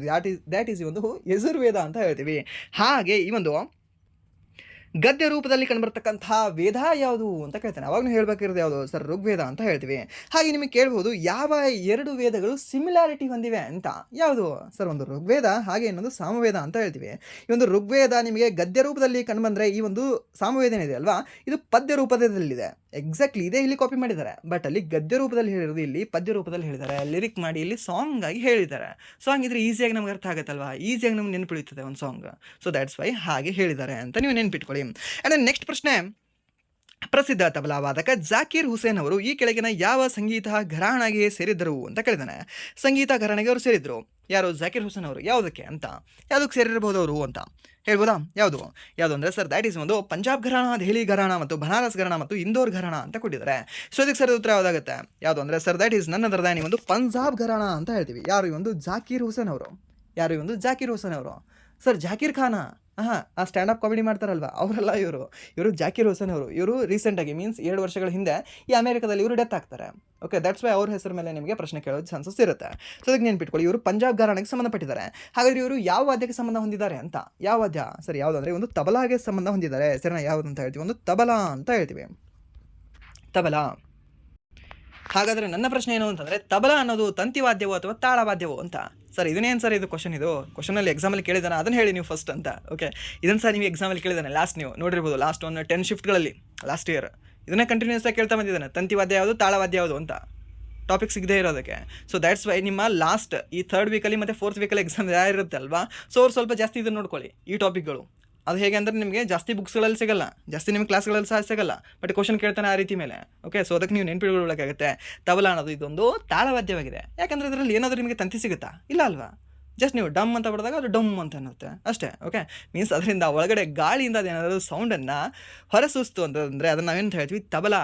ಈ ರೀತಿ ಇರೋದನ್ನು ನಾವು ತಬಲಾ ಆಗಿರಲಿ, ಡೊಳ್ಳಾಗಿರಲಿ, ಡ್ರಮ್ಗಳಾಗಿರಲಿ, ಇವುಗಳನ್ನು ನಾವು ತಾಳವಾದ್ಯಗಳು ಅಂತ ಹೇಳ್ತೇವೆ. ಓಕೆ, ಅದೇನಾದರೂ ತಂತಿ ಇತ್ತು ಅದಕ್ಕೆ, ಓಕೆ, ಮೀಡ್ತಿತ್ತು ಅದು ಅಂತಂದರೆ ಅದನ್ನು ನಾವೇನಂತ ಹೇಳ್ತೀವಿ? ತಾಳವಾದ್ಯಗಳು ಅಂತ ಹೇಳ್ತೀವಿ. ಸರ್ ಸ್ಟ್ರಿಂಗ್ ಇರ್ತಾವಲ್ವ, ಅದನ್ನು ನಾವು ತಾಳವಾದ್ಯ ಅಂತ ಹೇಳ್ತೀವಿ. ಅದು ಸ್ಟ್ರಿಂಗ್ ಇರಲಿಲ್ಲ ಅಂದರೆ ಅದನ್ನು ಸ್ಟ್ರಿಂಗ್ ಇದ್ದಿದ್ದನ್ನು ನಾವು ತಂತಿವಾದ್ಯ ಅಂತ ಹೇಳ್ತೀವಿ. ಅಂದರೆ ಸ್ಟ್ರಿಂಗ್ ಇಲ್ಲದೆ ಇದ್ದದನ್ನು ನಾವು ತಾಳವಾದ್ಯ ಅಂತ ಹೇಳ್ತೀವಿ. ಇಷ್ಟೇ ನಿಮ್ಗೆ ಗೊತ್ತಿದ್ರೆ ಸಾಕು. ಅಂದರೆ ನೆಕ್ಸ್ಟ್ ಪ್ರಶ್ನೆ, ವಯಸ್ಕ ಸಾಕ್ಷರತಾ ದರ ಲೆಕ್ಕ ಹಾಕುವಾಗ ಯಾವ ವಯಸ್ಸಿನ ಮತ್ತು ಅದಕ್ಕಿಂತ ಹೆಚ್ಚಿನ ವ್ಯಕ್ತಿಗಳನ್ನು ಸೇರಿಸಲಾಗ್ತದೆ ಅಂತ ಕೇಳಿದಾನೆ. ವಯಸ್ಕ ಸಾಕ್ಷರ ದರವನ್ನು ಲೆಕ್ಕ ಹಾಕುವಾಗ ಎಷ್ಟು ವಯಸ್ಸಿನಿಂದ ಕೌಂಟೌನ್ನ ಸ್ಟಾರ್ಟ್ ಮಾಡ್ತೀವಿ ಅಂತ? ಎಷ್ಟು ವಯಸ್ಸಿನಿಂದ ನಾವು ಕೌಂಟೌನ್ ಸ್ಟಾರ್ಟ್ ಮಾಡ್ತೀವಿ ಸರ್? 18 ವರ್ಷದಿಂದ, 15 ವರ್ಷದಿಂದ, 14 ವರ್ಷದಿಂದ ಮತ್ತು 12 ವರ್ಷದಿಂದ ಅಂತ. ಇಲ್ಲಿ ಆನ್ಸರ್ ನಾವು ಏನು ರಾಂಗ್ ಮಾಡ್ತೀವಿ ಅಂತಂದರೆ, ಆಪ್ಷನ್ ಎ ಮತ್ತು ಆಪ್ಷನ್ ಸಿ ಅಲ್ಲಿ ಜಾಸ್ತಿ ಹೋಗ್ತೀವಿ. ನಾವು ಒಲವನ್ನು ಜಾಸ್ತಿ ತೋರಿಸ್ತೀವಿ. ನಾವು ಮನುಷ್ಯನ ಸೈಕಾಲಜಿ ಹೇಳ್ತಿದ್ದೀನಿ ನಿಮಗೆ. ಓಕೆ, ಸೊ ಅದಕ್ಕೆ ಜಾಸ್ತಿ ತೋರಿಸ್ತೀವಿ. ಯಾಕೆ ಸರ್? 18 ವರ್ಷ ಅಂತಂದರೆ ಮೀನ್ಸ್ ಅಲ್ಲಿವರೆಗೆ PUC ಮುಗಿದಿರುತ್ತೆ. ಸೊ ಅದಕ್ಕೆ ಒಂದು ಸಾಕ್ಷರತೆ ದರ ಅಲ್ಲಿ ಕನ್ಸಿಡರ್ ಮಾಡ್ಬೋದು ಅಂತ. ಓಕೆ, ಅಂದರೆ ಇನ್ನೊಂದು 14ನೇದು ಯಾಕೆ ಅಂತ ಇದನ್ನು ಕನ್ಸಿಡರೇಷನ್ ತೊಗೊಳ್ತೀವಿ ಅಂದರೆ, ಸರ್ 14 ಅನ್ನೋದು ಒಂದು ನಂಬರ್ ಹೇಗಿದೆ ಅಂದರೆ ನಿಮಗೆ 6 ರಿಂದ 14 ವರ್ಷದ ಮಕ್ಕಳು. ಓಕೆ, ಬಾಲ್ಯ ಕಾರ್ಮಿಕ, ಅದನ್ನು 8ನೇ ತರಗತಿವರೆಗೂ ಶಿಕ್ಷಣ ಕೊಡಿಸಲೇಬೇಕು. ಸೊ ಆ ರೀತಿ ಇರೋದ್ರಿಂದ ಈ ಒಂದು 14 ವರ್ಷ ಅಂತ ಅನಿಸುತ್ತೆ. ಬಟ್ ಎರಡು ಸಹ ಅಲ್ಲಿ ಆನ್ಸರ್ ಯಾವುದು ಅಂದರೆ 15 ವರ್ಷ ಅಂತ ಹೇಳ್ತೀವಿ. ಸರ್ ಎಷ್ಟು ಅಂತ ಹೇಳ್ತೀವಿ? 15 ವರ್ಷ ಅಥವಾ ಅದಕ್ಕಿಂತ ಹೆಚ್ಚಿನ ವಯಸ್ಸಿನ ವ್ಯಕ್ತಿಗಳನ್ನು ನಾವು ಸಾಕ್ಷರತೆ ದರ ಲೆಕ್ಕ ಹಾಕುವಾಗ ನಾವು ಕನ್ಸಿಡರೇಷನ್ನ ತೊಗೊಳ್ತೇವೆ. ಓಕೆ, ಅವರಿಗೆ ಒಂದು ಭಾಷೆ ಓದೋಕ್ಕೆ ಮತ್ತು ಬರೆಯೋಕ್ಕೆ ಬರಬೇಕು. ಅದನ್ನು ನಾವೇಂತ ಹೇಳ್ತೀವಿ? ಅವರು ಸಾಕ್ಷರತೆ ಹೊಂದಿರತಕ್ಕಂಥ ವ್ಯಕ್ತಿಗಳು ಅಂತ ಹೇಳ್ತೇವೆ. ಓಕೆ, ಇದನ್ನು ಸಹ ನೀವು ನೆನ್ಪಿಟ್ಕೊಳ್ಳಿ. ಆ್ಯಂಡ್ ನೆಕ್ಸ್ಟ್ ಪ್ರಶ್ನೆ ಒಂದು ಆರ್ಥಿಕ ಹಿಂಜರಿತೆ. ಓಕೆ, ಇಲ್ಲಿ ನಿಮಗೆ ಪ್ರಶ್ನೆ ಕೇಳ್ಬೋದು ಕರೆಂಟ್ ಅಫೇರ್ಸ್ ಮೇಲೆ, ಅದನ್ನು ಹೇಳ್ತೇನೆ. ಏನು? ಸಂಪೂರ್ಣವಾಗಿ ಉಲ್ಲಾಸ್ ಯೋಜನೆ ಅಡಿಯಲ್ಲಿ ಸಾಕ್ಷರತೆ ದರವನ್ನು ಸಾಧನೆ ಮಾಡಿರ್ತಕ್ಕಂತಹ ಭಾರತದ ರಾಜ್ಯ ಯಾವುದು ಅಂತ ಕೇಳ್ತಾನೆ. ನೀವು ಫಸ್ಟ್ ಹೇಳಬೇಕಾಗಿರೋದು ಸರ್ ಮಿಜೋರಾಂ, 2ನೇದು ಯಾವುದು ಸರ್? ಈ ಒಂದು ಗೋವಾ ಅಂತ ಹೇಳ್ತೀವಿ. 3ನೇದು ಯಾವುದು ಸರ್? ತ್ರಿಪುರಾ ಅಂತ ಹೇಳ್ತೀವಿ. 4ನೇದು ಯಾವುದು ಸರ್? ಹಿಮಾಚಲ್ ಪ್ರದೇಶ ಅಂತ ಹೇಳ್ತೀವಿ. ಆ್ಯಂಡ್ 5ನೇದು ಯಾವುದು ಸರ್? ಲಡಾಖ್ ಅಂತ ಹೇಳ್ತೇವೆ. ಸರ್ ಏನು ಸರ್ ಎಷ್ಟು ಫಾಸ್ಟಾಗಿ ಹೇಳಿದ್ರಿ? ಓಕೆ, ನೆನ್ಪಿಟ್ಕೊಳ್ಳಿ. First Mizoram, second Goa, 3rd Tripura, 4th Himachal Pradesh, and then 5th Ladakh ಅಂತ ಹೇಳ್ತೇವೆ. ನೆನ್ಪಿಟ್ಕೊಳ್ಳಿ. ಹಾಗೆ ನಿಮ್ಮ ಪ್ರಶ್ನೆ ಕೇಳೋದು ಮೊದಲ ಕೇಂದ್ರಾಡಳಿತ ಪ್ರದೇಶ ಯಾವುದು ಅಂತ? ಲಡಾಖ್. ಓಕೆ, ಕ್ಲಾರಿಟಿ ಇರಲಿ. ಆ್ಯಂಡ್ ನಿಮ್ಗೆ ಇನ್ನೊಂದು ಸಹ ಪ್ರಶ್ನೆ ಕೇಳ್ತಾನೆ. 100% ಎಷ್ಟು? 100% ಉಲ್ಲಾಸ್ ಯೋಜನೆ ಅಡಿಯಲ್ಲಿ ಸಾಕ್ಷರತೆ ದರವನ್ನು ಸಾಧನೆ ಮಾಡಿರ್ತಕ್ಕಂಥ ರಾಜ್ಯ ಯಾವುದು ಅಂತ ಕೇಳಿದ್ರೆ, ಸರ್ ದ್ಯಾಟ್ ಈಸ್ ಒಂದು ಮಿಜೋರಾಂ ಅಲ್ಲ, ಬದಲಾಗಿ ಗೋವಾ. ಓಕೆ, ಯಾಕೆ ಸರ್? ಅದು 100% ಅಲ್ವಾ? ಸೊ ಮೀನ್ಸ್ ಸಂಪೂರ್ಣ ಸಾಕ್ಷರತೆ ಅಂದರೆ 100% ಅಲ್ವಾ? ರಾಂಗ್. 95%ಗಿಂತ ಜಾಸ್ತಿ ಏನಾದರೂ ಕ್ರಾಸ್ ಆಗಿತ್ತು ಅಂದರೆ ನಾವು ಅದನ್ನು ಸಂಪೂರ್ಣ ಸಾಕ್ಷರತೆ ದರ ಅಂತ ಕನ್ಸಿಡರ್ ಮಾಡ್ತೀವಿ. ಬಟ್ ಇಲ್ಲಿ ಈ 5ರಲ್ಲೂ ಸಹ 100 ಸಾಧನೆ ಮಾಡಿರ್ತಕ್ಕಂಥ ಮೊದಲ ರಾಜ್ಯ ಯಾವುದು ಅಂದರೆ sir that is Goa. Okay, ಅಲ್ಲಿ ಒಬ್ಬರು ಸಹ ಕಲಿದೆ ಸುಮ್ಮನೆ ಉಳಿದಿಲ್ಲ. ಇನ್ನು ಇಲ್ಲಿ ಮಿಜೋರಾಮಲ್ಲಿ ನಿಮಗೆ 2% ನಿಮಗೆ ಕಡಿಮೆ ಉಳಿದಿದ್ದಾರೆ. ಬಟ್ ಈ ಒಂದು ಗೋವಾದಲ್ಲಿ 100% ಇದ್ದಾರೆ. ಸೊ ದ್ಯಾಟ್ಸ್ ವೈ ಗೋವಾನ ಸಹ ನೀವು ನೆನ್ಪಿಟ್ಕೊಳ್ಳಿ. ಇದು ಕನ್ಫ್ಯೂಸಿಂಗ್ ಕ್ವಶನ್ ಇದು, ಬಟ್ ನಿಮಗೆ ಕ್ವಶನ್ನ ಕೇಳಿದ್ರೆ ಗೊತ್ತಿರಬೇಕಾಗತ್ತೆ. ಆ್ಯಂಡ್ ನೆಕ್ಸ್ಟ್ ಪ್ರಶ್ನೆ, ಈ ಆರ್ಥಿಕ ಹಿಂಜರಿತ ಮತ್ತು ಖಿನ್ನತೆ ಸಮಯದಲ್ಲಿ ಉಂಟಾಗುವ ನಿರುದ್ಯೋಗವನ್ನು ಡ್ಯಾಶ್ ಎಂದು ಕರೆಯಲಾಗ್ತದೆ ಅಂತ ಕೇಳಿದಾನೆ. ಓಕೆ, ಒಂದು ಆರ್ಥಿಕ ಹಿಂಜರಿತ ಆಗಿರುತ್ತೆ. ಏನಾಗಿರ್ತೀವಿ, ಒಂದು ಆರ್ಥಿಕ ಹಿಂಜರಿತ ಅಂತ ಹೇಳ್ತೀವಿ. ಸೊ ಆರ್ಥಿಕ ಹಿಂಜರಿತ, ಸೊ ಆ ಸಮಯದಲ್ಲಿ ಅಥವಾ ಈ ಒಂದು ನಿರುದ್ಯೋಗ ಈ ಒಂದು ಖಿನ್ನತೆಯ ಸಮಯದಲ್ಲಿ ಏನು ನಿರುದ್ಯೋಗ ಉಂಟಾಗುತ್ತಲ್ವ, ಅದನ್ನು ನಾವೇನಂತ ಹೇಳ್ತೀವಿ ಅಂತ, ಮರೆಮಾಚಿದ ನಿರುದ್ಯೋಗ. ಹೌದಾ, ಮರೆಮಾಚಿದ ನಿರುದ್ಯೋಗ ಎಲ್ಲಿ ಕಂಡುಬರುತ್ತೆ ನಿಮಗೆ? ಮರೆಮಾಚಿದ ನಿರುದ್ಯೋಗ ನಿಮಗೆ ಕಂಡುಬರೋದು ಅಗ್ರಿಕಲ್ಚರಲ್ಲಿ ಕಂಡುಬರುತ್ತೆ. ಒಬ್ಬ ಕೆಲಸ ಮಾಡಬೇಕಾಗಿರ್ತಕ್ಕಂಥ ಸ್ಥಳದಲ್ಲಿ 4 ಜನ ಕೆಲಸ ಮಾಡ್ತಿರ್ತಾರೆ. ಓಕೆ, ಸೊ ಅದನ್ನು ನಾವೇನಂತ ಹೇಳ್ತೀವಿ, ಮರೆಮಾಚಿದ ನಿರುದ್ಯೋಗ ಅಂತ ಹೇಳ್ತೇವೆ. ಓಕೆ, ಸೊ ಮೀನ್ಸ್ ಇಲ್ಲಿ 4 ಜನ ಉದ್ಯೋಗಸ್ಥರೇ ಅನ್ನಿಸ್ತದೆ ಅಲ್ಲಿ, ಬಟ್ ಪ್ರೊಡಕ್ಟಿವಿಟಿ ಎಷ್ಟು ಸಿಗ್ತಿದೆ, ಒಬ್ಬರು ಮಾಡ್ತಕ್ಕಂಥದ್ದು ಮಾತ್ರ ಪ್ರೊಡಕ್ಟಿವಿಟಿ ಸಿಗ್ತಾ ಇದೆ. ಸೊ ದ್ಯಾಟ್ಸ್ ವೈ ಅಲ್ಲಿ ನಾವು ಏನಂತ ಹೇಳ್ತೀವಿ, ಮರೆಮಾಚಿದ ನಿರುದ್ಯೋಗ ಅಂತ ಹೇಳ್ತೇವೆ. ಆ್ಯಂಡ್ ನೆಕ್ಸ್ಟ್ ಒಂದು ಘರ್ಷಣಾ ನಿರುದ್ಯೋಗ ಅಂತ ಕೊಟ್ಟಿದ್ದಾನೆ. ಘರ್ಷಣಾ ನಿರುದ್ಯೋಗ ಅಂದರೆ ಏನು ಸರ್? ಇವಾಗ ಒಂದು ಕಂಪ್ನಿಲಿ ನಾನು ವರ್ಕ್ ಮಾಡ್ತಿದ್ದೀನಿ, ಯಾವುದು ಒಂದು XYZ ಕಂಪ್ನಿ ನಾನು ವರ್ಕ್ ಮಾಡ್ತಿದ್ದೀನಿ. ಇವಾಗ ಮ್ಯಾನೇಜರ್ ಜೊತೆ ನನ್ನ ಜಗಳ ಆಗುತ್ತೆ, ನಾನು ಏನು ಮಾಡ್ತೀನಿ, ಅಲ್ಲಿ ರೆಸಿಗ್ನೇಷನ್ ಕೊಡ್ತೇನೆ. ರೆಸಿಗ್ನೇಷನ್ ಕೊಟ್ಟು ನೆಕ್ಸ್ಟ್ ABC ಕಂಪ್ನಿಗೆ ನಾನು ಕೆಲಸ ಹುಡುಕಕ್ಕೆ ಸ್ಟಾರ್ಟ್ ಮಾಡ್ತೇನೆ, ಮತ್ತೆ ರಿಸ್ಟಾರ್ಟ್ ಮಾಡ್ತೇನೆ. ಓಕೆ, ಸೊ ಆ ಒಂದು ರಿಸ್ಟಾರ್ಟ್ ಮಾಡುವಾಗ 1 ತಿಂಗಳು ಹೋಗ್ಬೋದು, 15 ದಿನ ಹೋಗ್ಬೋದು, 2 ತಿಂಗಳು ಹೋಗ್ಬೋದು. ನನಗೆ ಮತ್ತೊಂದು ಕೆಲಸ ಸಿಗೋಕ್ಕಿಂತ ಮಧ್ಯದಲ್ಲಿ ಏನು ಟೈಮ್ ಪೀರಿಯಡ್ ಇರುತ್ತಲ್ವ, ಆ ಟೈಮ್ ಪೀರಿಯಡಲ್ಲಿ ನಾನು ನಿರುದ್ಯೋಗಸ್ಥನೇ ಆಗಿರ್ತಾನೆ. ಓಕೆ, ನಾನು ನಿರುದ್ಯೋಗಿನೇ ಆಗಿರ್ತೀನಿ. ಅವಾಗ ನನಗೆ ಕೆಲಸ ಇರುತ್ತಾ, ನನಗೆ ಸ್ಯಾಲ್ರಿ ಬರ್ತಿರುತ್ತಾ, ಪಗಾರ ಬರ್ತಿರುತ್ತಾ, ಕೂಲಿ ಬರ್ತಿರುತ್ತಾ? ಇಲ್ಲ. ಸೊ ಆ ಟೈಮಲ್ಲಿ ಇರ್ತಕ್ಕಂಥ ನಿರುದ್ಯೋಗನ ನಾವು ಘರ್ಷಣಾ ನಿರುದ್ಯೋಗ ಅಂತ ಹೇಳ್ತೀವಿ. ಸರಿನಾ? ಘರ್ಷಣಾ ನಿರುದ್ಯೋಗ ಹೇಗಿದೆ ನೆನ್ಪಿಟ್ಕೊಳ್ಳಿ, ನಿಮ್ಮ ಮತ್ತು ನಿಮ್ಮ ಮ್ಯಾನೇಜರ್ ಮಧ್ಯೆ ಘರ್ಷಣೆ ಆಗಿದೆ. ಸೊ ದ್ಯಾಟ್ಸ್ ವೈ ನೀವು ಅಲ್ಲಿ ರಿಸೈನ್ ಮಾಡಿದ್ದೀರಾ, ನೆಕ್ಸ್ಟ್ ಕಂಪ್ನಿ ಹುಡುಕ್ತಿದ್ದೀರಾ. ಸೊ ಆ ಒಂದು ಸಮಯದಲ್ಲಿ ನಿರುದ್ಯೋಗನ ನಾವು ಘರ್ಷಣಾ ನಿರುದ್ಯೋಗ ಅಂತ ಹೇಳ್ತೀವಿ ಅಂತ. ಓಕೆ, ಸೊ ಹೇಗೆ ನೆನ್ಪಿಟ್ಕೊಳ್ಳಿ, ನೆನ್ಪುಳಿತದೆ. ಆ್ಯಂಡ್ ನೆಕ್ಸ್ಟ್ ಈ ಒಂದು ಮರೆಮಾಚಿದ ನಿರುದ್ಯೋಗ, ಇದನ್ನ ಹೇಗೆ ನೆನ್ಪಿಟ್ಕೊಳ್ಬೇಕು ಸರ್? ಅಗ್ರಿಕಲ್ಚರಲ್ಲಿ ನಾನು ಮರೆಮಾಚಿ ಹೋಗಿದ್ದೀನಿ ಅಂತ. ಓಕೆ, ಸೊ ಇಲ್ಲಾಂದರೆ ಅದು ಒಂದು ಕಬ್ಬು ಬೆಳೆದಿದೆ, ಕಬ್ಬಿನ ಹಿಂದೆ ನೀವು ಮರೆಮಾಚಿ ನಿಂತಿದ್ದೀರಾ ಅಂತ ನೆನ್ಪಿಟ್ಕೊಳ್ಳಿ. ಸೊ ಈಸಿಯಾಗಿ ನೆನ್ಪಿಳಿತದೆ. ಓಕೆ, ಎಲ್ಲ ನೆನ್ಪಿಟ್ಕೊಳ್ಳೋದು ಅಷ್ಟೇನು ದೊಡ್ಡದಲ್ಲ. ಸೊ ಇದನ್ನು ನೆನ್ಪಿಟ್ಕೊಳ್ಬೋದು.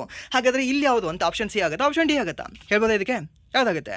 ಯಾವುದು ಅಂದರೆ ಸರ್, ದ್ಯಾಟ್ ಇಸ್ ಒಂದು ಆವರ್ತಕ ನಿರುದ್ಯೋಗ ಅಂತ ಹೇಳ್ತೀವಿ. ಏನಂತ ಹೇಳ್ತೀವಿ, ಒಂದು ಆವರ್ತಕ ನಿರುದ್ಯೋಗ, ಅಥವಾ ಇಂಗ್ಲೀಷಲ್ಲಿ ಹೇಳೋದಾದರೆ ಸೈಕ್ಲಿಕ್ ನಿರುದ್ಯೋಗ ಅಂತ ಹೇಳ್ತೀವಿ. ಏನಂತ ಹೇಳ್ಬೋದು, ಈ ಒಂದು ಸೈಕ್ಲಿಕಲ್ ಅನ್ಎಂಪ್ಲಾಯ್ಮೆಂಟ್ ಅಂತ ಹೇಳ್ತೀವಿ. ಓಕೆ, ಇದನ್ನು ಸಹ ನೀವು ನೆನ್ಪಿಟ್ಕೊಳ್ಳಿ. ಹಾಗೆ ಒಂದು ಕಾಲೋಚಿತ ನಿರುದ್ಯೋಗ ಇದರಲ್ಲಿ ಕಂಡು ಬರುತ್ತೆ.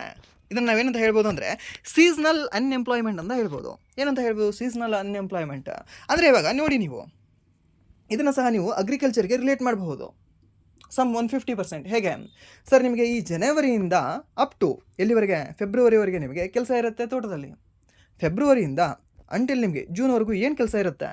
ಓಕೆ, ನಿಮ್ಮ ಒಂದು ಗದ್ದೆಯಲ್ಲಿ, ನಿಮ್ಮ ಒಂದು ಹೊಲದಲ್ಲಿ ನೀರಿರಲ್ಲ, ಆ್ಯಂಡ್ ದೆನ್ ಬೆಳೆ ಇರಲ್ಲ. ಓಕೆ, ಜೈಡ್ ಬೆಳೆ ನೀವು ಮಾಡಬಹುದು ನೀರಿದ್ದರೆ. ನಿಮ್ಮ ನೀರಿರಲಿಲ್ಲ ಅಂದರೆ ಜೈಡ್ ಬೆಳೆ ಮಾಡೋಕ್ಕಾಗಲ್ಲ.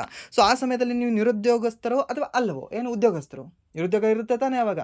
ಸೊ ಅದನ್ನು ನಾವೇನಂತ ಹೇಳ್ತೀವಿ, ಈ ಒಂದು ಕಾಲೋಚಿತ ನಿರುದ್ಯೋಗ ಅಂತ ಹೇಳ್ತೀವಿ, ಅಥವಾ ಇದನ್ನು ನಾವು ಸೀಸ್ನಲ್ ಅನ್ಎಂಪ್ಲಾಯ್ಮೆಂಟ್ ಅಂತ ಹೇಳ್ತೇವೆ. ಓಕೆ, ಸೊ ಅದನ್ನು ಹೇಳ್ಬೋದು. ಆ್ಯಂಡ್ ನೆಕ್ಸ್ಟ್ ಇನ್ನೊಂದು ಏನಂತ ಹೇಳ್ಬೋದು, ಮತ್ತೆ ಇವಾಗ IPL ನಡೀತಾ ಇದೆ. ಓಕೆ, IPLನ ನಂಬಿ ಎಷ್ಟೋ ಜನ ಬದುಕ್ತಾ ಇದ್ದಾರೆ. ಓಕೆ, ಸೊ ಡ್ರೀಮ್ ಲೆವೆನಲ್ಲಿ ಟೀಮ್ ಮಾಡೋರು ಅಂತ ನೆನಪಿಟ್ಕೊಳ್ಳಿ ಅಷ್ಟೇ. ಸೊ ಅವರೇನು ಈ ಸೀಸನಲ್ ಬಂದಾಗ ಈ 3 ತಿಂಗಳು ಮಾತ್ರ ಅವರು ಉದ್ಯೋಗಸ್ಥರಾಗಿರ್ತಾರೆ. ಓಕೆ, ದುಡ್ಡು ಬರುತ್ತೆ, ಇಲ್ಲಾಂದ್ರೆ ದುಡ್ಡು ಹೋಗುತ್ತೆ. ದುಡ್ಡು ಹೋದರೆ ಏನಿಲ್ಲ, ಮರುದಿನ ನ್ಯೂಸಲ್ಲಿ ಅವ್ರದ್ದು ಹೆಸರು ಬಂದಿರುತ್ತೆ ಅಷ್ಟೇ. ಓಕೆ, ಬಟ್ ಅವರನ್ನು ನಾವೇನಂತ ಹೇಳ್ಬೋದು, ಸೊ ಅವರನ್ನು ನಾವು ಕಾಲೋಚಿತ ನಿರುದ್ಯೋಗಸ್ಥರು ಅಂತ ಹೇಳ್ಬೋದು. ಮೀನ್ಸ್ ಸೀಸನಲ್ ಅನ್ಎಂಪ್ಲಾಯ್ಮೆಂಟ್ಸ್ ಅಂತ ಹೇಳ್ಬೋದು. ಸೊ ಅವರು 3 ತಿಂಗಳ ಕೆಲಸ ಮಾಡ್ತಾರೆ, 9 ತಿಂಗಳು ಸೊ ಇರ್ತಾರೆ.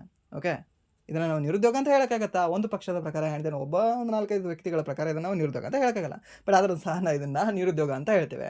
ಓಕೆ, ಇದನ್ನು ಸಹ ನೀವು ನೆನ್ಪಿಟ್ಕೊಳ್ಳಿ. ಓಕೆ, ಇದು ನಿಮಗೆ ರಿಲೇಟ್ ಮಾಡ್ಕೊಂಡು ನೆನ್ಪಿಟ್ಕೊಂಡ್ರೆ ಇವು ನೆನ್ಪುಳಿತವೆ. ಇದನ್ನು ಸ್ಟೇಟ್ ಗೌರ್ಮೆಂಟ್ಗೆ ಯಾವುದಾದ್ರೂ ಬುಕ್ ಓದಿದ್ದೀರಾ? ಅವರಿಗೆ ಇದು ಈಸಿಯಾಗಿ ನೆನಪಿರುತ್ತೆ.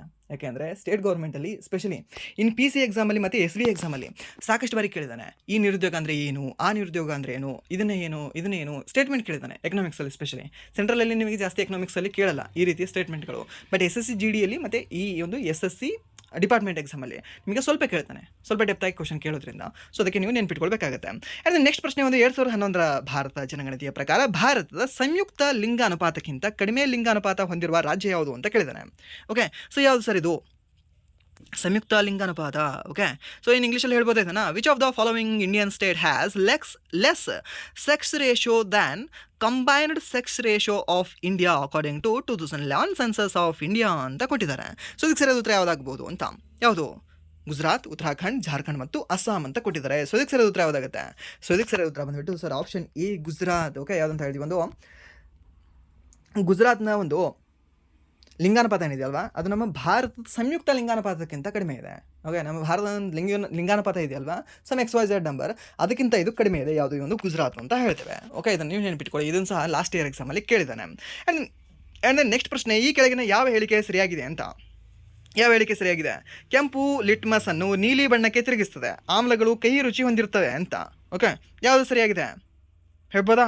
ಯಾವುದು? ಒಂದು ನಿಮಗೆ ಫಾರ್ಮುಲಾ ಹೇಳ, ನಿಮಗೆ ಏನಂತ ಹೇಳ್ಬೋದು? ಕನ್ನಡದಲ್ಲಿ ಹೇಳ? ಓಕೆ, ಕನ್ನಡದಲ್ಲಿ ತಗೊಳ್ಳಿ. ಅನಿಕೆ ಅಂತ. ಅನಿಕೆ ಏನು? ಆಮ್ಲ ನೀಲಿ ಇರೋದನ್ನು ಕೆಂಪು ಮಾಡ್ತದೆ ಅಂತ. ಆಮ್ಲ ಕೆಂಪು ಇರೋದನ್ನು ನೀಲಿ ಮಾಡ್ತದೆ ಅಂತ ಕೊಟ್ಟಿದ್ದಾನೆ. ಕರೆಕ್ಟ್ ಆಗುತ್ತಾ? ಫಸ್ಟ್ ಏನು ಬಂದಿದೆ ಇಲ್ಲಿ? ಬಂದಿದೆ ಆಮ್ಲ. ಸೆಕೆಂಡ್ ಏನು ಬಂದಿದೆ? ಕೆಂಪು ಬಂದಿದೆ. ಥರ್ಡ್ ಏನು ಬಂದಿದೆ? ನೀ ಬಂದಿದೆ. ಅಕೇನಿ ಆಗಿದೆ. ಅಕೇನಿ ಅಲ್ಲ, ನನಗೇನು ಬೇಕು? ಅನಿಕೆ ಬೇಕು. ಓಕೆ, ಏನು ಬೇಕು? ಅನಿಸಿಕೆ ಅಲ್ಲ, ಅನಿಕೆ ಬೇಕು ನನಗೆ. ಸೊ ಫಸ್ಟ್ ಹೇಳಿಕೆ ಏನಿದೆ? ರಾಂಗ್ ಇದೆ. ಯಾಕೆ? ಆಮ್ಲ ನೀಲಿ ಲಿಟ್ಮಸನ್ನು ಕೆಂಪು ಬಣ್ಣಕ್ಕೆ ತಿರುಗಿಸ್ತದೆ. ಓಕೆ, ಏನು ಮಾಡುತ್ತೆ? ಈ ಒಂದು ನೀಲಿ ಇರೋದನ್ನು ಕೆಂಪು ಬಣ್ಣಕ್ಕೆ ತಿರುಗಿಸುತ್ತೆ. ಸೊ ಇಲ್ಲಿ ಆತ ಉಲ್ಟಾ ಕೊಟ್ಟಿದ್ದಾನೆ. ಸೊ ನನಗೆ ರಾಂಗ್ ಆಯಿತು. ನೆಕ್ಸ್ಟ್ ಈ ಒಂದು ಆಮ್ಲಗಳು ಕಹಿ ರುಚಿಯನ್ನು ಹೊಂದಿರ್ತವೆ ಅಂತ ಕೊಟ್ಟಿದ್ದಾನೆ. ಆಮ್ಲ ಕಹಿ ರುಚಿಯನ್ನು ಹೊಂದಿರ್ತವ? ಏನು ಹೊಂದಿರ್ತವೆ ಸರ್? ಕಹಿ ರುಚಿ ಹೊಂದಿರ್ತವ? ಕರೆಕ್ಟ್ ಅನ್ಸುತ್ತೆ ನಮ್ಮ ನೋಡುವಾಗ. ಓಕೆ, ಇನ್ನೊಂದು ಮೈಂಡ್ ಏನಂತ ಹೇಳುತ್ತೆ ಅಂದರೆ, ಎರಡರಲ್ಲಿ ಒಂದಾದರೂ ಕರೆಕ್ಟ್ ಮಾಡು ನೀನು, ಎರಡರಲ್ಲಿ ಒಂದು ಸ್ಟೇಟ್ಮೆಂಟ್ ಆದರೂ ನೀನು ಕರೆಕ್ಟ್ ಅಂತ ತೋರಿಸು ಅಂತ ಹೇಳುತ್ತೆ. ಓಕೆ, ಅದೇನು ನಮ್ಮ ಕ್ವಶನ್ ಅಲ್ಲ ಕರೆಕ್ಟ್ ಪ್ರೂವ್ ಮಾಡೋಕ್ಕೆ, ಬಟ್ ನಮಗೇನು ಬೇಕು? Correct answer ಬೇಕಷ್ಟೇ. ಓಕೆ, ಇಲ್ಲಿ ಎರಡೂ ಸಹ ರಾಂಗ್.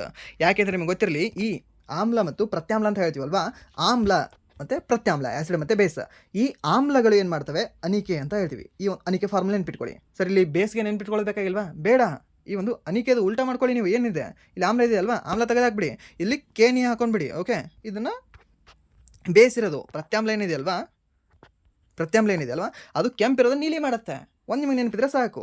ಜಸ್ಟ್ ಯಾಕೆ ಮೈಂಡ್ ಸ್ಟೋರೇಜ್ ಕೊಡ್ತೀರಾ? ಸೊ ಇದು ನೆನ್ಪಿಟ್ಕೊಳ್ಬೇಡಿ, ಪಕ್ಕೇನಿ ಹಾಗೆ ಹೀಗೆ ಅಂತ. ಜಸ್ಟ್ ಅನಿಕೆ ನೆನ್ಪಿಟ್ಕೊಳ್ಳಿ. ಆ್ಯಂಡ್ ನೆಕ್ಸ್ಟ್ ಇಲ್ಲಿ ಆಮ್ಲ ಏನಿದೆ ಅಲ್ವಾ, ಇದು ಹುಳಿ ರುಚಿಯನ್ನು ಹೊಂದಿರುತ್ತೆ. ಏನು ಹೊಂದಿರುತ್ತೆ? ಹುಳಿ ಹೊಂದಿರುತ್ತೆ. ಈ ಬೇಸ್ ಏನಿದೆ ಅಲ್ವಾ, ಇದು ಕಹಿ ರುಚಿಯನ್ನು ಹೊಂದಿರುತ್ತೆ. ಏನು ಹೊಂದಿರುತ್ತೆ? ಕಹಿ ರುಚಿಯನ್ನು ಹೊಂದಿರುತ್ತೆ.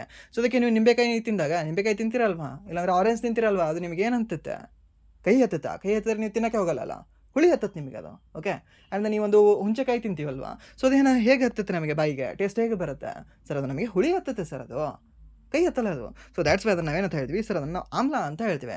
ಅದೇನಾದರೂ ನಮಗೆ ಕೈ ಹತ್ತಾಯಿತು ಅಂತಂದರೆ ಅದಕ್ಕೆ ನಾವೇನಂತ ಹೇಳ್ಬೋದು? ಈ ಒಂದು ಬೇಸ್ ಅಂತ ಹೇಳ್ಬೋದಾಗಿತ್ತು. ಏನಂತ ಹೇಳ್ಬೋದಾಗಿತ್ತು? ಪ್ರತ್ಯಾಮ್ಲ ಅಂತ ಹೇಳ್ಬೋದಾಗಿತ್ತು. ಹಾಗಾದರೆ ಇಲ್ಲಿ ಸರಿಯಾದ ಉತ್ತರ ಯಾವುದಾಗುತ್ತೆ ಸರ್? ಹೇಳಿಕೆ 1 ಮತ್ತು 2 ಸಹ ಅಲ್ಲ. ಸೊ ಇದಕ್ಕೆ ಸರಿಯಾದ ಉತ್ತರ ಯಾವುದಾಗುತ್ತೆ? ಆಪ್ಷನ್ ಇದಕ್ಕೆ ಸರಿಯಾದ ಉತ್ತರ ಆಗುತ್ತೆ. ಇದರ ಮೇಲೆ ಸಾಕಷ್ಟು ಎಕ್ಸಾಮಲ್ಲಿ ಕೇಳಿದ್ದಾನೆ. ಇಲ್ಲಿವರೆಗೂ ಈ ಒಂದು ಕ್ವಶನ್ ಮೇಲೆ ಈ ಒಂದು ಏನಿದೆ ಅಲ್ವಾ, ಹೇಳಿದನಲ್ವ, ಇದರ ಮೇಲೆ ಕೇಳದೇ ಇರೋ ಎಕ್ಸಾಮ್ ಇಲ್ಲ ಅನ್ಸುತ್ತೆ. ಐ ಥಿಂಕ್ ಒಂದಲ್ಲ ಒಂದು ವರ್ಷದಲ್ಲಿ, ಒಂದಲ್ಲ ಒಂದು ಶಿಫ್ಟಲ್ಲಿ ಕ್ವಶನ್ ಕೇಳಿದ್ದಾನೆ. ಸೊ ಅದಕ್ಕೆ ನೆನ್ಪಿಟ್ಕೊಳ್ಳಿ. ಆ್ಯಂಡ್ ನೆಕ್ಸ್ಟ್ ಕ್ವಶನ್, ಎಣ್ಣೆ ಉರಿಯಲು ಆರಂಭವಾಗುವ ತಾಪಮಾನ, ತಯಾರಿಸಲಾಗುತ್ತಿರುವ ಆಹಾರದಲ್ಲಿ ಸುಟ್ಟ ರುಚಿ ಉಂಟಾಗುವ ತಾಪಮಾನವನ್ನು ಏನೆಂದು ಕರೆಯುತ್ತಾರೆ ಅಂತ ಕೇಳಿದ್ದಾನೆ. ಏನೆಂದು ಕರೆಯುತ್ತಾರೆ? ಎಣ್ಣೆ ಉರಿಯಲು ಆರಂಭವಾಗುವ ತಾಪಮಾನ, ತಯಾರಿಸಲಾಗುತ್ತಿರುವ ಆಹಾರದಲ್ಲಿ ಸುಟ್ಟ ರುಚಿ ಉಂಟಾಗುವ ತಾಪಮಾನವನ್ನು ಏನೆಂದು ಕರೆಯಲಾಗ್ತದೆ ಅಂತ, ಏನೆಂದು ಕರೆಯಲಾಗ್ತಿರಬಹುದು ಅಂತ ಹೇಳ್ಬೋದಾ? ಏನು ಸರ್? ಇದನ್ನು ಕುದಿಯೋ ಬಿಂದು ಅಂತ ಹೇಳ್ತೀವಿ, ಜ್ವಲನ ತಾಪಮಾನ ಅಂತ ಹೇಳ್ತೀವಿ, ಹೊಗೆ ಬಿಂದು ಅಂತ ಹೇಳ್ತೀವಿ, ನಿರ್ಣಾಯಕ ತಾಪಮಾನ ಅಂತ ಹೇಳ್ತೀವಿ ಅಂತ ಕೊಟ್ಟಿದ್ದಾರೆ. ಸೊ ಇದಕ್ಕೆ ಸರಿಯಾದ ಉತ್ತರ ಯಾವುದಾಗುತ್ತೆ? ಯಾವುದು ಅಂದರೆ ಸರ್, ದಟ್ ಇಸ್ ಒಂದು ಹೊಗೆ ಬಿಂದು ಅಂತ ಹೇಳ್ತೀವಿ. ಓಕೆ, ಕೇಳಿದರೆ ಇಲ್ಲಿವರೆಗೂ ಇದು ಹೊಗೆ ಬಿಂದು ಅಂತ? ಬಟ್ ನೆನ್ಪಿಟ್ಕೊಳ್ಳಿ, ಹೊಗೆ ಬಿಂದು ಅಂತ ಹೇಳ್ತೀವಿ. ಎಣ್ಣೆ ಉರಿಯಲು ಆರಂಭ ಆಗ್ತದಲ್ವಾ, ಆ ಒಂದು ಆರಂಭವಾಗುವ ತಾಪಮಾನ ಮತ್ತು ಈ ಒಂದು ತಯಾರಿಸಲಾಗುತ್ತಿರುವ ಆಹಾರದಲ್ಲಿ ಸುಟ್ಟ ರುಚಿ ಉಂಟಾಗುವ ತಾಪಮಾನವನ್ನು ನಾವು ಹೊಗೆ ಬಿಂದು ಅಂತ ಹೇಳ್ತೀವಿ. ಓಕೆ, ಈ ಒಂದು ಎಣ್ಣೆ ಉರಿಯೋಕ್ಕೆ ಸ್ಟಾರ್ಟ್ ಆಗುತ್ತಲ್ವಾ, ಎಣ್ಣೆ ಉರಿಯೋಕ್ಕೆ ಸ್ಟಾರ್ಟ್ ಆದ ನಂತರ ಅದು ಆ ಒಂದು ಎಣ್ಣೆಯಲ್ಲಿ ಹೊಗೆ ಬರೋಕ್ಕೆ ಸ್ಟಾರ್ಟ್ ಆಗುತ್ತೆ. ಅಬ್ಸರ್ವ್ ಮಾಡಿದ್ರಾ? ಇವಾಗ ಬಜ್ಜಿ ಎಲ್ಲ ಮಾಡ್ತಿರ್ತೀರಲ್ವ, ನೀವು ಬಜ್ಜಿ ಮಾಡ್ತಿರ್ತೀರ, ಮತ್ತು ಇಲ್ಲಿ ಈ ಮಹಾರಾಷ್ಟ್ರ ಸೈಡಲ್ಲೆಲ್ಲ ಸ್ವಲ್ಪ ಜಾಸ್ತಿ ವಡಾಪಾವ್ ಮಾಡೋಕ್ಕೆ ಸ್ಟಾರ್ಟ್ ಮಾಡ್ತಿರ್ತೀರ ಅಲ್ವಾ, ಯಾವುದಾದ್ರೂ ಕರಿತಿರ್ತೀರ. ಸೊ ಅವಾಗ ಈ ಒಂದು ಎಣ್ಣೆ ಜಾಸ್ತಿ ನೀವು ಕಾಯ್ತು ಅಂತಂದರೆ ಅವಾಗೇನಾಗುತ್ತೆ, ಅದು ಉರಿಯೋಕ್ಕೆ ಸ್ಟಾರ್ಟ್ ಆಯಿತು ಅಂತಂದರೆ ಅಲ್ಲಿ ನಿಮಗೆ ಆಪ್ರೇಷನ್ ಸ್ಟಾರ್ಟ್ ಆಗುತ್ತೆ. ಸೊ ಆ್ಯಂಡ್ ದೆನ್ ಅದೇ ಟೈಮಲ್ಲಿ ನಾವು ಅದಕ್ಕೆ ಏನಾದರೂ ನಾವಲ್ಲಿ ಕರಿಯೋಕೆ ಅಥವಾ ಈ ಒಂದು ತಯಾರಿಸೋಕ್ಕೆ ಏನಾದರೂ ನಾವು ಸ್ಟಾರ್ಟ್ ಮಾಡಿದ್ವಿ ಅಂದರೆ ಅಲ್ಲಿ ಸುಟ್ಟ ರುಚಿ ಬರುತ್ತೆ.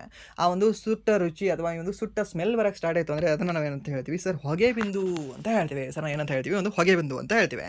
ಹಾಗಾದರೆ ಈ ಒಂದು ಕ್ಲಾಸಿನ ಕೊನೆಯ ಪ್ರಶ್ನೆಗೆ ಬಂದಿದ್ದೀವಿ. ಇವಾಗ ಅದ ಕೊನೆಯ ಘಟ್ಟ, 1919ರಲ್ಲಿ ಜಾರಿಗೆ ಬಂದ ಯಾವ ಕಾಯ್ದೆ ಬ್ರಿಟಿಷ್ ಭಾರತದ ಪ್ರಾಂತ್ಯಗಳಲ್ಲಿ ದ್ವಂದ್ವ ಆಡಳಿತ ವ್ಯವಸ್ಥೆಯನ್ನು ಪರಿಚಯಿಸಿತು ಅಂತ?